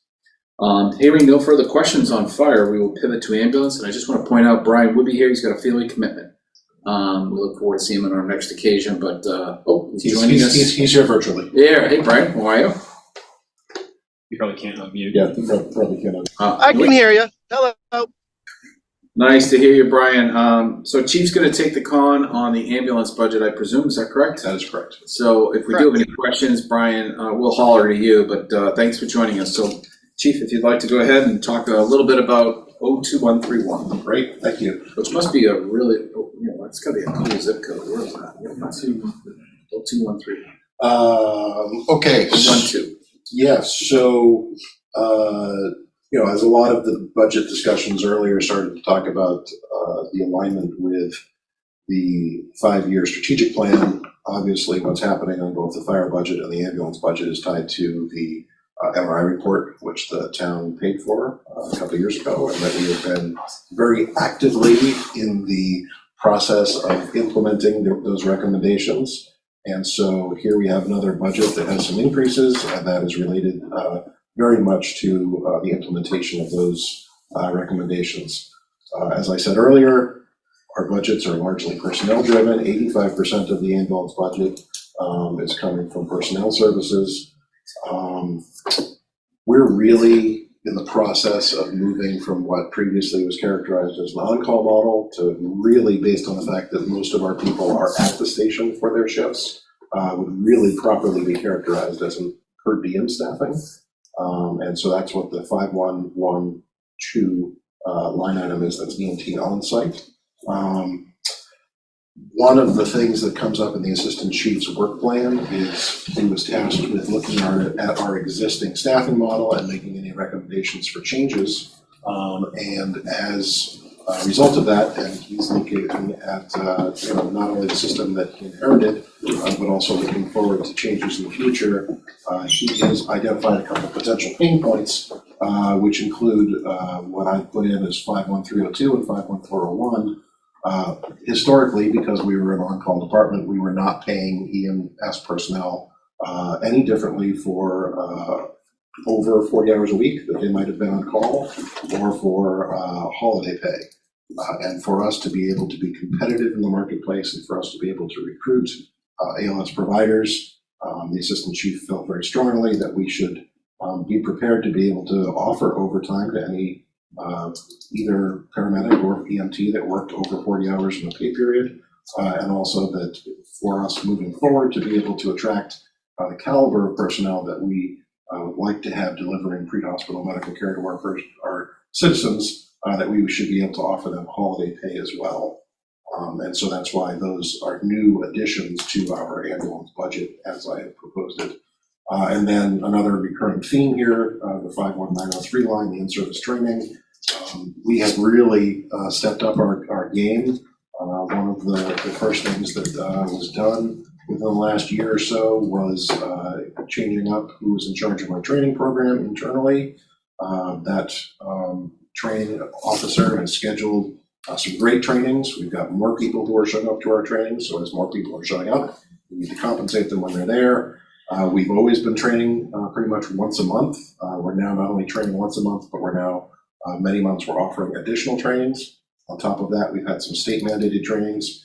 If you were watching our social media feed within the last couple of months, you may have seen some posts that we had for Nero's law training, which was both classroom as well as hands-on. And that's a result of some legislation that came in from the state a couple of years ago for us to be able to treat law enforcement canines who may be injured in the line of duty. Thanks to the Holliston Police Department for allowing us to host 3 trainings at their facility recently. But every time our folks are coming out and doing these required trainings, we need to compensate them at the hourly rate as well as approved, as the town administrator indicated earlier on the intermittent charge. In terms of our purchase services, there are some pretty big numbers in there. The 53,000 line is the professional services. That includes both our ALS intercepts, and I will get into specific numbers of what those numbers have looked like, number and frequency in the last years, as well as our ambulance billing company, 53016 EMT certification. That is used for when an individual gets their initial EMT certification. If they are an employee of ours at the time, I have a firefighter right now who's just finishing up getting his EMT. That will be reimbursed out of this 53016 line. And then that's also where we reimburse our personnel for their recertification that happens every 2 years.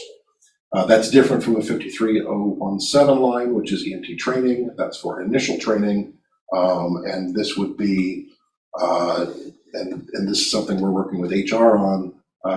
Historically, traditionally, for more than 3 decades, we've had a reimbursement policy that if somebody wanted to go and get trained at a certain level, we would reimburse them. Obviously, with us going to the ALS level in the near future, if we've got an existing EMT that wants to become a paramedic, there needs to be a financial incentive. We need to be able to provide for offsetting those costs of that training. It's just a question of how do we make sure that we are protected as a town, and that if we pay for someone to get their paramedic, and then they suddenly become marketable and decide to go elsewhere, how do we make sure that we didn't lose all of that investment? So we're working with HR on a reimbursement policy. And then, as we also highlighted during the fire budget, 53,400, the communications line. Again, as we've gone to the rec, there are changes to phone lines that are needed in the building. There's more stuff that's happening in the cloud, which is related to both fire incident reporting as well as medical records. On the 54,000 supplies and materials, again, this is a very small portion of our overall budget, but this is where medical supplies that we're using in the pre-hospital setting. And not only does this line need to cover the expendable supplies that we use on the ambulance, but also the police department restock their cruisers because they're an active part of the chain of survival for the patients that we treat in Holliston. So when they use expendable supplies from their first aid kits in their cruisers, and when they need their oxygen tanks to be swapped out, they're coming to the fire station to get the supplies and oxygen from our building. And then lastly, again, other expenses is very, very small. A couple of quick slides just to highlight some of the changes and some of the work that we're doing. You see in the first slide that's got two photographs there on the left, we do sometimes not only just transport to a local hospital, but sometimes we need to use aeromedical to transport a patient to a trauma center. We had a couple big calls this past year where we were able to get some seriously injured patients to definitive care with the use of a helicopter. And then on the right, you see one of those classroom sessions, and you can see that the room is pretty full. And that was a session that took place within the last couple of months. And if you look to the next slide, one of the pain points that was identified as part of the, there we go, thank you. The MRI report was, talking about making sure that we got staffing at the station. Staffing at the station helps us to get the ambulance out the door faster. And that allows us to get to the side of the sick or injured person that much faster. As we have been encouraging, and much of this was financial, folks to be at the station for their shift, more and more of the shifts, the majority of the staff is staying at the station. Obviously that has a financial impact, but also that has an impact on our ability to get out the door faster. If you look back in August, it was an average of us getting out the door in 2 minutes and 13 seconds. By December, we lowered that to 1 minute and 46. And so it's a 20% decrease. We can't change how long it takes for us to get from Central Street to where the emergency is. If the call is on Rockland Street, it's still going to take us 9 minutes to get there, even with lights and siren. The only thing that we can impact is from the time of the call to the time that we're out the door. So we focused on turnout times, and through our very intentional emphasis, we've really pushed getting them out the door faster. And one of the recommendations that had come up in the MRI report is if you've got people at the station, don't wait for the person who's coming from home to get to the station and get the ambulance. Have that person meet the crew at the scene. And that is happening in a lot of cases now. If someone's not staying at the station and they're on duty, a lot of them are just now meeting the crew at the scene. Next slide. One of the pain points that we've talked about before, and I've come to the board before, as we were trying to incentivize the pay structure changes. This is where the programmatic stabilization fund came in very handy. At one point we tried a small couple dollars an hour incentive change between the previous stipend and the hourly rate, and that really didn't move the needle. So what we recommended was paying them hourly for their time at the at the station. And so as we are compensating people hourly at a competitive rate compared to the market, back in August, we had, of our 42 shifts a week, we had 10 or 11 per week that every single week we were trying to fill a vacancy. Every single week we were trying to get somebody to cover a specific shift. And I'm pleased to announce that based on not only the financial incentives, but also some new scheduling software and the way that people can have a long-range view of vacancies that are going to be happening 3 weeks from now, 6 weeks from now, both in January and February, we have had no unscheduled shifts. So that means that at the beginning of the week, as we look across the schedule, every single shift is filled. And once again, the majority of those people are choosing to stay at the station. Moving on to transports. This just shows the transports that we as the department have done. This does not include the other 25% of our run volume, which are refusals, cancellations, no transports. But you see, our numbers in the last couple of years were kind of hovering pretty consistently around the 750 per year. And even in the first half of fiscal year 24, we're seeing an increase. And so if we were to use the 6-month average for the first half of fiscal year 24, we are anticipating that we'll probably break the 800 transport mark. We're going to have questions in a second, but I just want to clarify one thing. When you say transports by Holliston Fire, in FY22, if there were 782 and say 50 of them were by Ashland because of mutual aid, do those 50 go into the 782 or are those Ashland runs? No, I'm going to show that number next. Cool. Thank you, Mike. Good. Which is a great segue to next slide. So to your point, if our ambulance was out and we needed someone to come in and transport an individual, that requires us to call other agencies. And so correspondingly, the numbers in the last couple of years were in the roughly average of 90 per year. But what we are seeing already in this fiscal year, not only, I think the reason that our number of transports in the first half of fiscal year 24 are higher on average than they were in the 3 previous fiscal years is reflected here, that we're not having other services transport as many patients as they have historically in the past. And a lot of that is, our staffing is more consistent, which allows us to make sure that there are no primary medicals that we're giving away to another community, which was one of the things that was highlighted in the MRI report, where I don't remember the last time that we had a primary medical that was given away to another community. There are times, and this happened just on Monday, where the ambulance went out. 2 minutes later, there was a second medical. The one ambulance that had gone to that patient was the only ambulance in service. The second one was out having some of the equipment that was approved at town meeting in October being installed. It was out of town for the week, so we only had one ambulance in service.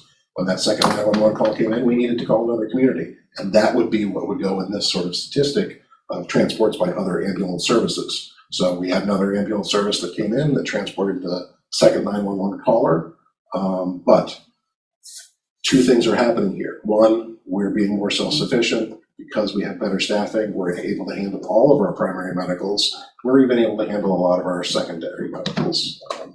Had the second ambulance been at the station, we might have been able to staff that second ambulance. We've been able to staff the second ambulance a lot. We look at our logs as they are published on our website or on Holliston Reporter on a weekly basis.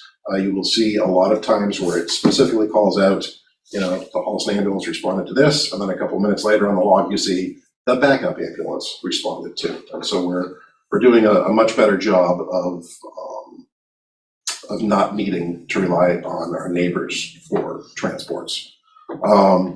Travis, if you could go back to the transports by Holliston Fire slide, thank you. As you look at these numbers, obviously those transports then result in revenue. In terms of the revenue for those fiscal years, fiscal year 21, it was about $390,000. Fiscal year 22, it was about $440,000. Fiscal year 23, it was $420,000, and through those first 6 months of fiscal year 24, it's been just shy of $260,000. So as you look at the very large increase that we're looking for on the ambulance budget, we recognize the fact that it is a big ask. Implementing ALS, we knew it was going to be costly. We got the initial funding through the Programmatic Stabilization Fund. But as we start to look to some of the assumptions with regards to both expenses as well as revenue, now I think is the time for us collectively to revisit our rates. We haven't had a rate hearing since March of 2015. So I've already had a discussion with the town administrator that this March it would probably be appropriate for us to once again look at the rates that we're charging, because that can change some of the revenue assumption models as well. We already have said, and part of the business case for why it is that MRI and others have proposed that we go to the ALS level, in addition to the additional services being able to be provided to our patients in the pre-hospital setting. Also, you can charge additional if you're transporting at the ALS level. So, the assistant chief has been working on preparing a rate increase recommendation. Again, that was all part of one of his job plan as the board had laid it out prior to him being hired. And so he's done some work, he's got some projections. I'm perfectly prepared to provide those to the board in the coming weeks if we can, publish and schedule a rate hearing in the future. Can I just ask a question? I think you were driving at this, but just so I'm hitting it on the head here. So on this slide where you're doing the transports by house and fire, yes, the ratio FY21 745 compared to 84 from transports of other ambulance, FY22 782 to 104, and then FY23 741 to 86. The ratio of those is about 11%, 13%, 11%. FY24 with 431 runs in FY24 and 29 by other ambulance, you're now down to about 6.7%. Correct. That means we are relying less on our neighboring communities based on the changes that we've been making. We're looking to continue that process. Yes, absolutely. And summarize. Yes, and by doing that, we can capture additional revenue if it results in transport. Again, 25% of our run volume continues to be refusal, no transport, cancellation. So there's no revenue for those calls. So these numbers are just transports. Our ambulance runs far exceed this number, but these are the numbers that result in transports. I think you just want to pull the calculator out. But he also is highlighting an important thing, Yes. that, that's close to a 50% reduction, 40+% reduction in terms of, percentage that we were relying on our neighbors for versus what we're able to handle ourselves now. So that's a great thing to highlight. Could you go back to slides? Just for, one more. Thank you. All set. All right, is that all set, Chief? Questions? Yeah, I'm primed for questions. All right. Brian, I know you're with us, so and to the extent you have anything to contribute, just raise your hand, we'll bring you in. I'll start with Ben if he's got any questions on ambulance budget. Go ahead, Ben. Just a technical question here. We talk about the times that we've asked for mutual aid from surrounding communities. Do you have the numbers on the times that we have provided mutual aid to the neighbors? Not in this folder that I have with me. I can absolutely run those reports and get those to you and to the rest of the board.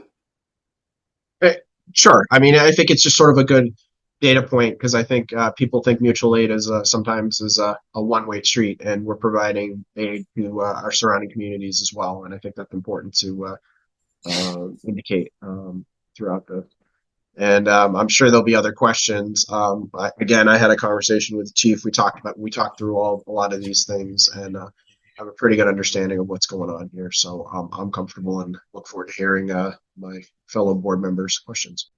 Thanks, Ben. Tina. Can we change the rates on the ambulance rides, service, transport before we have the ALS certification? Absolutely, because there are two different rate schedules that the board approves. There's a BLS rate and there's an ALS rate. Yeah. There's also BLS mileage, ALS mileage.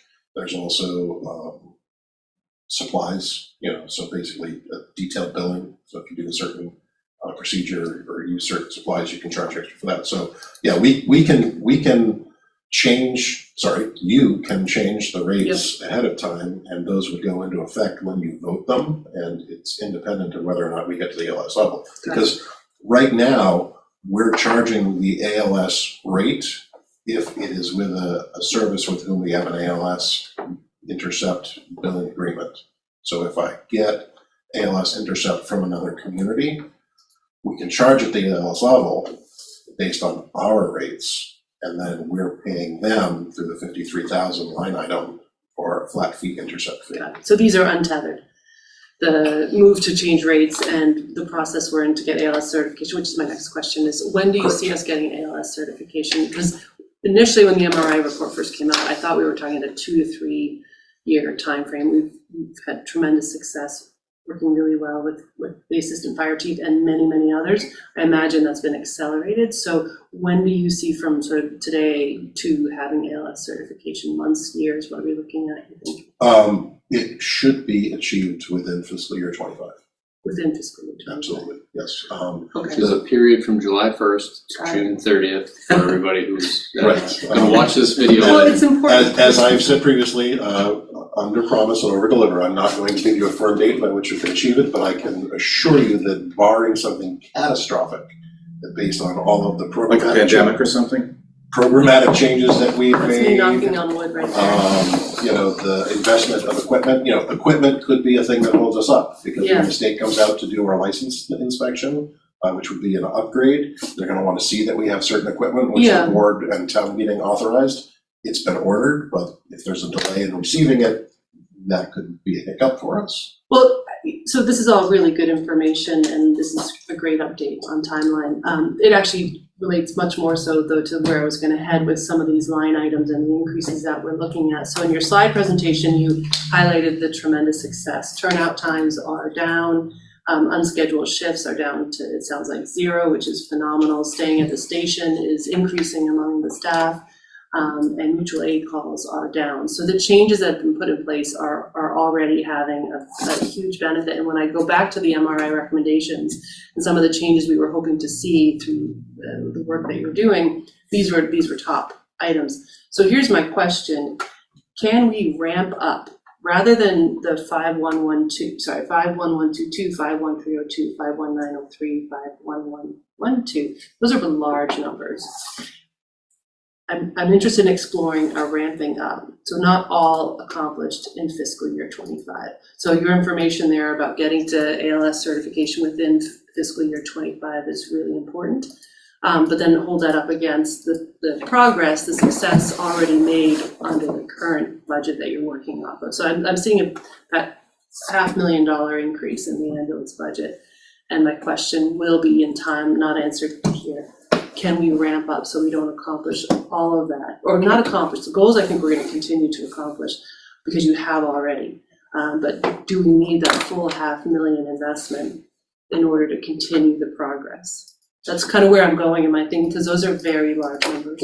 Agreed, and which would not be completely offset by a new rate schedule. Yeah.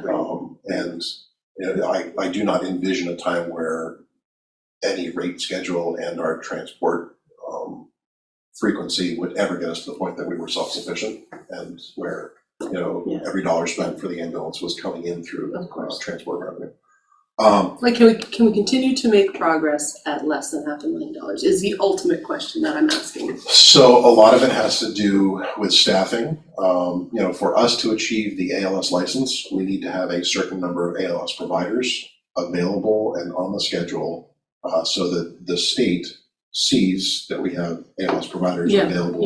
And they need, a lot of them would need to be seasoned ALS providers if they were going to operate initially at a paramedic working with a basic as opposed to a double medic, which again, I do not envision a time where we are going to not need basics. Again, 50% of our run volume right now are BLS transports. That was always the model too, so it was gonna be both. Right. Paramedic and EMT. So the challenge is, if you are a paramedic and you're thinking of applying to Holliston, you're going to look, and we're seeing this as we're doing interviews right now with paramedics, and there will be 2 paramedics up for appointment on your agenda at the meeting on the 26th. One of the questions that an applicant comes in is, how many shifts am I gonna be able to work for you? And what are the benefits? And so if I can only offer them a 12-hour shift a week or cap them at 2, we're not gonna need to pay overtime if no one on the schedule is ever working more than 3 shifts a week. And yet someone may not be willing to come and bring their skill set to us if we can't guarantee them a certain number of hours per week or per month. Okay. I think, those are my questions, so you've given me plenty of information to consider. Sure. Thank you. All right, thanks, Tina. A few questions. Chief, to that point, let's pick up where Tina left off. Current headcount on ambulance staff or paramedics and EMTs? 33. Do you have a breakout of that? 7 are paramedics. And when we started this process, this whole challenge was in front of us, that the market itself was very competitive. And how are you finding the candidates, the applications for the bids that we're putting out there for both of them? Are you getting the kind of numbers you're expecting? Are you backfilling on time? So we still have a waiting list of basics. We've had a couple who put applications into HR and we haven't processed yet, just because we don't have the ability to put them through field training yet, based on the fact that we're still field training and onboarding other new hires. And we're not seeing a lot of medic applicants yet, but that's because we're still licensed at the basic level. So if you're a paramedic, there's really not a lot of incentive for you to come and work at the basic level. Of the 26 that we have, are any of them on the paramedic track? Yes, I've got 2 who are, I've got 1 who is already enrolled in medic school. I've got a 2nd who is talking about enrolling in medic school, and I've got a 3rd who is trying to decide if they're going to apply to it. Can the town find a way to incentivize them? That would be the 53017 EMT training line. Okay, so we pay for it. Well, that's what we need to figure out, because again, if I make a very large investment in training an EMT to become a paramedic, they suddenly become very marketable. If the town just invested all that money. Sign an agreement. And so that's the policy that we've given to HR that is currently reviewing this. You already asked the ALS timeline. I just wanted to ask a question about the budget. With the $481,000 increase primarily as a result of the EMTs on site, the additional resources we're putting into ambulance services, how much of that is reimbursable? How much will we see back as a result of the reimbursement costs or the runs on additional, like you were showing earlier, the additional Medicare costs essentially that come back to us? Sure. Is there an offset there is where I'm going? So there is an offset. With us doing more transports, obviously we're going to see more revenue, and even independent of any rate increase that the board might approve, hopefully in March, we easily could see another $75,000 to $100,000 of revenue, depending on how aggressive the board becomes with its rate increases. And this is where you have to look at what our payer mix is between what Medicare allowable is versus how many of our patients are private insurance versus how many are self-pay. I don't want to make any, because this isn't a rate hearing, I don't want to make any big pronouncements, but you could see more than $100,000. No question. I mean, you teased us with those increased runs, and if, notwithstanding increased fees, that equals money. So you've given me the answer, which is meaningful, and it's not going to be a full offset, but there's a chunk of it there. Right, and you see that even with our existing rate schedule, as we compared the transports for fiscal year 21 through first half of fiscal year 24, and I ran off those revenue, you see there's a direct correlation between what you're seeing in revenue and the number of transports that we're doing, even with our current rate structure. Chief, I'm going to ask a question. I don't know if I should have asked it under the fire, but it's all one big pie. I was under the impression that the Holliston Fire Department was encountering a challenge with the housing of at least one of our pieces of apparatus. It was in a lease and we're being displaced or asked to move along. What is the operational service plan for that location, and can you tell the citizens a little bit about what's going on with that? Sure. So we received notice from. And is it just a fire or is it an ambulance it is just fire that is impacted. So we received notice from a business owner with whom we've had a long-term relationship for a lease. since 2005.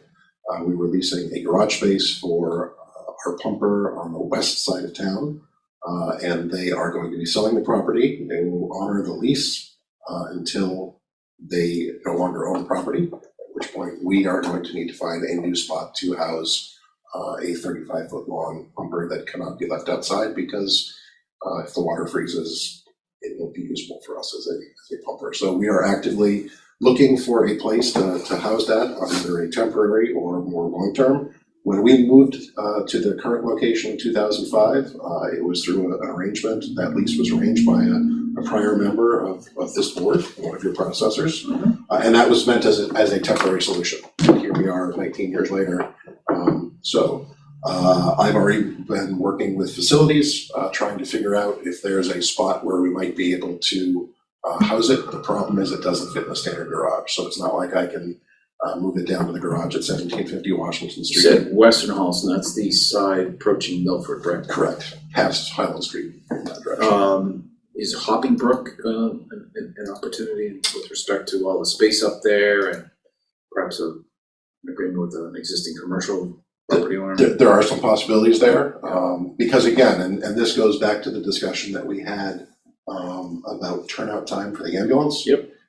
The deeper off of a main road that you get the substation, the longer it takes our personnel to get to it, so they can get the truck, so they can get it to where the emergency is. Yep. Right now, where we are, we're just off of Washington Street, so folks can get there. It's pretty accessible, and they can get on the road and go to an emergency. If you put it, somewhat deep into Hopping Brook Industrial Park, for instance, that's just going to delay it getting to the emergency, and that's one of the reasons that we moved from South Street.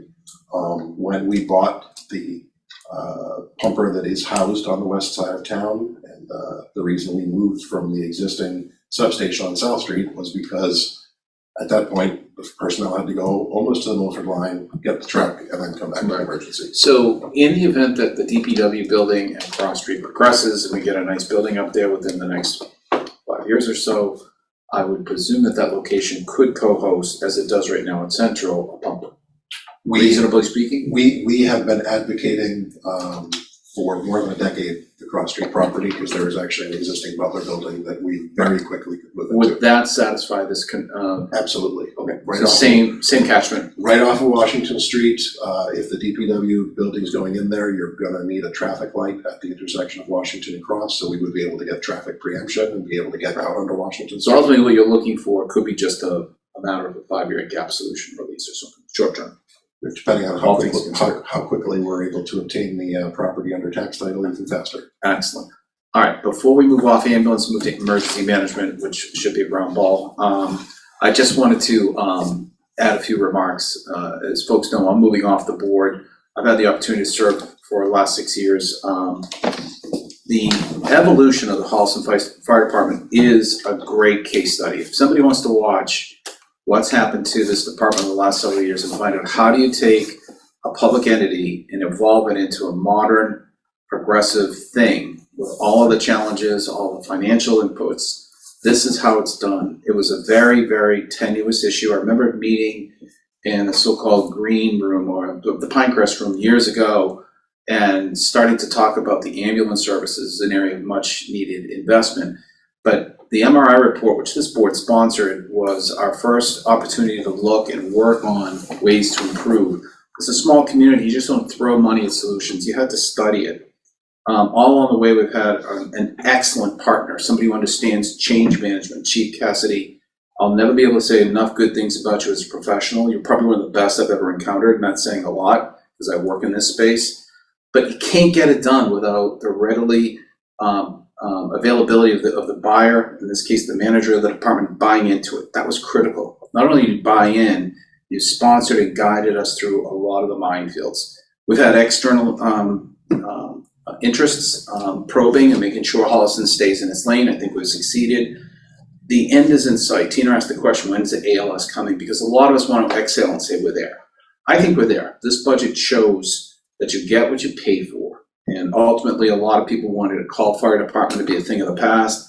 It has always worked for Holliston, will continue to work for Holliston. This improvement in ambulance services is something that I thought we could achieve, but only with the help of Chief Cassidy. And I want to thank you personally for that. It has been a pleasure getting there, because if you also look at all this case studies on ways that things can go south, and there's probably many more of those case studies, it could have, but it didn't. And so thank you. Holliston residents should feel very comfortable knowing we're in good hands and we're moving in the right direction very quickly and on schedule, I might add. So with that, it might be appropriate to bounce into emergency management. Thank you. Thank you for your comments. And it would not have been possible without the support of the board, without the support of the town administrator, obviously the support of town meeting to make those appropriations, because they have not come in a vacuum, and we recognize that it was a significant investment for the town. But, you know, as you note, you will be rolling off of the board, but I will say that this evolution of our department and moving us forward and moving our capabilities forward will definitely be part of your legacy. You know, there are at least several big things that you have accomplished during your tenure here, and I think that, you know, getting us to the level that we'll be at when you get off the board and right after, I think will definitely be something that you can take great pride in. So I appreciate that. Emergency management, as you said, this is a pretty quick and easy one. You know, the main drivers of this budget are personnel services. The town administrator earlier broke into the portion of my salary that comes from this budget, and then the major other component is the appropriation that we have for the Blackboard Connect community notification system. And again, each year I always highlight we need to budget the entire amount, so that if there is a year where we do not get grant funding to be able to cover a portion of it, we don't need to come back for reserve fund transfer. And then the other stuff, supplies, materials, other expenses are very de minimis. One big announcement that I'm very pleased to be able to share with the board, this is new, even the town administrator hasn't heard this because this came after. He loves this part of the presentation. Yeah, he gets worried when I say something new, something unknown. I did receive notification that our application for FEMA reimbursement for our CARES expenses has been approved. Yes, so as soon as I sign one last document electronically, they claim that the money will be obligated into our account within 60 days. So we are. Why is the number 400,000 sitting in my head? That might be about right. It's 368,000. Yeah. So you're close. Rounding. Yes, that's a great. All during a time when FEMA's in a bad mood, saying no to some communities on their reimbursements. Yeah, no, I mean, I went back and forth with our project manager multiple times on our application, and there were a couple expenses that I thought conservatively that we had, were complying with one of their iterations of the multiple regulation changes for what was and was not eligible for FEMA reimbursement. At the end of the day, 368, if that's the number that comes in, is not far off from what we had estimated, because we were extremely conservative. I remember, and we'll just need to true up in the end and compare what actually comes in versus what we were anticipating, because we did have a sort of a cushion held in the ARPA appropriations in case there was a backstop, in case a significant amount of the FEMA reimbursement did not come through. But so hopefully that will be coming to the direct deposit of the town in the next 2 months. Sounds like a bumper truck or something, but not a lot of trucks. And I will point out though that because of the timeline and how that's going to hit, that will entirely flow to free cash. Right.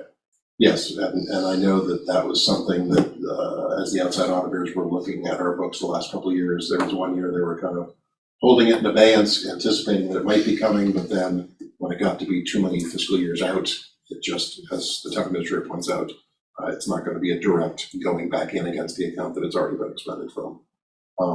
But that'll be good. And again, this is not the only, you had some very kind comments earlier with regards to the administration of federal funds, whether it's CARES, whether it's ARPA, whether it's this FEMA reimbursement.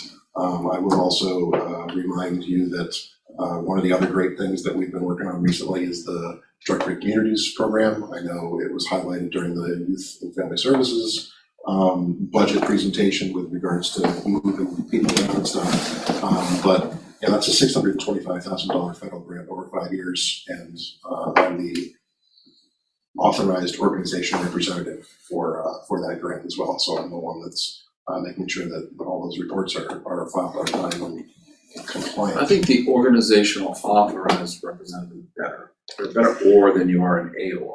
Yeah, well, it's a federal thing, so I don't make the acronyms. I just have to try and remember those. Is that it for emergency? That is very much. Van Sparrow, any questions for ER? Emergency management. I do not have any, thank you. Tina? All set? I have none. Michael, it's a pleasure to see you again. Thank you for a nice presentation. Absolutely. Obviously, a lot of money on the table, and I think we're in good shape to justify it. Thank you. Thank you. All right, final budget of the day will be with Chief Stone. Good afternoon, Chief Stone. Good afternoon. Nice to see you. All right. How's everything going? Very good. How are you? Well, you're the end of the show today. We saved the best for last, I guess. Keep this to 90 minutes. Before we go too far, Dinner plans? I know the Zoom is to your back, but as we sit before you, I can't help but call out the badge you're wearing is a special edition badge. We talked about this during our budget meeting. Holliston PD are now sporting 300th anniversary badges that have been distributed, about 2 weeks ago-ish? Almost a month, yeah. They're quite good looking and will be available back to the police officers. They can purchase them at the end of the year as a keepsake, but it's a nice show of support for our 300th anniversary. Thank you. Thanks, Matt. Go ahead. You're up. Okay, just by way of background, much of the information that I put on today is similar to what I've done in years past, but we started our budget process back in December of 23, just before Christmas. And similarly to years past, we do line by line. We contact vendors, dozens of vendors to go get the best available price for the next fiscal year. So that takes some time, but it's proven to be a valuable asset. In January, I presented the final budget to the town administrator, and after that met one-on-one with several members, all 3 members of the board, as well as 2 members of the finance committee, to go over some specific items with the police department's budget. Going forward, I'll present, today in front of the select board, scheduled at the end of March to go in front of the finance committee and then eventually in front of town meeting on May 13th. Do you have my, I don't. Okay. Should I have a PowerPoint? It's fine, I said it yesterday, but yeah. But they, oops, sorry, there it is. If it didn't have pictures, then I would say no. I found some good pictures. Oh, I bet I know what those are. But I have to say that, I said last year, I present the budget to you, but I don't do the budget alone. I do it with Kelly, I do it with the 2 lieutenants, and extensive work from the IT director, Chris Mayo, and facility manager, James Feast. Our facilities now was built in 2009, so we're approaching the 15-year mark. So we're starting to see a lot of building maintenance issues that James is on top of on a daily basis. So I give credit to the 2 lieutenants, my admin assistant, Chris Mayo, and James Feast. Some initiatives and milestones from FY24. As of this date, we remain 100% fully staffed. If you can find another police department in this area that is 100% staffed, it's hard to find. We sat in front of you last year for the same budget presentation, and we were the same way, fully staffed. FY23, we responded to over 18,000 calls for service, and so far in FY24, since July 1st, we are about 11,500 calls for service. In FY24, we were awarded reaccreditation by the Massachusetts Police Accreditation Commission in June of 2023, which is the gold standard for all policing in Massachusetts. As of June 30th of last year, 21 out of 28 of our members have been certified by post. The remaining 7 have last names Q through Z, and they're all due to be scheduled, including myself, certified by June 30th of this year. So that's a tremendous accomplishment on both ends, both the accreditation and through post. In December of 2023, we successfully transitioned to the Holbrook Regional Emergency Communications Center. Everything has been going very smoothly with them. Any issues, operations, issues that we've had, we've dealt with directly with the director and deputy director, and they've been great to work with. In FY24, we also started our second year of our 5-year strategic plan. I met with the designer of the plan the other day and went through some of the goals, and we've met a lot of those goals already in the first year. We continue to make professional development and training a high priority. In addition to the 40 hours of training that each officer has to do by the MPTC, we send a lot of officers to additional training. Some of them are listed there, and that's only a handful of about 2 dozen or 3 dozen different trainings. Some of our crime prevention initiatives, we continue to have 2 full-time school resource officers in our schools, one down at the Woodland Street campus and one up at the high school. We actively participate in the school safety committee. We maintain 2 full-time detectives, one during the day and one during the evening. We also have a full-time traffic safety officer that concentrates on enforcement and education. We run our jail diversion program, our canine program, active members of the Metro Council, and we provide safety presentations to town employees, houses of worship, and so forth. So we're actively out there. Those are in addition to all the 18,000 plus calls that we respond to. Community outreach continues to be a cornerstone of our agencies. In 2023, these are just some of the events that we participated in. Our officers are out there on a daily basis, but some of the highlights were the Junior Police Academy this past summer. We had 2 of our sessions. It was the biggest sessions we had. We usually cut it off at 20, but because of the number of officers that were involved and willing to participate, we were, I think, able to get up to 30 in one of those sessions. One of our newer ones is Veterans Appreciation Breakfast in November, which has been a huge hit. That's one of the pictures there. I think we had about 40 veterans up at Pinecrest that we provided breakfast and coffee for them. As we go to the FY25 budget, I reiterate what I said last year and the year before. It's my responsibility as a police chief to provide a safe environment for those who live, work, and travel through Holliston. We always continue to seek ways to improve our agency, maintaining those high standards that has been stamped approval by the Post and by the Accreditation Commission. But we're always looking to provide the highest level of services possible. I'd be remiss if I didn't acknowledge the 27 other officers that make it all happen. Again, I sit in front of you as the department head, but it wouldn't be done on a daily basis, 24 hours a day, 7 days a week without the 27 other officers out of the department. And they perform at an exceptionally high level, and they're a very hardworking group. So I give them almost all of the credit. Going into our patrol division, it continues to be our backbone. I think one of the biggest things, or one of the things I'm proud of, is that during the COVID pandemic, we were able to maintain our specialty positions, our court prosecutors, our SRO positions, our detective positions, despite having, a hit to the patrol with people being out. But this patrol division are the ones who are out there every day, 24 hours a day, 7 days a week, patrolling the neighborhoods, conducting traffic enforcement. And that's really the backbone of our agency. Without patrol, we really can't have these other specialties. So in looking at FY25, we continue to look at the needs and expectations of the community. We also consider officer safety and wellness. And we look at just the complexity of law enforcement profession in general. We also look at the fiduciary responsibilities of our agency. And we know that, going line by line at each vendor and each person that we deal with, and each company we deal with, we know we're getting the best price possibly if we can. One of the things I wanted to highlight prior to going into the specifics of the FY25 budget is our Holliston Auxiliary Police. They've served for us for, I believe it's over 3 decades, and it's a volunteer position that we've had for years. I was just talking with one of the former directors, Lieutenant Denman, and he at one point thought we were just over 20 auxiliary officers when our unit was fully strong. So in addition to the officers that we had 20 plus volunteers that cost no money to the town. Unfortunately, or fortunately, because of the new police reform law, which we support and have adopted seamlessly, there are unintended consequences of that reform law. And one of that is the training requirements of the Justice, Equity, and Accountability Act of 2020. So in line with some of the recommendations that were made during our on-site assessment, unfortunately, we're scheduled to disband the auxiliary unit. Currently, we're down to 3 members, but the requirements and the ability to be certified as a full-time police officer just exceeds what the original auxiliary department was designed for. So losing the auxiliary police department is going to obviously have a severe impact of communities. I've had to have personal conversations and emails with nonprofit organizations in town that they've had to pay for a police detail when in past they would have been able to rely on the auxiliary police. We don't like doing it, but there's certain safety issues and roads that have to be closed and so forth that just can't be done by volunteers or civilians. We also lose a potential staffing pipeline.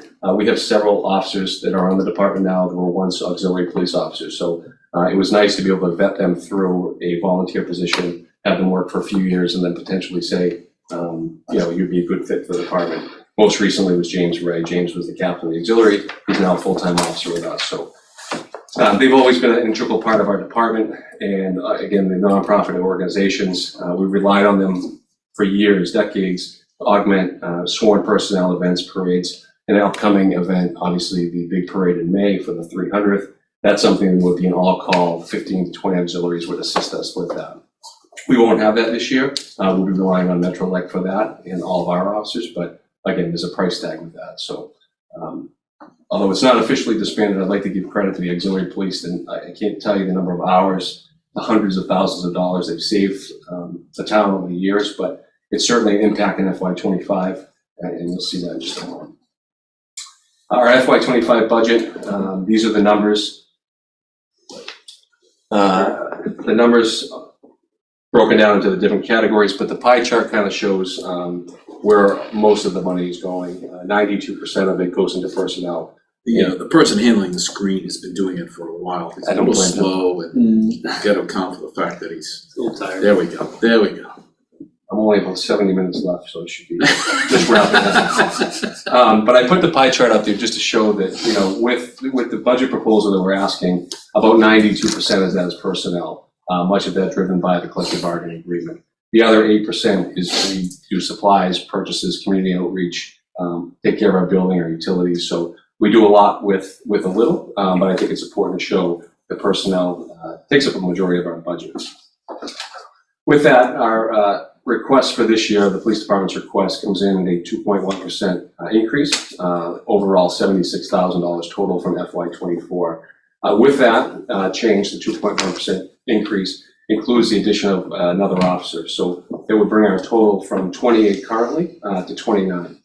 We tried to stay within that 2.5% recommendation, and at just $76,000, we can accomplish that additional officer. Having the additional officer is going to assist us and facilitate the staffing levels that we have now. Never will we really stay at 29. We have retirements scheduled in the near future. We may lose officers to other departments for one reason or another. Excuse me. But by having the 29th officer, it's going to allow us to keep those staffing levels at what we need them to be, especially when it comes to special events and so forth that the auxiliary is dependent on so often. So the current personnel chart there shows 28, and the next slide just shows the addition of the 29th officer. That pretty much drives the budget. I think this is going to be microscopic to see on the next slide, but those are our numbers. You see the increase. Oops, sorry, I can put it here a little bigger. Yeah. That should be the same numbers, I believe. I'm not sure it is actually, Travis, if you could scroll to the bottom. You just showed a 2.1% increase. This is 2.3. This, I believe, is. I believe that's the merit seniors. Oh, yeah. So I have adjustments for the M schedule employees, which is the police chief and the 2 lieutenants. Okay. So within the request that the chief had in his presentation, this is the number actually for the departmental request with adjustments above COLA. So the bottom line becomes 2.3, still within the 2.5. And where you see the largest increases, I'll just, energy and utilities, additional 14,000. That's based on conversations with the facilities manager and the current rates that are expected in FY25. Equipment maintenance, some of that 11,409 increase is items that were covered once under the support and incentive grant through State 911, which we are no longer eligible for because of our development grant with E911. So some of those software annual costs. But for the most part, I mean, the community outreach, it's the biggest stuff. For $4,000 a year, the number of events we do and the number of outreach we do a lot, again, with a little. Professional development, a slight increase at 1,300, but the number of requirements and the number of courses we're able to send the officers to is incredible. Hey, Chief, we'll get to some questions in a second. We're sitting on that energy utility number that hangs out there. Has James talked to you about solar? We have not. It's my understanding that we can't put solar on the police department because we still have the police station because we still have a loan out on the building. Yeah. But we've talked about adding, I don't know, like the the Dunkin' Donuts in Milford, just over the line, they have a parking lot with cover over it. We've talked about potentially adding coverage over where our personal vehicles are. Canopy, yeah. Yeah, canopy over that. I don't know what that. Okay, we'll get to the questions. Sure. I was just curious. When does that building get paid off? You said it to us this morning. 2030. 2030. Thank you. Keep going. Sorry, Chief. That was it. That's my last slide. Well, right into questions. All right, well, we'll ask questions. We'll start with Ben Sparrow. Ben?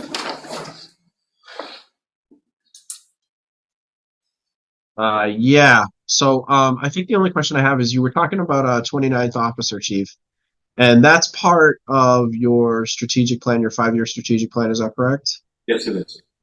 Okay. And refresh my memory. How many officer is that the last one for now? At least you're thinking that you would request. Yes, it falls in line with my original budget request in FY18 when I first came in front of the board, being put in this position. I had said back then that our department should be at around 28 to 29 officers, and the goal was to do that over a number of fiscal years. So this would be the last fiscal year, albeit we weren't able to do it in FY21 and FY22 because of COVID. Right. And then along that line, with the auxiliary police being phased out, obviously it'll be regular officers from the police department that will be taking over those occasions and doing that work. Have you had any trouble filling those kinds of shifts with the officers you have? We have not. No, we have not. We've been able to fill the detail requests, which are privately funded, and any overtime shifts or extra patrols. And I would just add that it's a small budget, but the auxiliary budget was about $15,000, which will be zeroed for July 1st. Yeah, and it went a long way. $15,000 that really did a lot for this community. So that's all the questions I have. Thank you very much, Chief. Appreciate you being patient with us. Thank you. Ms. Valentino. So the utilities, energy and utilities, again, thinking that would be closer to 10% based on facilities manager's comments earlier on today. So not sure if that just is something to take a look at or if there's a reason for it being 21.2%. The 10% comes from the supply charges for electricity, so there could be a lot more to this, but I'm just pointing that out. Sure. Support the budget for sure, the 29th police officer. And I just want to pause, you touched on it a little bit with the disbanding of the auxiliary police, but I mean, your department has seen a significant change in the past year in terms of personnel, with the dispatchers no longer at work within the building. That's 6, you had 6 dispatchers plus or minus? Yeah, 5 full-time, yes. Okay, 5 full-time, and then the disbanding of the auxiliary police, 20 down to the 3 that you have remaining now. Every department has a culture. That's a big hit, I'm sure, within your department. So I just wanted to acknowledge that. Your department is really community focused in a very positive way. You highlighted that earlier in your identifying some of the events that you do in the name of community policing. And I just wanted to, again, recognize the strength of your leadership to keep your department strong and focused on the community in a really positive way, given especially the disruptions to staffing, which obviously, again, have an effect on culture. So job well done, and thank you for the budget presentation. Thank you. Thank you, Tina. Chief, just a couple of quick questions. The dispatchers is one. The reduction of dispatchers from FY24 to 25 is a significant offset. And that's one of the reasons your budget can come in at 2.1, 2.3%. With respect to where it's going, and this is a Ben question, are you leveled at 29? Do you expect any additional changes with staffing in the next 5 years in your strategic plan?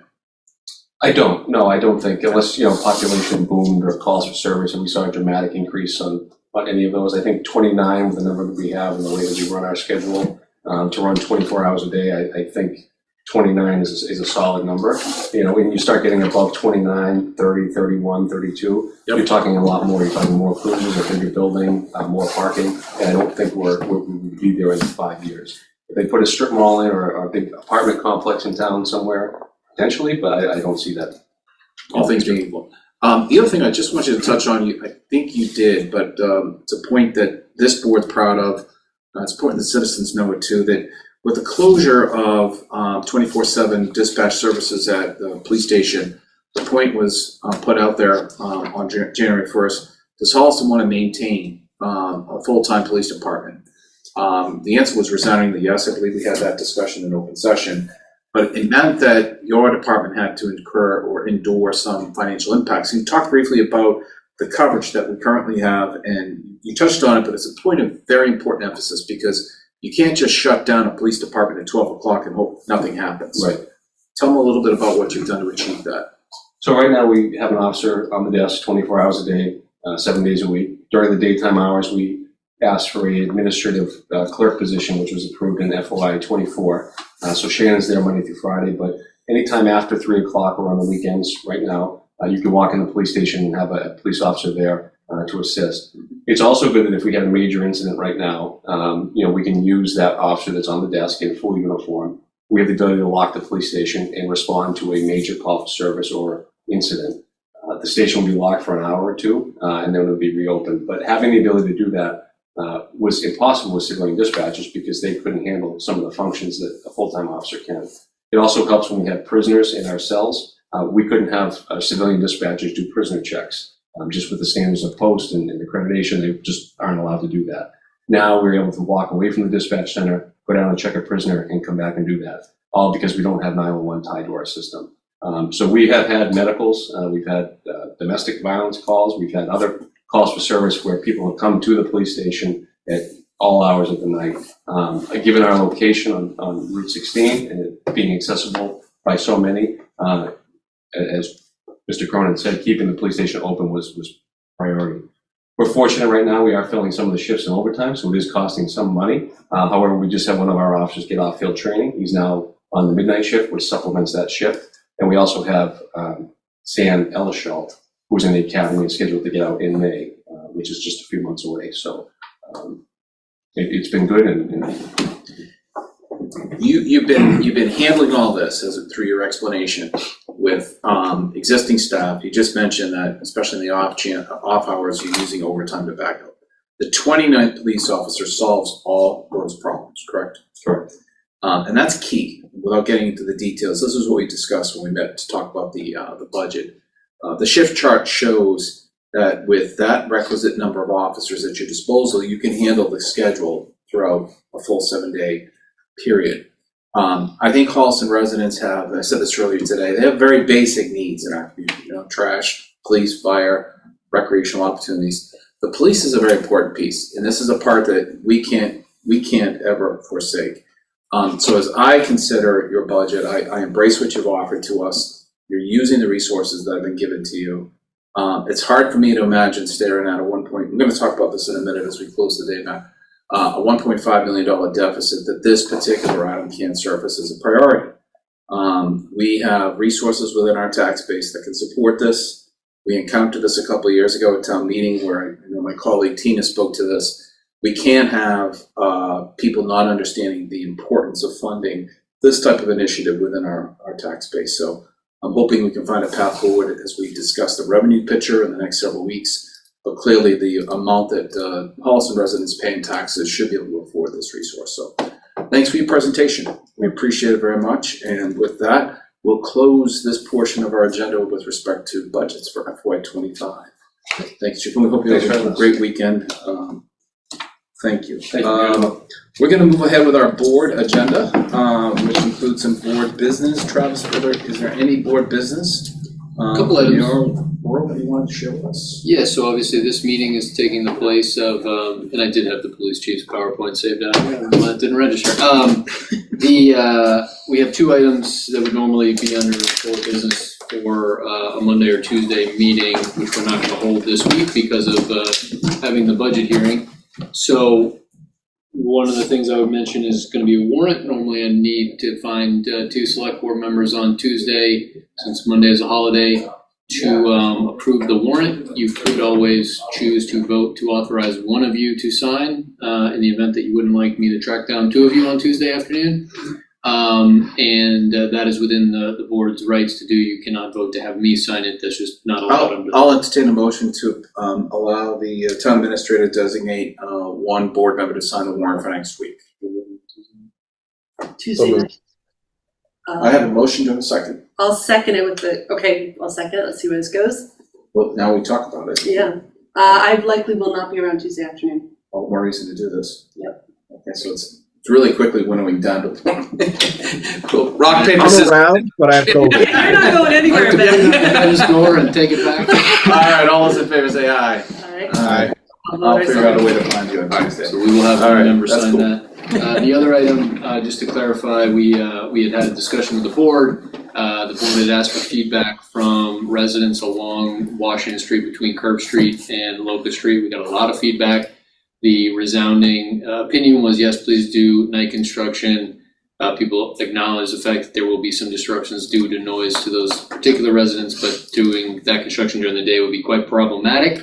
There was also a resounding request that any daytime work that needs to be done that can't be done during the night, that they would request that we try to schedule that during the April school vacation to not disrupt school buses and also just general traffic. So we will, if the board is amenable, set that in motion to have at least about 8 nights of construction and try to time as much as we can of day work during school vacation week in April. Great. All right, that concludes board business. Is there any other business, Ben Sparrow? Hearing none. Do you want to take comments of any sort? We're late. It's 4:30. No, please go right ahead. It's your time. Do you want any review of budgets presented? Comments? Yes, comments, yes. Do you want to send it back to Ben to go first? I have a couple of general comments and then a question. My general comments is as I listen to these budgets, as I'm thinking about things with the budget deficit, my overarching idea here is I want to make sure that we maintain level service wherever possible.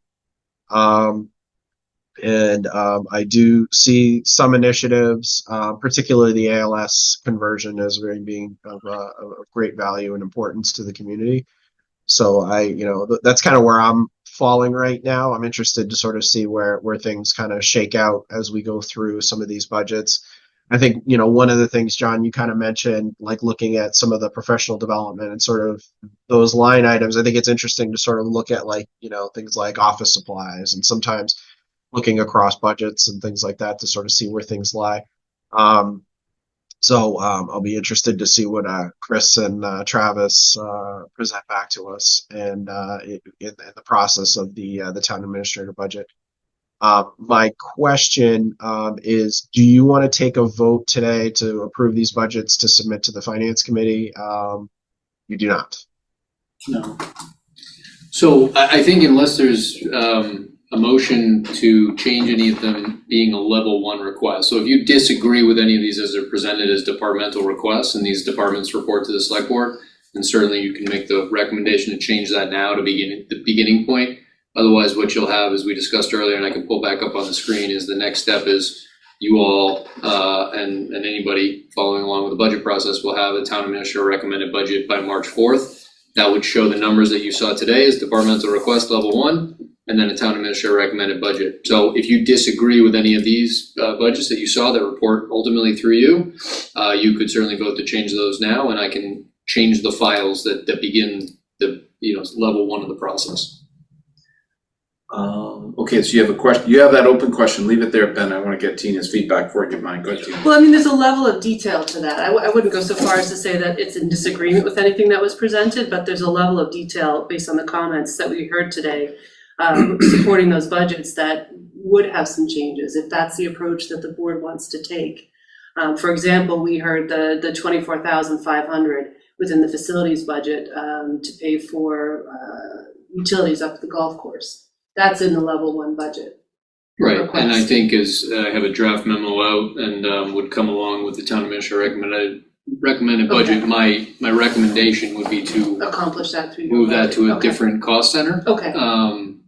So we Okay. can make that change now, or you can have the opportunity to see how I balance and Okay. make the select board's decision on how, if they agree with that, or they would make changes to that. No, I think that makes sense through your recommended budget, the TA recommended budget, to see some of those changes. We all heard it tonight. We can all look to make sure that they're there. Then I think the only thing, Travis, you started the morning with priorities, with what's ongoing for the town of Holliston.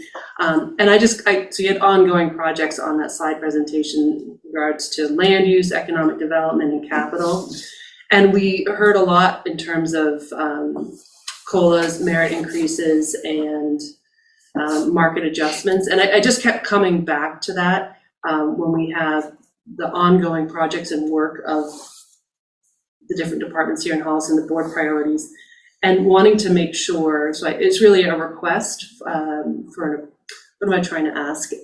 I want to make sure that we're through the personnel services. We are doing as much as possible in terms of retention and also recruitment when there are openings, and then succession planning, all of that recruitment, retention, succession. I want to make sure that the personnel services through the budget accomplish the very best, because I see consistency and full staff being essential to have success in the future on the projects that we have listed. So in order to continue the work that we're undertaking, the good work that we're doing, I'm looking to make sure that the personnel services lines within the budget are accomplishing that.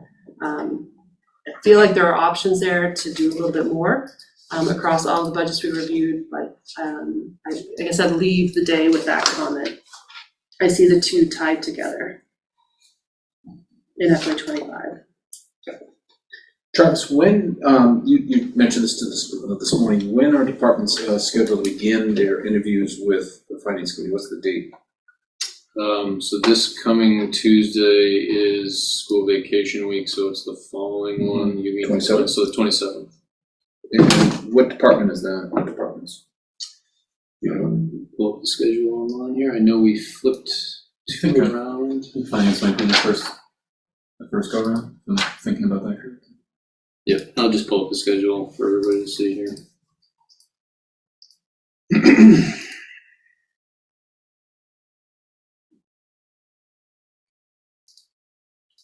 February 27th, rail trail, technology, sustainability, accounting, treasurer collector, veterans district, liability insurance. Following week, economic development, select board, HR, benefits, facilities, wastewater, street lighting. I think we had to switch a couple around just for individual schedules. Right. So to answer Ben's question, which is the question, how do we move ahead with the board input relative to today's events? I've heard a lot. I made a lot of notes.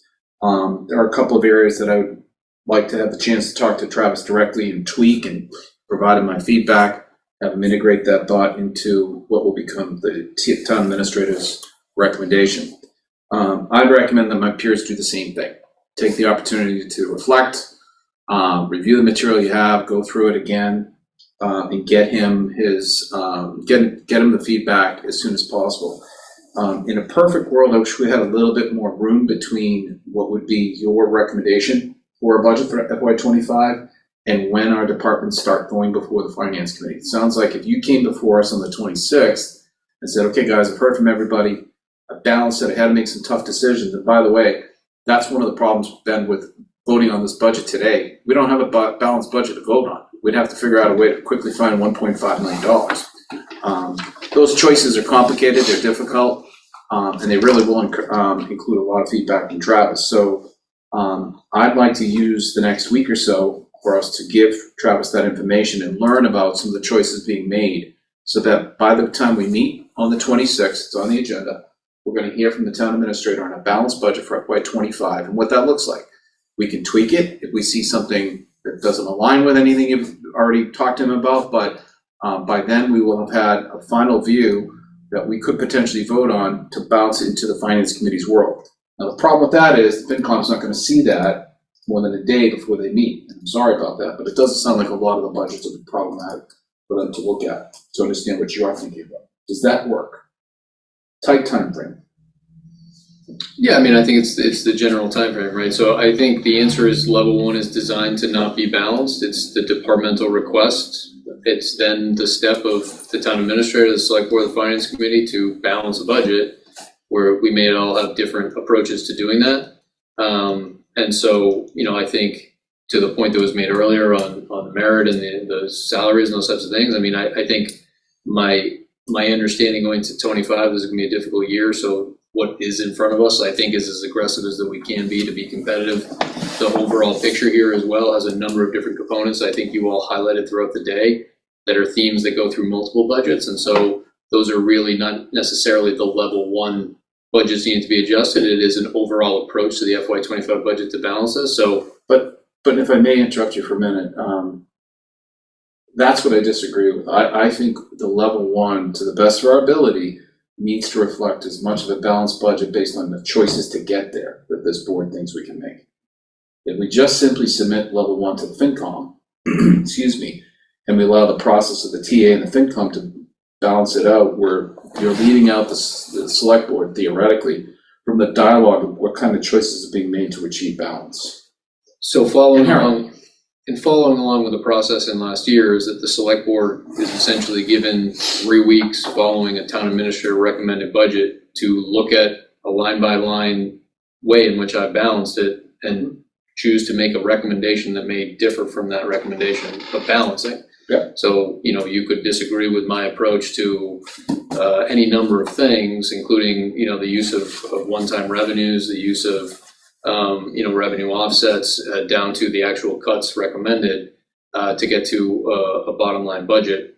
I don't know, based on the timeline, without a FinCom changing a calendar, that we're ever going to be at a point where, the select board's recommended budget can come prior to a FinCom review of a departmental budget.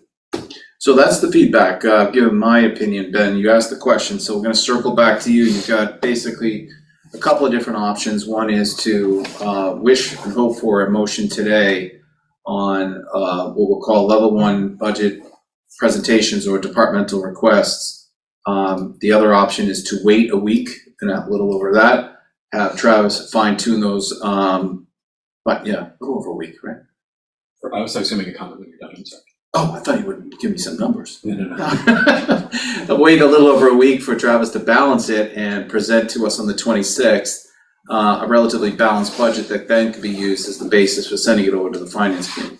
So that's perspective, okay? So you have that, Ben, Tina. Any thoughts on either of those options? Can I just make a quick comment? Of course, yeah, sure. My one thought on the level one too as well is that that's the department that's putting forward their request. Mm-hmm. So I do think that they should be able to also justify their request to the finance committee. So why do you think that, Chris? Well, so I think if you were going to try to cut something from me, like professional services or something, I would want to be able to explain like my justification for why I believe that would be in the budget. Because at the end of the day, the finance committee gets to take their level 4, and that's their recommendation. That's right. And your recommendation is your recommendation too. But the department heads that reported to us today are letting us know what their choices are, and as their bosses, we're saying yes or no to those. But that would be your level 2, right? I guess that's where I'm not effectively quite following. I would want to keep the level 1 integrity, so the department heads get to speak to their budget. Yeah. And I could certainly see, I see where Chris is going with that. I mean, I think I kind of like battle between that too. But I think the problem I find with the process in general is the level 1 budget is inevitably going to be changed. And that's the conversation the finance committee is going to have. The finance committee has that conversation about level 1, and then and then they're going to have to basically circle back to do it again because Travis is going to make different recommendations and we're going to make different recommendations. And I understand.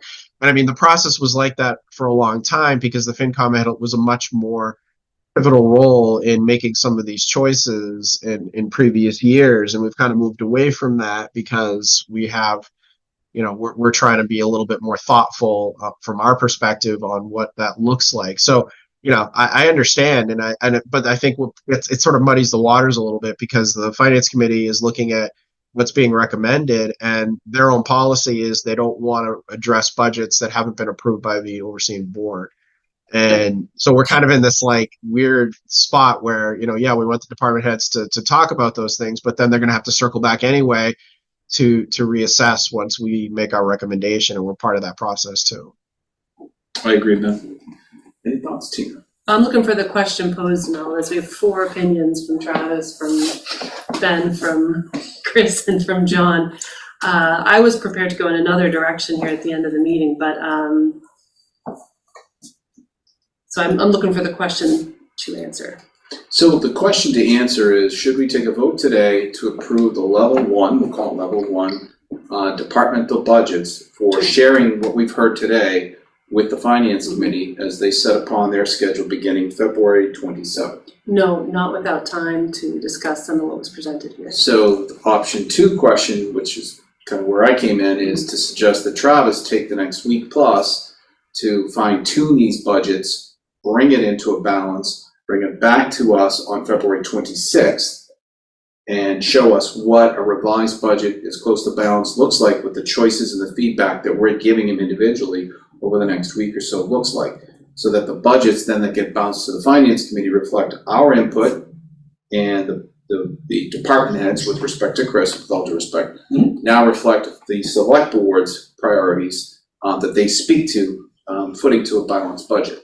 John, I heard you say that the first time, and I thought you were talking about March 25th. I'm in agreement with you, John. Okay.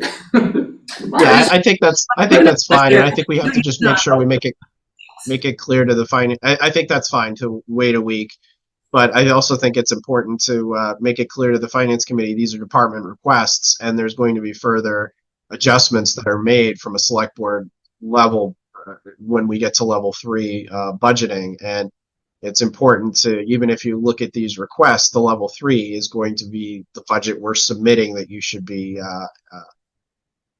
looking at in getting to level 4. Yeah, I guess the other concern I have in what we're talking about here, which is shifting the schedule up significantly, is that we're really creating a very different process for any department that is under a separately elected board. So I think ultimately it's going to create a bit of a haves and have-nots. But what I can do is certainly, as of now, I've already gone through the exercise of balancing this. So I'm happy to present where I am as of next week. I think ultimately changing level 1 significantly will change this process. And we can discuss that on the 26th. Sounds good. All right, so I think there's some consensus. If we want to revisit where we stand, we'll ask the town administrator to take today's input and our individual input over the next several days to him on choices that we'd like to change or make to the budgets that we heard today. Taking that input, he will derive a balanced budget effort, come forward on the 26th, present it to us for a vote, and we can share that information with the Finance Committee that night, if we so choose. That's generally the approach we can take. Any questions on that, Ben or Tina? No. Ben? No. Travis? Sounds good. All right. I don't think we need a vote on that. That seems like direction to the TA, if you ask me. Yep. All right. Ben, so you asked a good question there. Anything else that you want to bring in before we start to wind down here?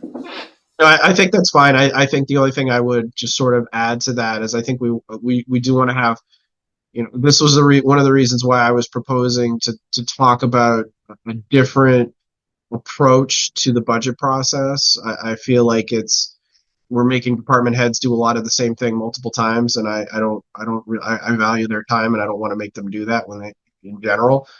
With presenting to the select board and presenting to the Finance Committee the same things, and then that's not even ultimately what they talk about, what they have to decide about. So I think I'd love to, if we get into a certain point in time when things are a little quieter, to sort of reevaluate the process a little bit with the Finance Committee to try to get to a bit more of a streamlined process here. So, but otherwise, I'm good. Thank you.